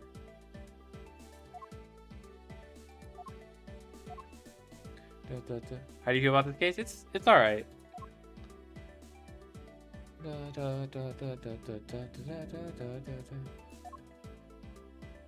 This is the body, right? Okay, yeah. Take that. Well, what is the meaning of showing me that? To say that the natural bulge in the pushcart is Mr. Coach's body. Yet the steel samurai will wheel his body away from the real crime scene. Yeah, what a guess. But I wonder if you have any evidence to support it. I admit that for now it's but a hypothesis. However, I can't prove it, then I'm afraid I must be on my way. I don't have any more time to play with you people. Sorry it took so long, Mr. Edgeworth, sir. Gummy? Detective Gumshoe, is that the Steel Samurai's pushcart? Yes, sir. Yeah, Dictator Alvaz. Yes, sir. I found it in the open air stage area. So that's where you went. The detective spirit that Pops left me with. That I follow my gut and go with it. So, Mr. Edgeworth, is this presenting you the case? Yes. Just might play a major role in solving this case, Detective. Something isn't right. I thought that the entire samurai family was in Alabas. Where exactly in the open air stage did you find this pushcart? I found it just lying there at the edge of the stage, sir. Oh, well, let's leave that for now and examine the inside, Detective. Yes, sir. Oh, bruh. Are you serious? It's blood. This is supposed to be Mr. Cochin's blood, which only goes to prove that Mr. Cochin's body was indeed transported by this pushcart.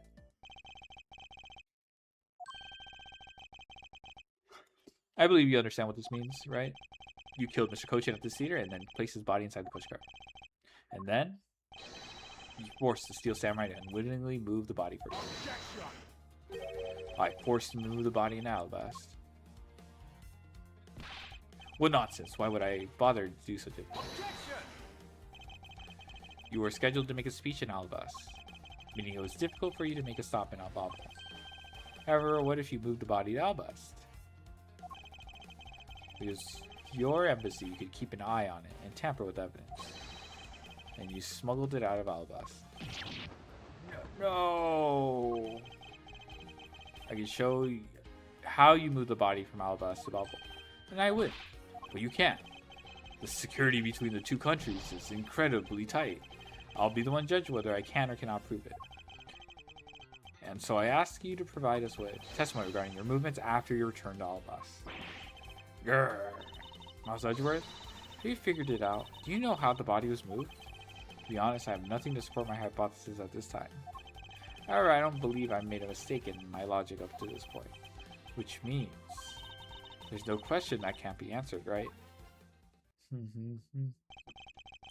Primitive statue was smuggled successfully through a brief flight through the air. Why would there be an answer to how the body was moved? Which means that there must be a logic flaw somewhere I can exploit.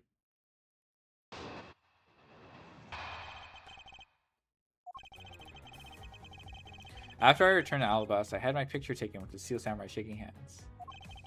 Then, just as I was about to start my speech, the Yatagarasu appeared. I feared for the national treasure, so I raced back to my office. Is that all? Yes, that's all. Objection! Looks like you left out a few things, such as the murder of Master Mass 2. Furthermore, you left out the part about meeting with me in your office. Ah, those trifling matters. I don't believe I need to speak of those things again. I do so hate to waste time. What? You. Is not every life precious? You really need me to answer that for you? Objection! People like you cannot be allowed to wander freely through society. Then you'd better try hard, because I doubt you'd find a single contradiction. He's really full of himself, isn't he? Yes, he is. How can you be so confident at a time like this? Ha ha ha ha. Come, don't be shy. Go ahead and ask whatever you'd like.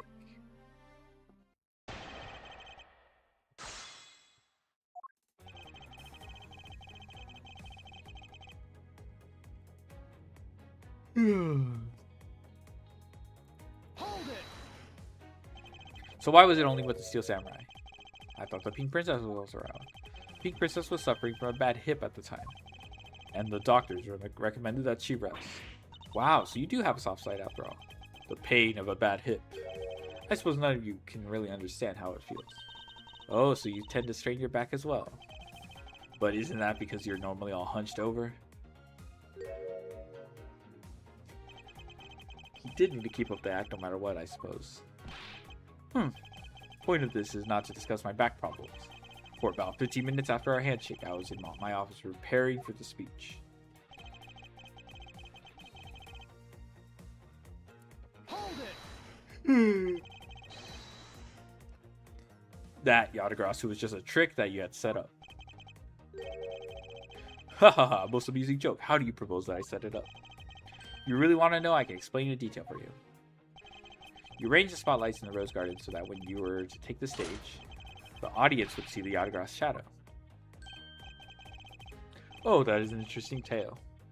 Sadly, it's nothing to do with me. You, what's it going to take for you to fess up to anything? Very well then, let's move on to a different question. After the Yatagarasu appeared, what was the state of the Rose Garden? Everyone took refuge inside the embassy. I even helped with effort. And then once everyone was inside, well... Paid for the national treasure... Hold it! What happened after you returned to your office? I don't want to keep on repeating this, however. Upon my return, I had that stroke of bad luck and bumped into the master. Objection! And I don't want to keep on repeating this either. His name was Damask too. Who cares what he was called? By the time he got to the Permaduck statue that he was supposed to steal, it had already been swapped for the fake. Talk about an unlucky man. Being bludgeoned to death with a fake statue.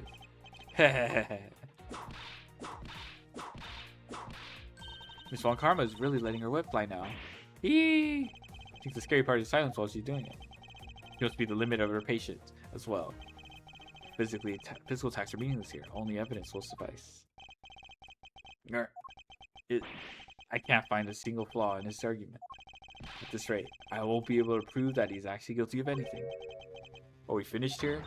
Miles Edgeworth, can you not come up with how the body was moved up to Bobble? Sir. Mr. Edgeworth? Grr, even after proving so much, he's gonna go get away with it. He has no flaws in his stance, exactly. I can't see any openings. Is this the end? I keep replaying in my head. Each outcome is the same. It appears that we made it just in time. It would be a great honor if you would allow us to be your allies in battle. Evil magistrate, it is time for you to pay. The baby? It's the Steel Samurai? No, you are mistaken, for I am Steel Samurai Daddy, married man of Neo Old Tokyo. And this is Pink Princess Mommy. Edgy Poo. Are you serious?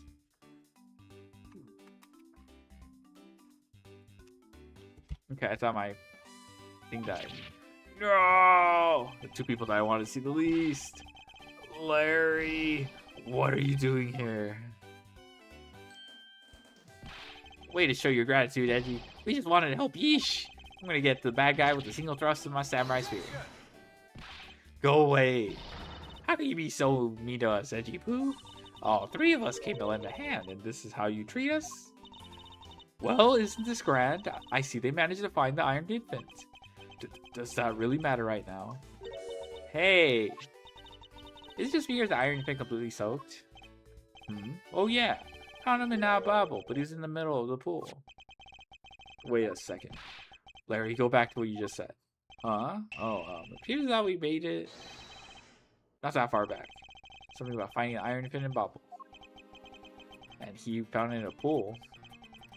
I don't recall there being one in bobble. Oh, that! Well, I was in Alabasta the whole time, so I have no idea how the Iron Infant wound up in bobble. I thought I lost him in the Rose Garden. I suggest maybe this cute kid can swim, huh? Wait, what? Larry, you lost the Iron Infant in the Rose Garden? Are you sure about that? Yeah, I'm sure. I found him in... That's enough, Larry. Iron Infant that Larry lost managed to move between two countries. Furthermore, the Iron Infant was found soaked in the middle of a pool. This is what I've been looking for. It's another smuggling route between the countries. The key to the route the Iron Infant took to travel from Albast bilateral symmetry. Ah, that's right. This embassy was built with bilateral symmetry in mind. Detective Gumshoe? Yes, sir. There's a location I wish for you to examine post-haste. It's where I believe the route used to smuggle Mr. Coach's body lies. Does something like that really exist, sir? Embassy built on bilateral symmetry, meaning that this is where we'll need a... Take that! Yes, sir. I'll be back before you know it. It's too late. It doesn't matter now what you'll do. It's all a waste of time. You will stay here with us and wait.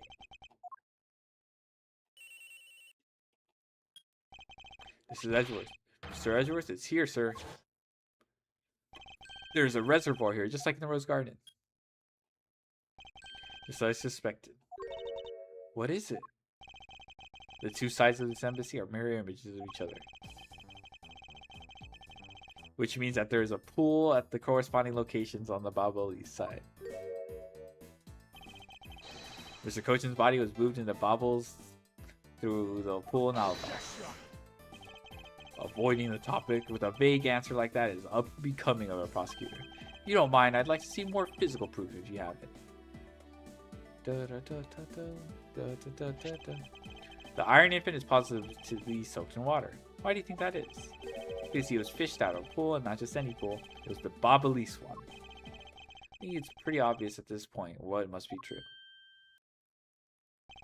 The water reservoirs in the two country courtyards are connected. And where is your proof that the two sides are connected? Because he lost in a road garden, he went to... The proof is right there before your eyes. The half-drowned Iron Infant. What? This blasted doll! Mr. Edgeworth, I'm back. Hey! Don't tell me you guys figured everything out without me. We did, thanks to this hero, Justice Sun. Even if he is just a doll, he managed to help foil the villain. Hey, Mr. Prosecutor. Look, I don't want to say this, but it's kind of unlikely that the body just happened to have passed on through the Bible. This guy's a doll, and he's small, so I can believe it. He made it, but there's a point. Yes, that's right. I'm glad someone here understands. Mr. Edgeworth, are you going to next propose that a dead body can swim through a pipe? You see, Mr. Prosecutor, I chase after this man. It's far from over. Agent Long. Why is he helping Mr. Alba out now? He's not. He's realized the flaw in my argument is hoping to move the logic along. In which case, I should return the favor and find an answer. And another thing. Mr. Coach's body was found in his office in Babel. So what happened to his body after it was transported to the open air stage? How do you feel about big noses? Not a big fan of Usopp, to be honest. Or Probopass. Or Shiftry. Mr. Alba had an accomplice in Babel, remember? You mean Sheena, right? With her there, you could see how it was impossible to move body up to the office. Are you seriously claiming that she swam through the connecting pipe with the body? He's right, Machina would drown if she did that. It's hard to imagine that she swam through the connecting pipe. Looks like your hypothesis about how the body was moved was still only half-baked. In the end, it's just the befuddled musings of an accusatory man. Now then, I believe you should give up and allow me passage. Because from the first start, there was no feasible method of transporting the body. Well, I mean, what if it was empty? What? Mr. Prosecutor, recall Sheena's movements. What was happening in the embassy around the time Sheena was in Babel? Oh, if only there was a way to get rid of the water in the pool. Yeah. They used the water for... Get rid of the water to put out the fires. Aha, that's it. Now I believe this time we are really done, right? Fortunately for you, it's far from over, Mr. Alba. You're a most persistent man. Are you saying that you thought of a way to move the body through the water? Move the body through the water? That is completely unrelated to how it was done. Excuse me? The reason I say that is because there wasn't any water there at the time. What do you mean there wasn't any water? Just what it sounds like. Tonight's events made it possible to drain the water, allowing the body to move.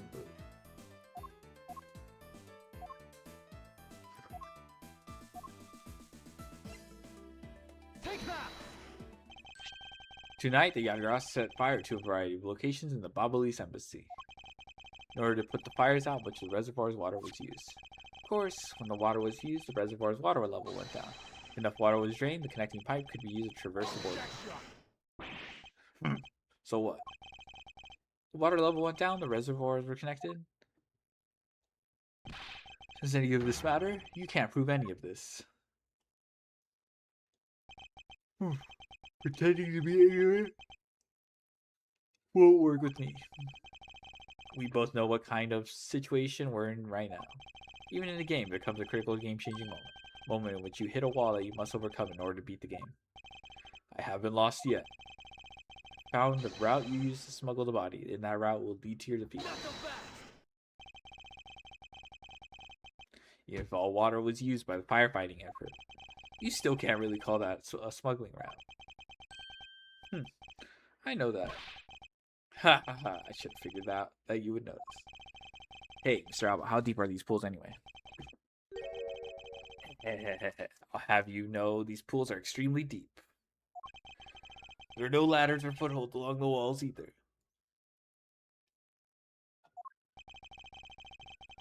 It would be difficult for Sheena to hold the body and climb out of the pool.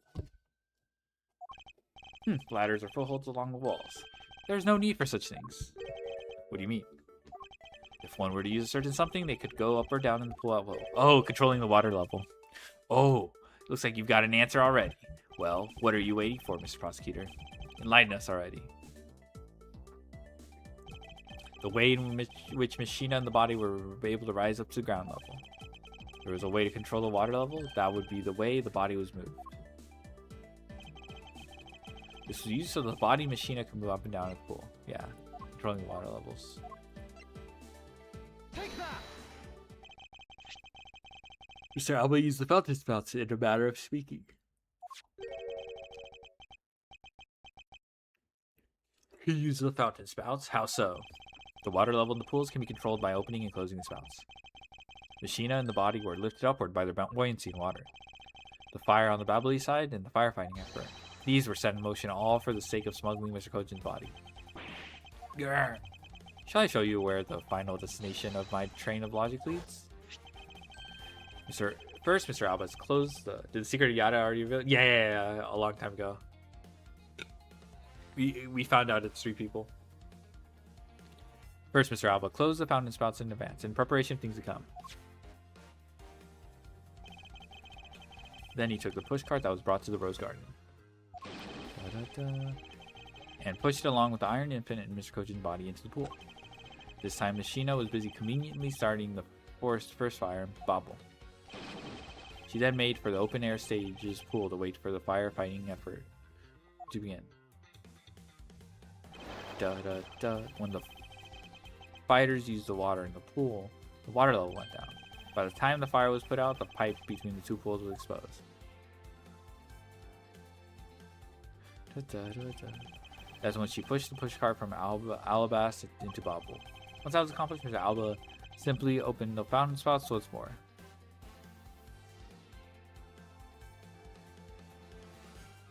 Yippee! And the water level rose up to its original level, along with Machina and the body. After that, Machina used the pushcart to carry the body up to the Secretariat's office. There's an elevator in the embassy, after all, so you see, even with her small frame, she could have easily transported Mr. Kojin's body. That wraps my thorough explanation of how the body was moved.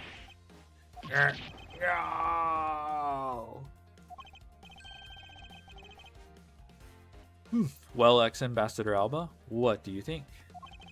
Not so untouchable without your precious extraterritorial rights to protect you, are you? I knew you could do it, Mr. Edgeworth. Way to fight back. You accuse me of moving the body across country lines. But when you get down to the nitty-gritty, you don't have what it takes to indict me. Nitty-gritty? What does that old man want now? Proof, I believe, is what he seeks. Yes, proof. So who is to say whether or not any of what you said really happened?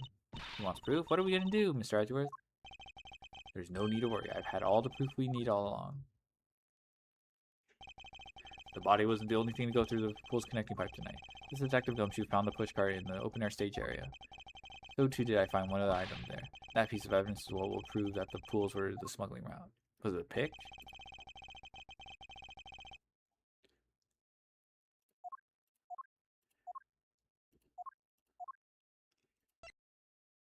Take that! Yeah, this was wet. And what exactly is this? You have no idea, do you? This little piece that I found on the Babbly side will be your undoing.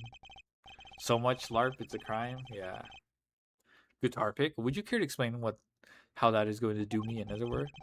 But to your chagrin, perhaps, this is not a guitar pick. What? This is something I found at the open-air stage which was transported with the body. I naturally assumed that you would recognize it, since you took a photo with it, after all. Since you don't, allow me to show you what this fragment in the stage area belongs to.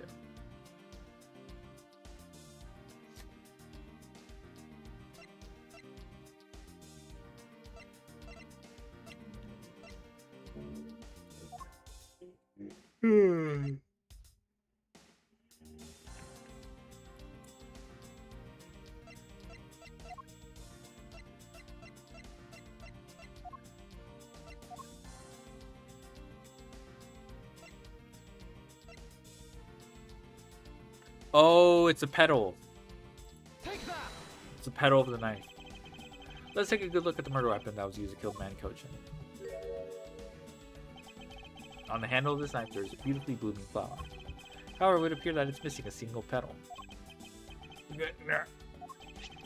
Now let's see what happens when we try to fit this pick in the open slot.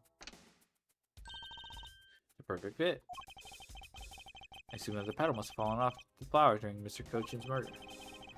And then it was accidentally placed in the push cart along with Mr. Coachen's body. Grrr. That's an interesting story, nothing more. Oh, I assure you it's more than just a story. Because for some odd reason, this flower petal was wet when I found it. It was wet, you say? Yes, and the only place it could have gotten wet from is the open-air stage's pool. Now I ask you, how did a part of the weapon, which was smuggled into the theater, wind up in the open-air stage on the bobbly side of the embassy? I don't think I need to waste any words explaining this, as this petal explains it all for me. It proves that someone went from the Rose Gardens pool on through into Babel. Impossible! People of Zhangba have been waiting to see you face to face, Mr. Alba. I'll tell everyone back home we'll be there soon. You should be happy. Why? Why? It's a little late to be asking that question. You should have known from the very beginning, when you took your first life. No matter how you may plot, or how you may try to cover it all up, you can never hide from your crime and what you've done. Because we're here to see to it that justice is served to people like you. You can't call what you've given a perfect argument. Oh my god, semantics time. You know? I don't think this guy's gonna ever admit to his wrongdoings, Mr. Edgeworth. He values himself above all else. People who can't be negotiated with are people who refuse to admit it when they've lost. I don't believe those kinds of people really exist because everyone breaks eventually. You're right. I have no choice but to use all of the evidence I have. I'll use it all against those breaks under the weight of these crimes. So how about I request that you testify once more? This really will be the end of the line.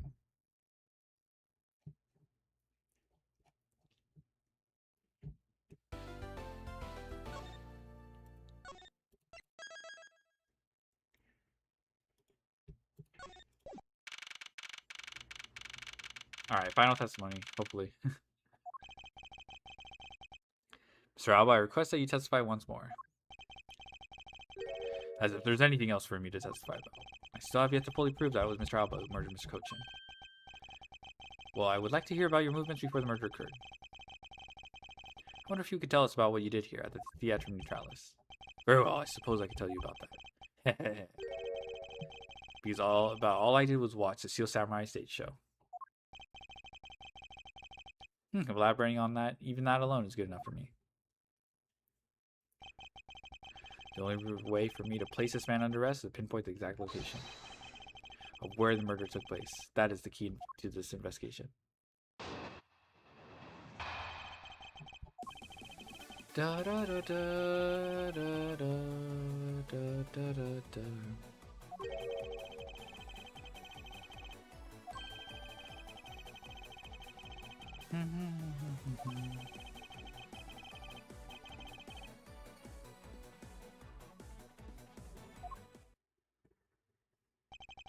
So you were at the theater proper watching the Steel Samurai stage show, were you? Of course I was. I have a great fondness for the Steel Samurai. Yeah, I was pretty cool up there, wasn't I? You're not the only one. You're not the one who was cool. It's the Steel Samurai who was cool. Yeah, and the Steel Samurai's special finishing move today was really something, huh? Oh, he fucked up. He fucked up the finishing blow. And if Quirkus says he saw it, he's a LARPer. He never went to the show because he never saw Larry fuck up. Hey, Edgy. Who is she? Who is this super cute girl? She's been standing here this whole time and only now he notices her? Her name is Kay Faraday, and she's helping me in my investigation. Sorry, I didn't get to introduce myself earlier, but better late than never. Yeah, it's okay. I'm Larry Butts. Science is a peanut gallery. There's no such time. There's no time for such trivialities at a time like this. Mr. Prosecutor, this is the final battle. You got that. I know. This is the end. For that man there. Ha ha ha. Now that's the kind of thing I like to hear. I think I'll give trusting you a try, Mr. Prosecutor. Or rather, Mr. Edgeworth. I leave this critical battle up to you, Mr. Edgeworth. I have no fear. I'll finish the job. This really is the end game. The time has come to expose every last one of Mr. Alba's lies.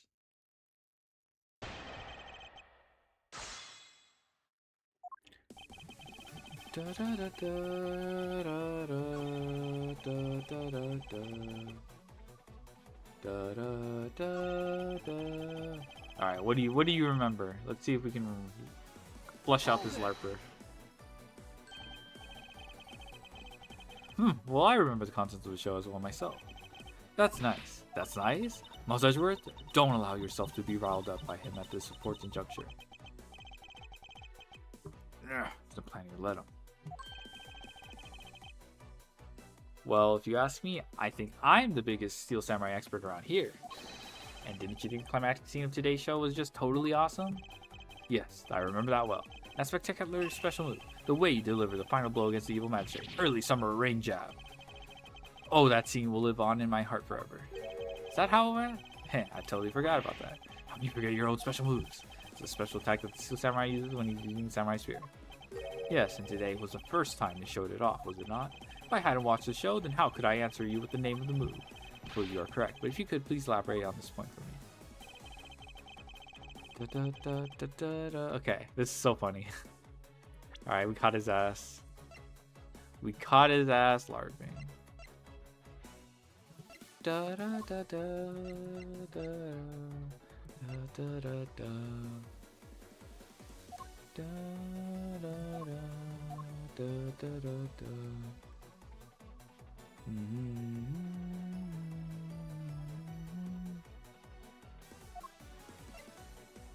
Ah, here we go. He couldn't do the early summer rain jab special attack. There we go. Objection! We beat his ass. Special move today was early summer rain jab. Is that your final answer? You little irritating gnat. You think you can trip me up by asking the same question over and over? That was not my intention. Your testimony is more than sufficient. Alright, I believe it would be wise for you to take a look at this. The Samurai Spear? What about it? The spear actually never made it on stage today. Excuse me? Heh. Fortunately for you, tonight's Steel Samurai happened to be a goof of a young man with an abundance of useless hot blood.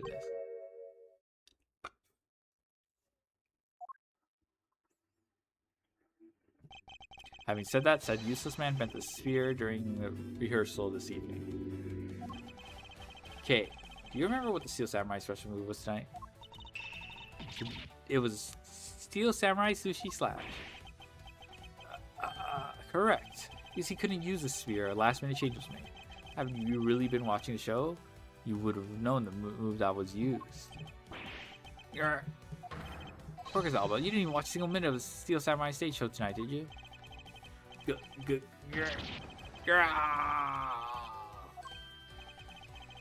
Aha! So if he wasn't watching the show tonight, then it opens up the possibility that he was busy killing Mr. Cochin instead.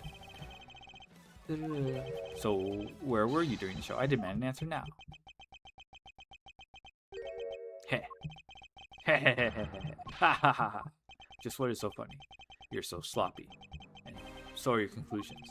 I still insist that I watched the show. Or most of it in any case. What do you mean by most of it? Ah, you see, during the show I left my seat for a spell to visit the bathroom. I assume that was when that dramatic scene was played out on stage. That is the lousiest, lamest excuse I've ever heard in my life, pal. Who's getting busy? Yeah. I don't want to say who I have in mind, but I think it doesn't take that much. Just because he got the name of the move wrong, you can't really use that as proof that he didn't watch the show out. Yeah, all he is a LARPer, I'm sorry. There's no crimes against being one. As a fan of the Steel Samurai, I'd wanted to watch the entire show. Honest. As a Steel Samurai fan, someone who wasn't even a seat for the climax of the show. You have no right to call yourself a Steel Samurai fan, ever.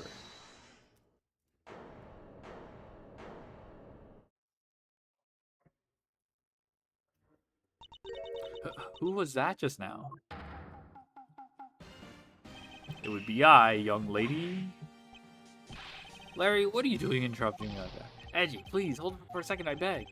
You may never accept this old man as a Steel Samurai fan, but I totally think he's a Steel Sam maniac. Who exactly is Steel Sam maniac, pal? What do you meant to say, Steel Samurai maniac? Yeah, trust me, I know a real fan when I see one, because I'm the Steel Samurai. I will never acknowledge you as a true Steel Samurai. What are you getting so worked up over, Mr. Edgeworth?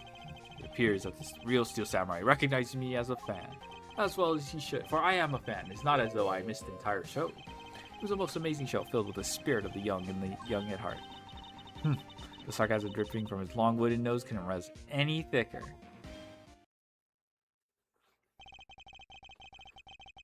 Getting the name of the move wrong only proves that you didn't watch the last scene.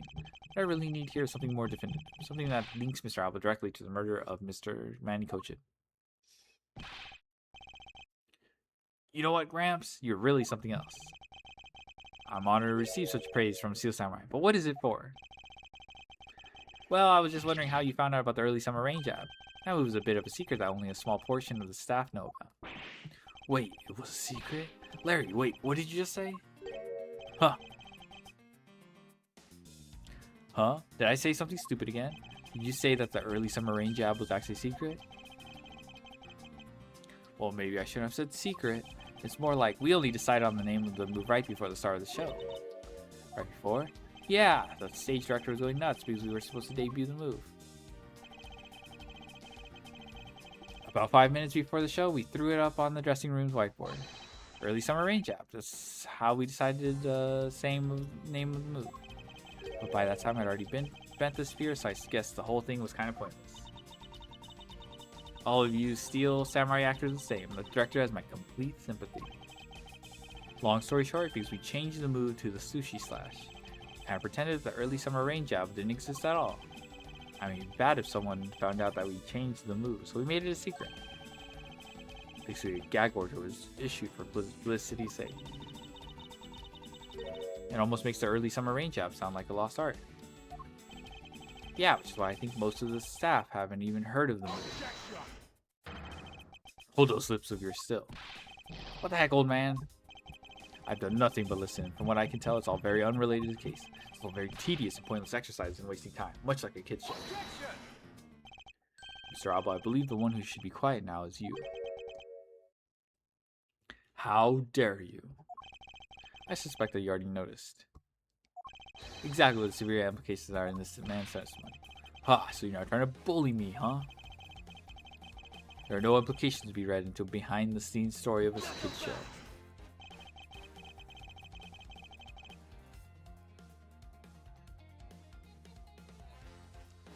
Don't even think about trying to slither your way out of this, Quercus Alba.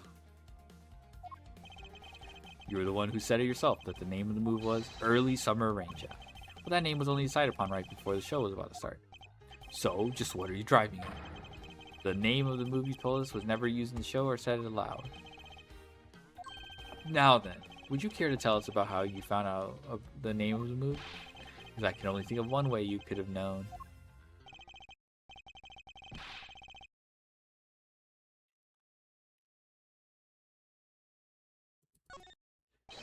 You knew the name because you saw it. You saw it on the dressing room's whiteboard.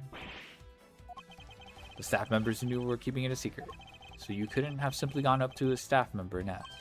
Which means that the only other option left is that you saw it on the whiteboard. That means that Mr. Alba was in there at some point, right? What's the big deal, sir? I don't see what that means.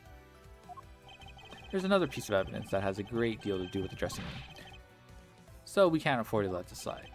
Related to the dressing room? Okay, it's a push cart. Take that!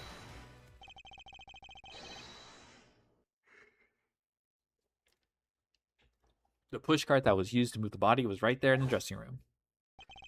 During the show, the pushcart waited its turn to be pushed on stage in the dressing room. And it was finally pushed there, along with the Iron Infant in the last scene of the show. And then right after the show ended, it went into Albas along with the Steel Samurai. Which means that the only time the killer could have placed the body inside the pushcart was when the pushcart was in the dressing room backstage. Basically, the killer has to be someone who visited the dressing room during the show. Precisely. Grrrr. Oh, but wait, what if... And this is just a what if. What if the murder took place right in the dressing room? What do you mean, Kay? To admit, she brings up a valid possibility. During the show, the dressing room was supposed to be devoid of people. Slipping undetected in a private dressing room then would be as simple as pie. The killer must have come up with the idea to move the body with the pushcart then too. Correct, this making the theater's dressing room the ideal location for the murder of Manny Cochin. Quercus Alba, during the show, you went down to the dressing room. I want to know why.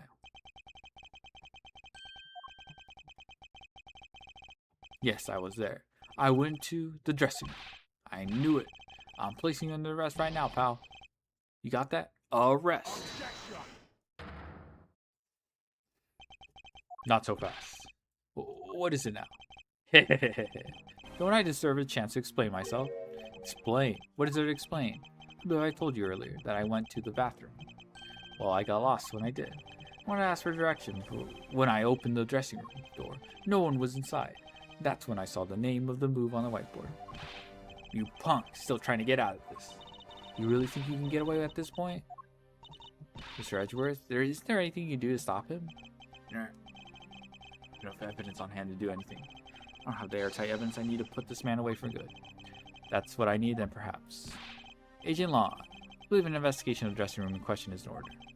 Possible that we may find new evidence there. Yeah, if Mr. Edgeworth pokes around in there, I'm sure we'll find some new facts, pal. Ooh, and if we use Little Thief, we may even learn something from her recreation. We don't need to do any of that. What? Wolfie? How could you? I'm not saying this to be mean. Just that. We've already searched there. My men really are something else. They found nothing? There's only one thing I can say to you, sis, and it's that they found nothing. That's it. I guess you're right. If they had found something, you would have reported it to us. They couldn't find anything because there was nothing there to find. If there's no info to feed into Little Thief, then I can't do much to help either. At the end, the murder took place in this theater, which is not protected under extraterritorial rights. The fact that this was Mr. Alba himself who committed the murder. I can't prove those statements to be true. Mr. Alba walks away a free man. Is there no other course of action left to us? It would appear that your hand of cards has turned out to be a bust. Now, if you'll excuse me. I missed my fight. Now I must make haste to arrange for a new one.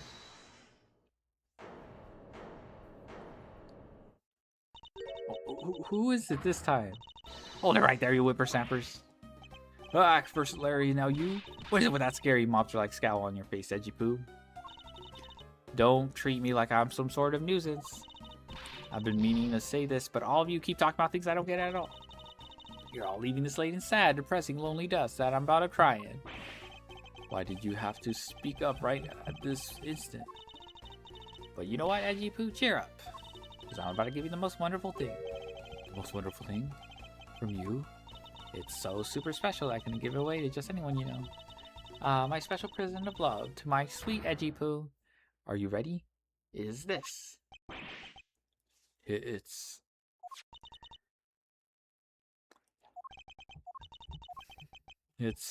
a box of those samurai dogs, right? Yes, oh Edgy Poo, here go on and eat one and you'll feel as right as rain.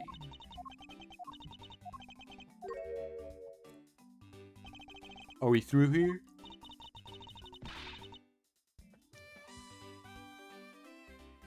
Why did everyone get so quiet all of a sudden? Edgy Poo, tell me you understand the depths of this lady's love for you. I'm not the one to hand out snacks willy-nilly, you know. No, sir. The thought occurred to me that maybe it would be good. You're nice and full one day. It's my duty to serve you some of my own homemade food. I mean, isn't it the desire of every woman to make sure that their beloved never goes hungry? And that's what I want to experience. Tell you one thing, a long time ago they used to say that I could make one to serve any man. You threw in front of me. Oh, I was a star. And Sir Edgeworth, can't you do anything about her? There's no power on earth that can force that woman in silence. But I'm so sick and tired of it. All you people do is look down on me. Even this box of samurai dogs played me for a fool. It had a special design on its fan, like the Japanese flag, so I thought it was special. When I ate one, it tasted just like all the rest. Ooh, it made me so mad. Wait, a special box with a Hinomaru-like fan on it? I've never heard of such a piece of merchandise existing before. However, there it is. The red sun on this fan is filled in. Is it possible? Could it be? After the show, the samurai dogs were piled up on the dressing room floor. For there's no such thing as Hinomaru dog.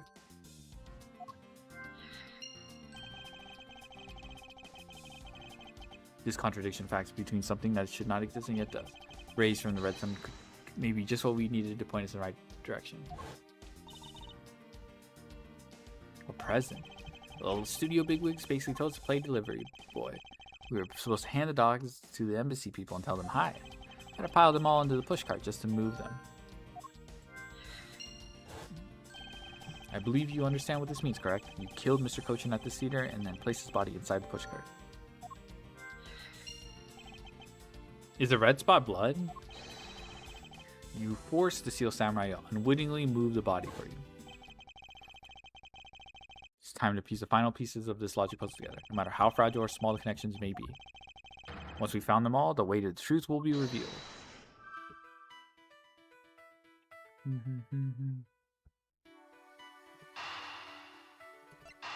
I'm guessing they had to be removed. The killer used the pushcart to transport the body, which means that they had to remove the samurai dogs from within first. Yeah. Or the samurai dogs that were piled up on the dressing room floor were most likely taken out of the pushcart by the killer.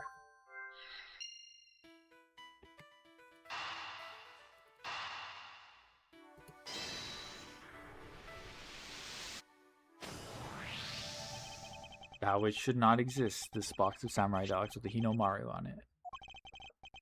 This red sun was filled in when the killer was busy removing samurai dogs from the pushcart, and it's proof that the murder took place in the dressing room. As long as this red substance turns out to be what I believe it to be. That's crazy. Wendy, hold back. I thank you. What you have given to me is truly something very special. Edgy poo. Mr. Edgeworth, are you sure you're feeling okay, sir? Mr. Alba, I suspected you killed Mr. Cochin in the dressing room. How many times must I listen to you repeat yourself? Haven't you figured it out yet? Your words are meaningless, worthless, and powerless. The only way I'm going to continue to cooperate is with some definitive evidence. That arrogance, that self-confidence. You believe that you've erased every piece of evidence that could incriminate you. However, there remains one piece here. It's what will put you away for good. Ha! You're bluffing. Oh ho! Hey, Mr. Prosecutor, sounds like you finally found them. Finally found the fangs we need to go after this guy's jugular. So tell us, what about that box of samurai dogs is going to put the old man away? The trace evidence that will bring him down? Why, it's here, of course. A box of samurai dogs with a Hinomaru fan on it. This should have never existed. So I want you all to take a good look at this red spot. A single drop of blood. Huh? What? Blood, you say? Agent Long, I'd like this blood analyzed post-haste. I've got to admit it. I'm a bit surprised. I can't believe we found blood in a place like this. Hey, you, get this down to the lab pronto. Why was there blood on the box to begin with? Speak about the flow of the crime, I think the reason will become obvious. Larry, you said that you transported samurai dogs with a pushcart, correct? Oh, yeah. You have a great memory, Edgy. That pushcart was a bit too big for my son, you know what I mean? To make sure everyone could see him, I had to pile some stuff in. Because the samurai dogs were there, so I used them to fill up the cart. If what really Larry says is true, then we were the boxes doing on the floor. Ah, I see. The killer took them out in order to place the body in the pushcart. Exactly, and that's when I believe the victim's blood found its way onto that box. But when my men investigated that room, not a single box of samurai dogs was in there, because embassy staff members had already confiscated them. Yes, no doubt to hide the evidence of the murder. Good thing Miss Oldbag managed to steal that one box before they got to them, huh? Same Miss Oldbag also managed to put this great thief to shame. What scandalous way of putting it. I didn't steal. I received it from myself. The five-finger discount. Workus Alba. I'd say this is one very fatal oversight on your part.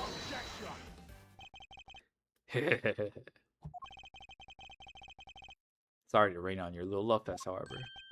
How can you be so self-confident in no win situation for him like this?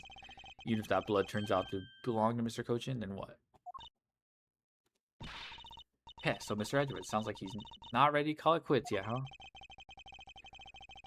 Sole piece of evidence that was left at the scene of the crime, that alone has shed light on a new fact. At the very least, we now have proof that the murder occurred in the dressing room. And you say that like it means something.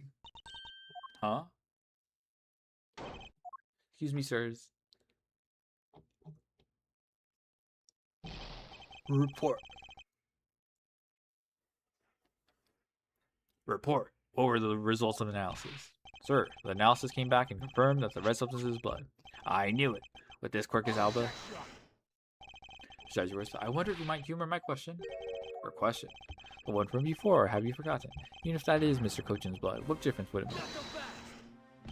Like we already told you, it proves that the crime scene was at dressing room. But it doesn't prove that I am the killer, does it? He's a very good point. What if it's Quirkus Albus's blood? What is he about to do about that? Blood on the box doesn't prove that Mr. Albus is the killer. And then this evidence? It's meaningless. That can't be. We're so close, sir. I want to smack that smug look of his face. Come on, there's got to be something we can do. Well, they found a solid piece of evidence. There must be something I can expose with it. Ah, I can't think of a single thing.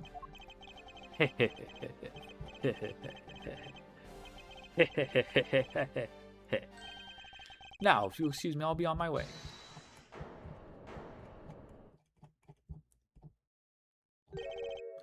Who was that? It's too late. I won't allow anyone to stop me now. It wasn't me, pal. It wasn't me this time either. It wasn't me. It was me. Why did you? Because I haven't finished reporting everything to you yet, sir. There's more? What? Hurry up and spit it out. Yes, sir. That blood I mentioned. It's not of the same blood type as the victim's blood. What? No. What? What? What do you mean it's not the same type? You mean it's not the victim's blood? If it isn't his, then who the hell is it? I don't know, sir. All I know is that it's not the same blood type as the victim, sir. What should we do now, Mr. Edgeworth? I have no idea what to what anymore. We just take a blood sample from Quirkus. Neither do I. My, what an amusing turn of events. That blood drop proves something to be true, alright. Namely, my words. Which one of your words would that be? The ones where I said that your words are meaningless, worthless, and powerless. And that blood has nothing to do with the murder investigation whatsoever. Need I remind you that the blood got onto that box long before it entered my embassy? What sort of nonsense? Yeah, it's blood, pal. There's no way it's not related to the murder. Hehehe. Like to believe. What if someone preparing the samurai dogs had a small nosebleed? What then? I guess it's possible. Damn, have you been wasting our time on a red herring? The blood doesn't belong to anyone connected to the case. That should be clue enough. Quirkus Alba, you bastard! Silence! Don't you ever address me with such a filthy word again. I've wasted enough time here with you and you have your answers. Now let me through. Alba, it doesn't matter where you run off to, you'll never escape me. Someday I'll have the satisfaction of sinking my fangs into you. You'll see. And all of Interpol will be behind me, working to see to it that day comes. You know what your words sound like to me? They sound like the whinings of a pathetic loser of a mutt.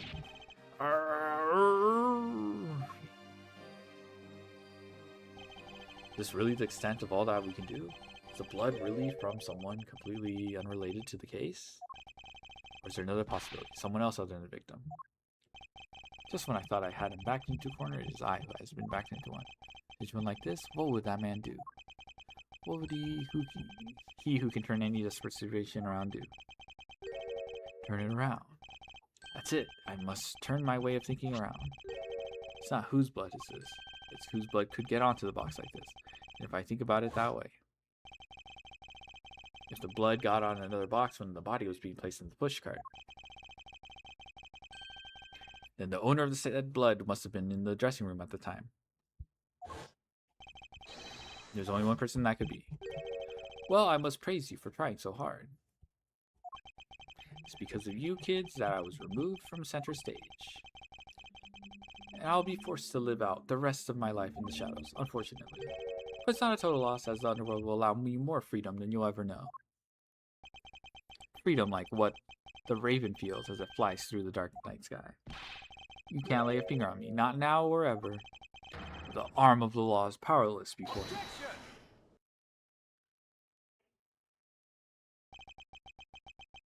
me. Powerless, is it? I wouldn't be so sure about that if I were you. What do you mean? Let me describe you in one word. Pitiful. Pitiful? How so?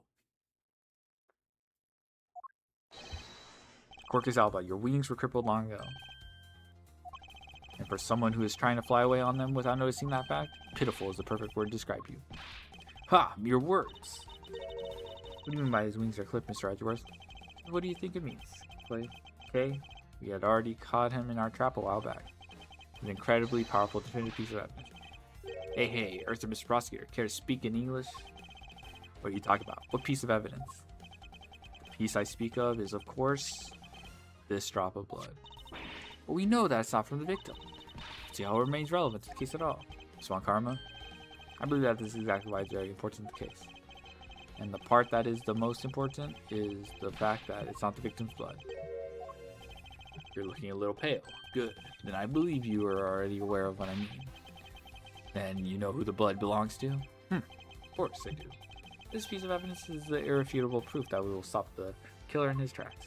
The blood that soiled this box of samurai dogs belongs to this person. Which Quirkus Alba? Take that! The blood of the red sun on this box belongs to you, Quirkus Alba. Grrr. What? What? Why is his blood on the box of samurai dogs? He's not even a victim. The blood fell onto the box when Mr. Kochin's body was being loaded into his pushcart. At that time, the only two people in the dressing room were the victim and his killer. So that's what you mean. If the blood doesn't belong to the victim, then there's only one other person it could belong to. Yes, and that person is the murderer himself. That's the only logical conclusion. Mr. Kochin was the one who was stabbed, sir. Why would Mr. Alba have been the one who was bleeding? What if during the murder, Mr. Kochin had fought back? You mean before Mr. Alba could kill him, Mr. Kochin managed to wound Mr. Alba? Yes, I believe we have a piece of evidence that proves that he was bleeding. What is this piece of evidence? Bruh.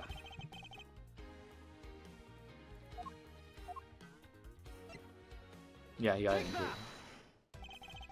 Mr. Alba, you bear on your body a great wound. That was from when Miss Damask 2 attacked me with a pair of scissors. Yeah, and that happened way after he was in the dressing room. Ah, but is that really what happened? You can manufacture a weapon by smearing blood on it, so I can't just accept that as fact. Shall we try to test Mr. Alba and see if the shape of your wound matches the scissors? You really are something else, Mr. Edgeworth. You don't let a single thing slip you by, no matter how insignificant the possibility. If you're the one to talk, Mr. Alba, you've managed to give the law the slip for 10 years as a smuggling wings leader. No matter the danger, you can hide every last ounce of fear and anxiety from everyone. You truly are a one-of-a-kind criminal. I am the master of my fear. However, to think that a person such as you could miss such a large thing. You believe I've overlooked something? You said that my wound was caused by Mr. Kochin. That it was caused here in one of the theater's dressing rooms, right? Yes, that is correct. I'd like to point out that it's simply not possible. Oh, is it because Manny Kochin doesn't have a weapon? My wound is stabbing, the one that could only have come from a blade. Where were you suppose that such a weapon came from?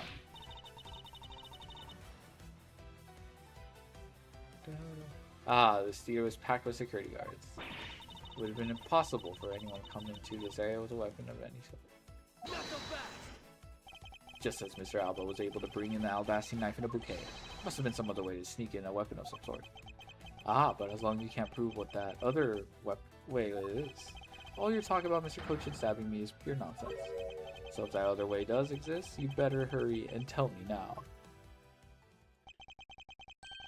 With pleasure. Wait, what? This piece of evidence shows how Mr. Kochin brought a weapon into this theater. Yadagrasa's key. Take that! Among law enforcement, this piece is known as the Yadagrasa's key. That key! That's the key that my father stole from here 7 years ago. And it is very unique in that it is both a key and a knife, meaning that under the guise of key, it could have been easily brought into a theater. You couldn't dispose of the knife that stabbed you, therefore you wiped off the blood and placed it back in Mr. Kochin's pocket. After all, the key itself opens a safe in his office. Inside that safe, there was a document about Cadopian paper signed by Mr. Kochin. In order to make it look like Mr. Kochin died as the leader of the smuggling ring, You had to make it so that the police were the ones who opened that office safe. All that hard work to save yourself will only serve to destroy your man. Shall we try matching this knife's blade with your room, Mistress Porcus-Alba?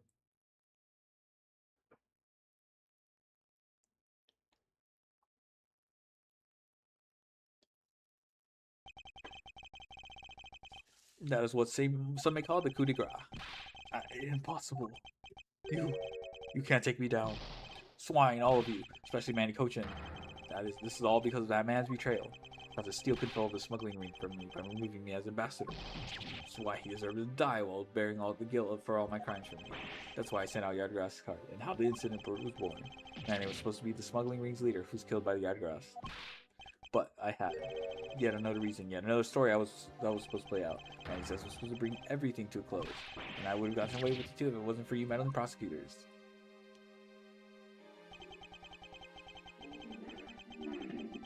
Mr. Alba, I'm afraid there's one more question I forgot to ask.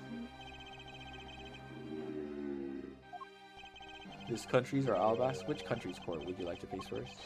Either way, it's game over for you. Edgeworth!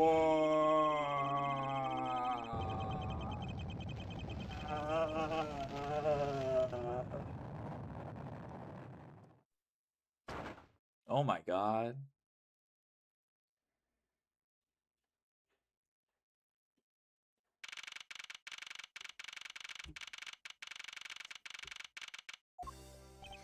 Ooh, this is it, the big day. It's Mr. Alba's trial today. And next week he's scheduled to stand trial in his own country of Alabas. Francisco's heading that one. I suspect she'll be serving a full course of whiplashes at it. Having to face Miss Von Karma in court right after facing you, sir. Ugh, I don't even want to think of what that would be like. Caught a glimpse of Mr. Alba as he was being escorted in the courthouse. Boy, he looked about as glum as I do the day before I get my monthly paycheck. You know, I've been thinking. Flight attendant and even Mr. Portsman were all Mr. Alba's secret agents. Correct. That smuggling ring was the common thread between all of the incidents. Cammy meals provide support during smuggling ops, using her job as an attendant. Mr. Portsman was to manipulate trials related to the ring to end in their favor. Or Go You Airlines and even the prosecutor's office. No one was safe from the smuggling ring, huh, sir? I suspect there are even more members of this ring spread throughout the world. Yeah, sounds like such a big OP op that I can't even begin to imagine what it's like. What is it, detective? Ah, nothing. It's just, well, come to think of it. Mr. Ernest Amano's trial is also scheduled for later today, sir. I'm aware of that. Mr. Amano has been working with the smuggling ring now for over 10 years. He used the Amano Group's various connections worldwide to assist the ring. Is it over? Yeah, we're done. But all that has come to an end as this conglomerate is now undergoing harsh scrutiny. I owe Mr. Amano debts of gratitude, but he must pay his debt to society. Well, with the rest of both Mr. Alba and Mr. Amano, I guess that about wraps up the KGA incident as well, huh? I suppose so. The real killer in the KGA incident 10 years ago was Manny Cochin. And 7 years ago, the killer in the second KGA incident was Mackerel. Those two facts are the unshakable truth. However, it seems that a lot of effort was put into hiding these and other truths from us. And I'll expose it all at the trials today. You're solving cases left and right today, aren't you, sir? TCU and Dead Man. Perhaps now these two brave souls who try to make the truth known can rest in peace. By the way, we received some guests from Ambassador Polino. Shrimp, crab, beef, I don't need any of these, so I'm giving them you. What? Seriously, sir? Wait, actually, I don't think I want them anymore. The way you're folding them. Don't tell me they're just coupons, sir. Detective Gumshoe, have you not read the paper recently? Or since the two countries became Codopia again, its economy has changed. Really? It seems that Ambassador Polino has reaped a few benefits of his own from it. He has been announced as the official ambassador of the newly reunified Codopia. Ah, but what a pity. You know, every item he sent is a treasure. You don't seem all that interested. Well, if you don't want them, I can give them to my lovely assistant Kay.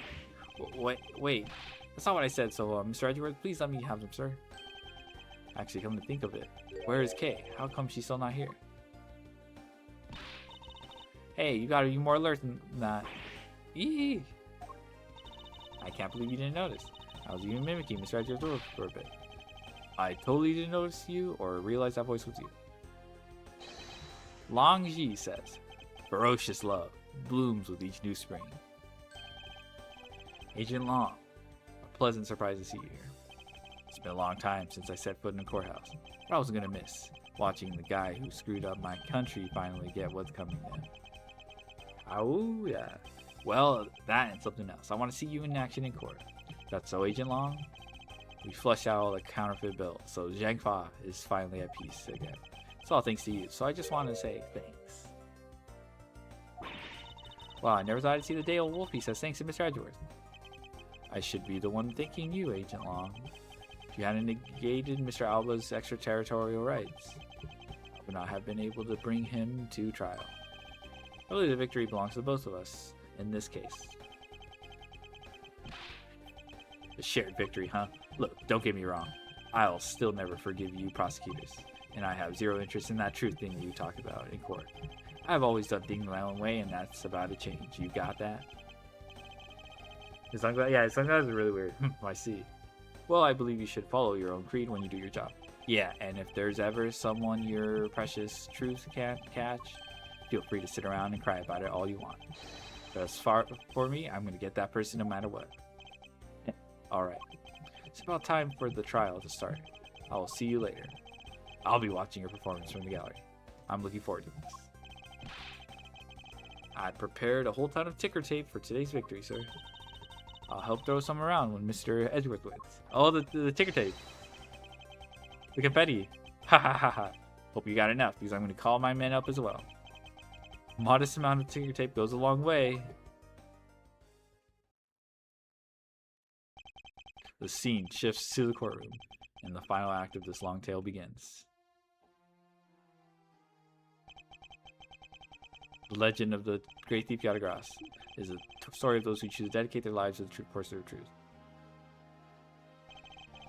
Prosecutors are those who seek a guilty verdict for the defendants they meet. And to that end, you have no choice but to win by any means necessary. That creed was forced on me since I was very young. However, I no longer think that is all we prosecutors are. And that is because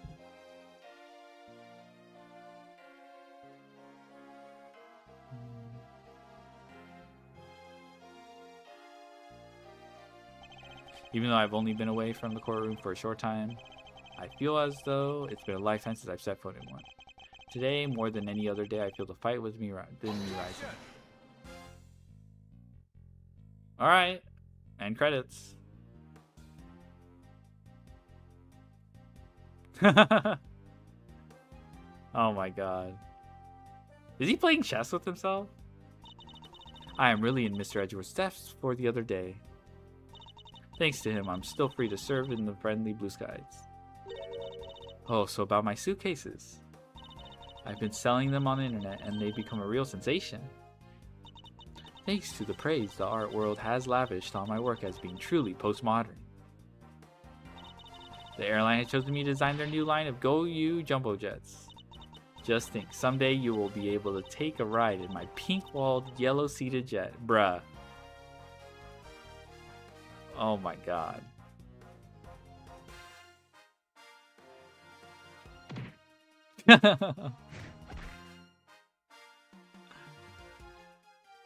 Edgeworth, that rudeness of a rude man. Because of him, my time and money is wasted. But more importantly, I received a most fantastic treasure recently. The Primiduc statue of the Principality of Podopia. It weighs a bit light in my hands, but the Ambassador Paleno was most generous. La Bala, yeah.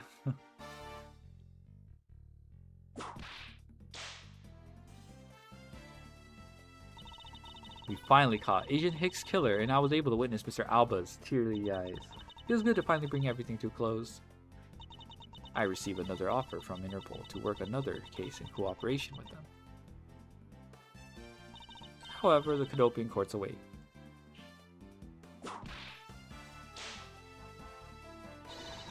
Cadopia's air is supposed to be very fresh, so my whip should find new vigor there. Bruh.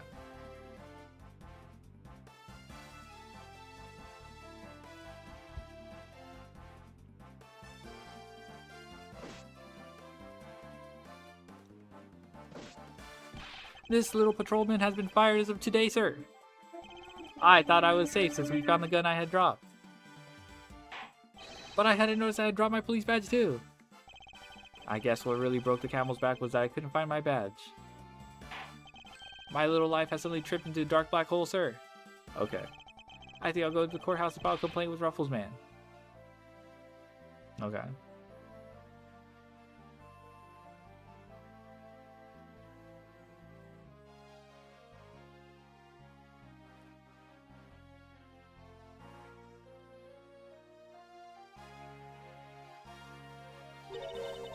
I was actually hoping to talk with Mr. Edgeworth a bit more than I did. I've got to get going and return to Europe. I've still got a long way to go and a lot of stuff to study there. Next time I help Mr. Edgeworth on a case, I'm going to do it as a real forensic scientist. I'm sure he's going to need all the help I can give him scientifically.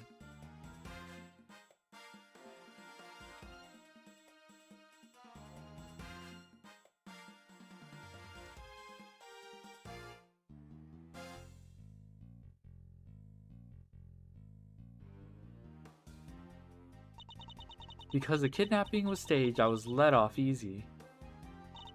But I won't be going outside much anytime soon, but that's really okay. The only prison I'm forever trapped in is the cage of love. The guard down at this detention center. Well, when he's on guard duty, he has such a cold look in his eyes, just like that prosecutor. Ah, stop it, Lauren. You know, OG trilogy, yeah. Technically the remake of the first game.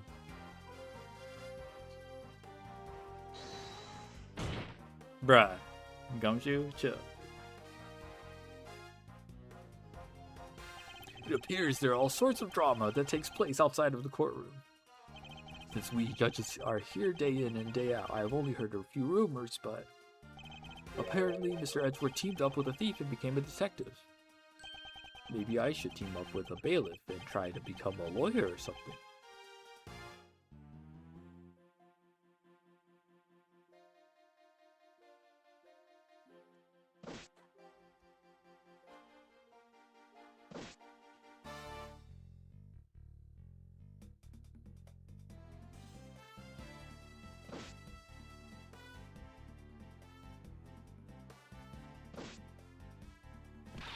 Ooh, I barely escaped death yet again. Yeah, but boy, are we lucky to have Mr. Edgeworth help us out, huh? Yeah, but because I lost the key, I got fired from my security guard job. Don't let it get to you now, Maggie. You still got me. You're right, sir. I won't be sad. I'm going to pick myself up and get through this. I wonder what my next job should be. Ooh, this is actually kind of fun.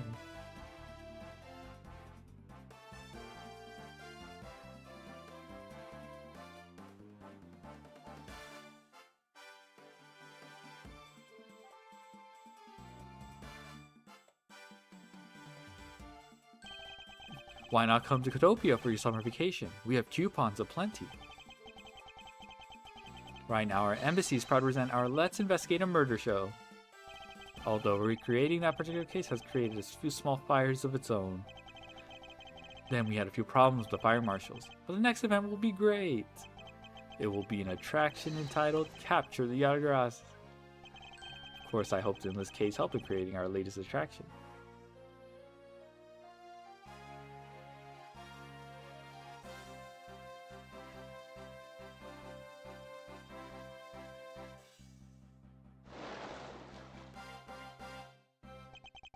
I can't believe that Minnie ditched me and went to Japan.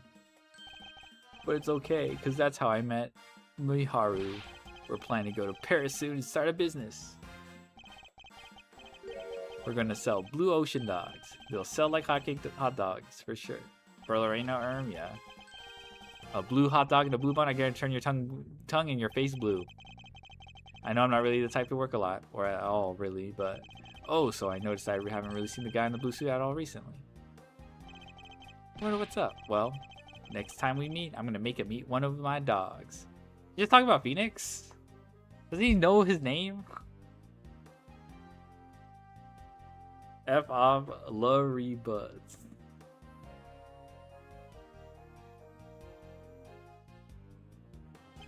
I gave testimony in court today, as a member of the Yatagrass. Yo, Mr. Bad, you look well, all things considered. By the way, have you noticed that elements within the ring have begun moving? They're probably fighting over who should succeed, over who should be the next boss. Although, to be honest, I wish I could forget I'd heard of that smuggling ring. Long G says, thoroughly bite the poisonous snake from head to tail. No one runs afoul of the law and escapes this wolf's fangs. I'll get you all yet. Ah, youth. When did I become so old? I wonder. Yeah, Bad is the last one. Yeah. Well, actually, I think Sheena's alive. I've begun noticing the gray hairs in my beard more often. In my mirror.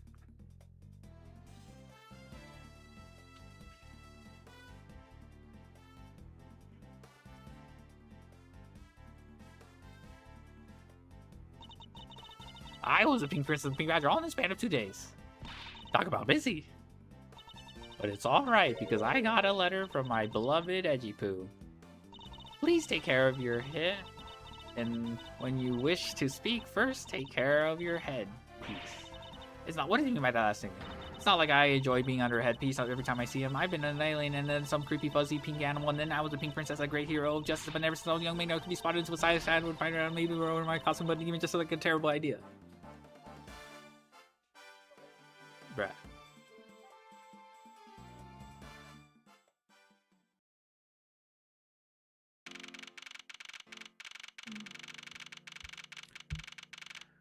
Alright. Woof! I feel so much better now the trial's over. As always, your legal prowess was top-notch, sir. Yeah, nothing beat the look on Mr. Alba's face when you revealed the ring secrets. I was amazed. You're like a totally different person when you step into a courtroom. Mr. Edgeworth is always 10 times fiercer in court. You read so fast? I can read fast, but enunciating fast is harder. But I can read pretty fast. Like, based on the information Mr. Alba offered up, they've begun large-scale operations to clean up the rest of the ring. Like, if I didn't voice act, I would be skipping through text really fast. Like if I wasn't voice acting, I would just be skipping it. Like, I can't say I have like total like information retention, but it's not a problem. Like, I just clean up the rest of the ring, which I'm happy to leave to Francisca and Agent Light. So what are your plans now, Kay? Oh, well, we've taken care of the creep who killed my father, so I'm not sure. Hey, I know. Maybe I'll just keep on being Mr. Edgeworth's assistant. Are you still trying to steal my job, pal? Just kidding. Just kidding. I can't steal something so important to you, Gummy. Oof, what a relief. Okay, yes. Yes? Even after all that's happened, are you still planning to become a great thief? Of course. I don't want to tarnish the legend of the noble Yassi. So I'm going to hold off on doing anything until I make a tight 3-person team of my own. 3-person team? Yatagara. Or... No. Kafarada. A 3-person team. A 3-person team of young beauties the same age as me, if possible. With those criteria, I highly doubt you'll find the 2 other people you need. My father chose to fight for the truth. I think that's what was so noble about it. So you see, Mr. Edgeworth, the only things I will ever steal are the truths that have been hidden away. I'm going to work extra hard to make a world where the Yatagrass is needed.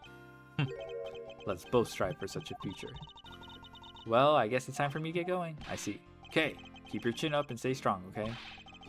Clown University, Clown University, Clown University, Clown University, Clown University. True. And don't be a stranger. Don't worry. I'll be back. I'm sure to break the lock on the window and sneak in. If you could, I'd appreciate it if you came in through the building's front door. It's okay, Mr. Edgeworth. The lock on my window at home has been broken forever. Oh. One last thing before I go. Let's take a group picture, just the 3 of us. Aw, I love these. Yeah, a commemorative photo. Every big case has to end with one. No. Hey, why not? Don't tell me you're camera shy, Mr. Edgeworth. Of course not, Detective. Come on, Mr. Edgeworth. I'm taking a picture now. Hey, come back here. Mr. Edgeworth, you can't run away from this, sir. Ah, hey! Detective Gumshoe! Stop that. I can't be seen doing that. Okay, I'm totally taking it out. Say cheese! And thus, the long tale of the KG8 incident came to a close. It saw the demise of a smuggling ring and the birth of a little gray thief. But there is little time to rest and relax, for I am eager to tackle the investigation into a new case. The reason for my eagerness is my want to pursue the truth and my want to believe in the strength of those who use my power, the power of the law for good. As someone who has chosen to live my life as a prosecutor, that is my new creed.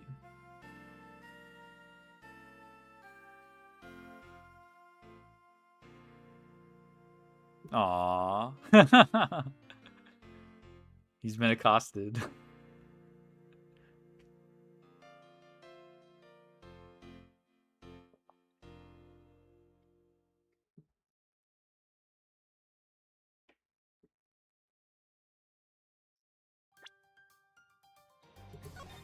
Alright.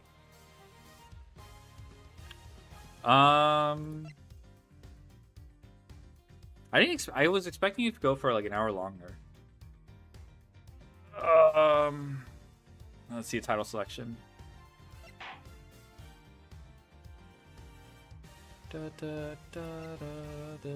Okay, so I hear this is like one of the best games in the series. So the glaze of this game is infinite, but I'll probably be playing Yu-Gi-Oh, and we'll return to this game.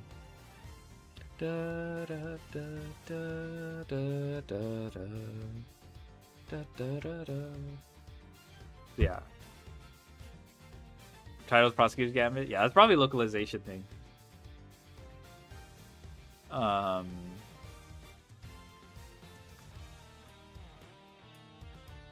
Let's see. What was I gonna say? Yeah, so I'll probably play Yu-Gi-Oh some other time. I'm looking forward to this. People talk about this. Verdict on AI 1. It's okay. I think I prefer the main trilogy more. Or like it's good though. It's not like super amazing. I think it's very unique. It's not bad at all. Not bad at all. The final case, okay, I guess what I wasn't really into the smuggling ring whatever. But that's fine. It's like he hates the game. I know, right? 5 billion qualifiers. Unless I glaze this game, I hate it. It's fine. It's fine. It's not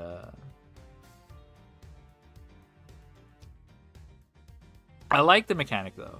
The logic mechanic wasn't that bad to get used to. You love the third and second game? Yeah. You love the third and second case? Nice. This is the game. Okay. What is the fucking...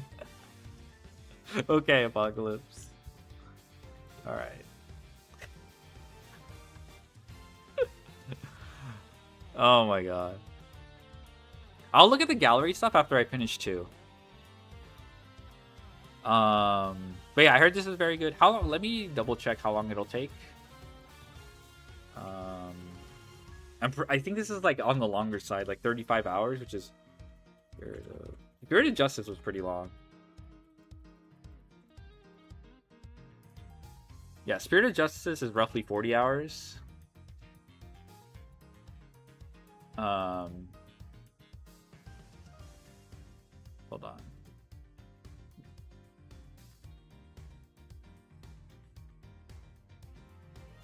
You also need to push M1? Yeah, so I'll probably do that. I mean, I have time. Weekend starts for me tomorrow, so we'll do that. Let me see. Let me prosecute AI2. I'll plan out. Okay, so this is like 30 hours, 35 hours.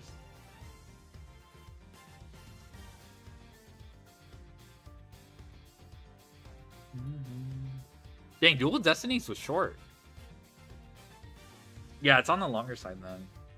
Apollo Justice, I think, was short too.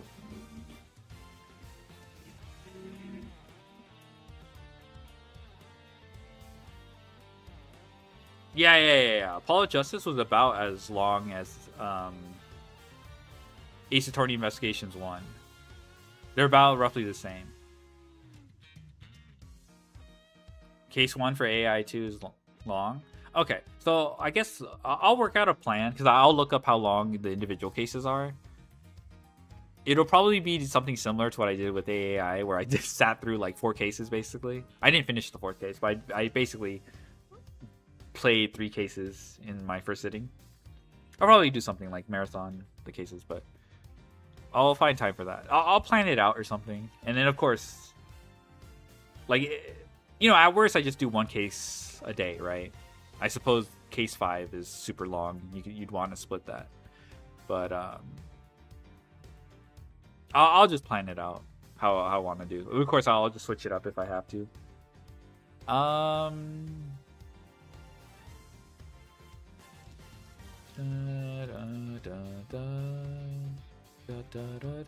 Okay, let me send you guys. Yeah, I'll look at the gallery after I'm done with this one.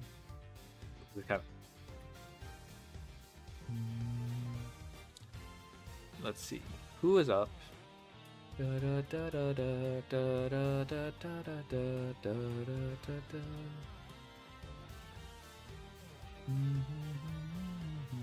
Okay, you guys say hi to Nova. What the? He's playing Master Duel. Too bad you started when my time was 2 a.m. Yeah. Sag. I mean, if you just woke up, you at least caught a little bit of the... Alright. So, say hi to Nova. I'm gonna chill. Yeah, this was a lot faster than I thought it would be. But, alright. I'll let you know when you'll know when I'm on, I guess. Alright, bye-bye.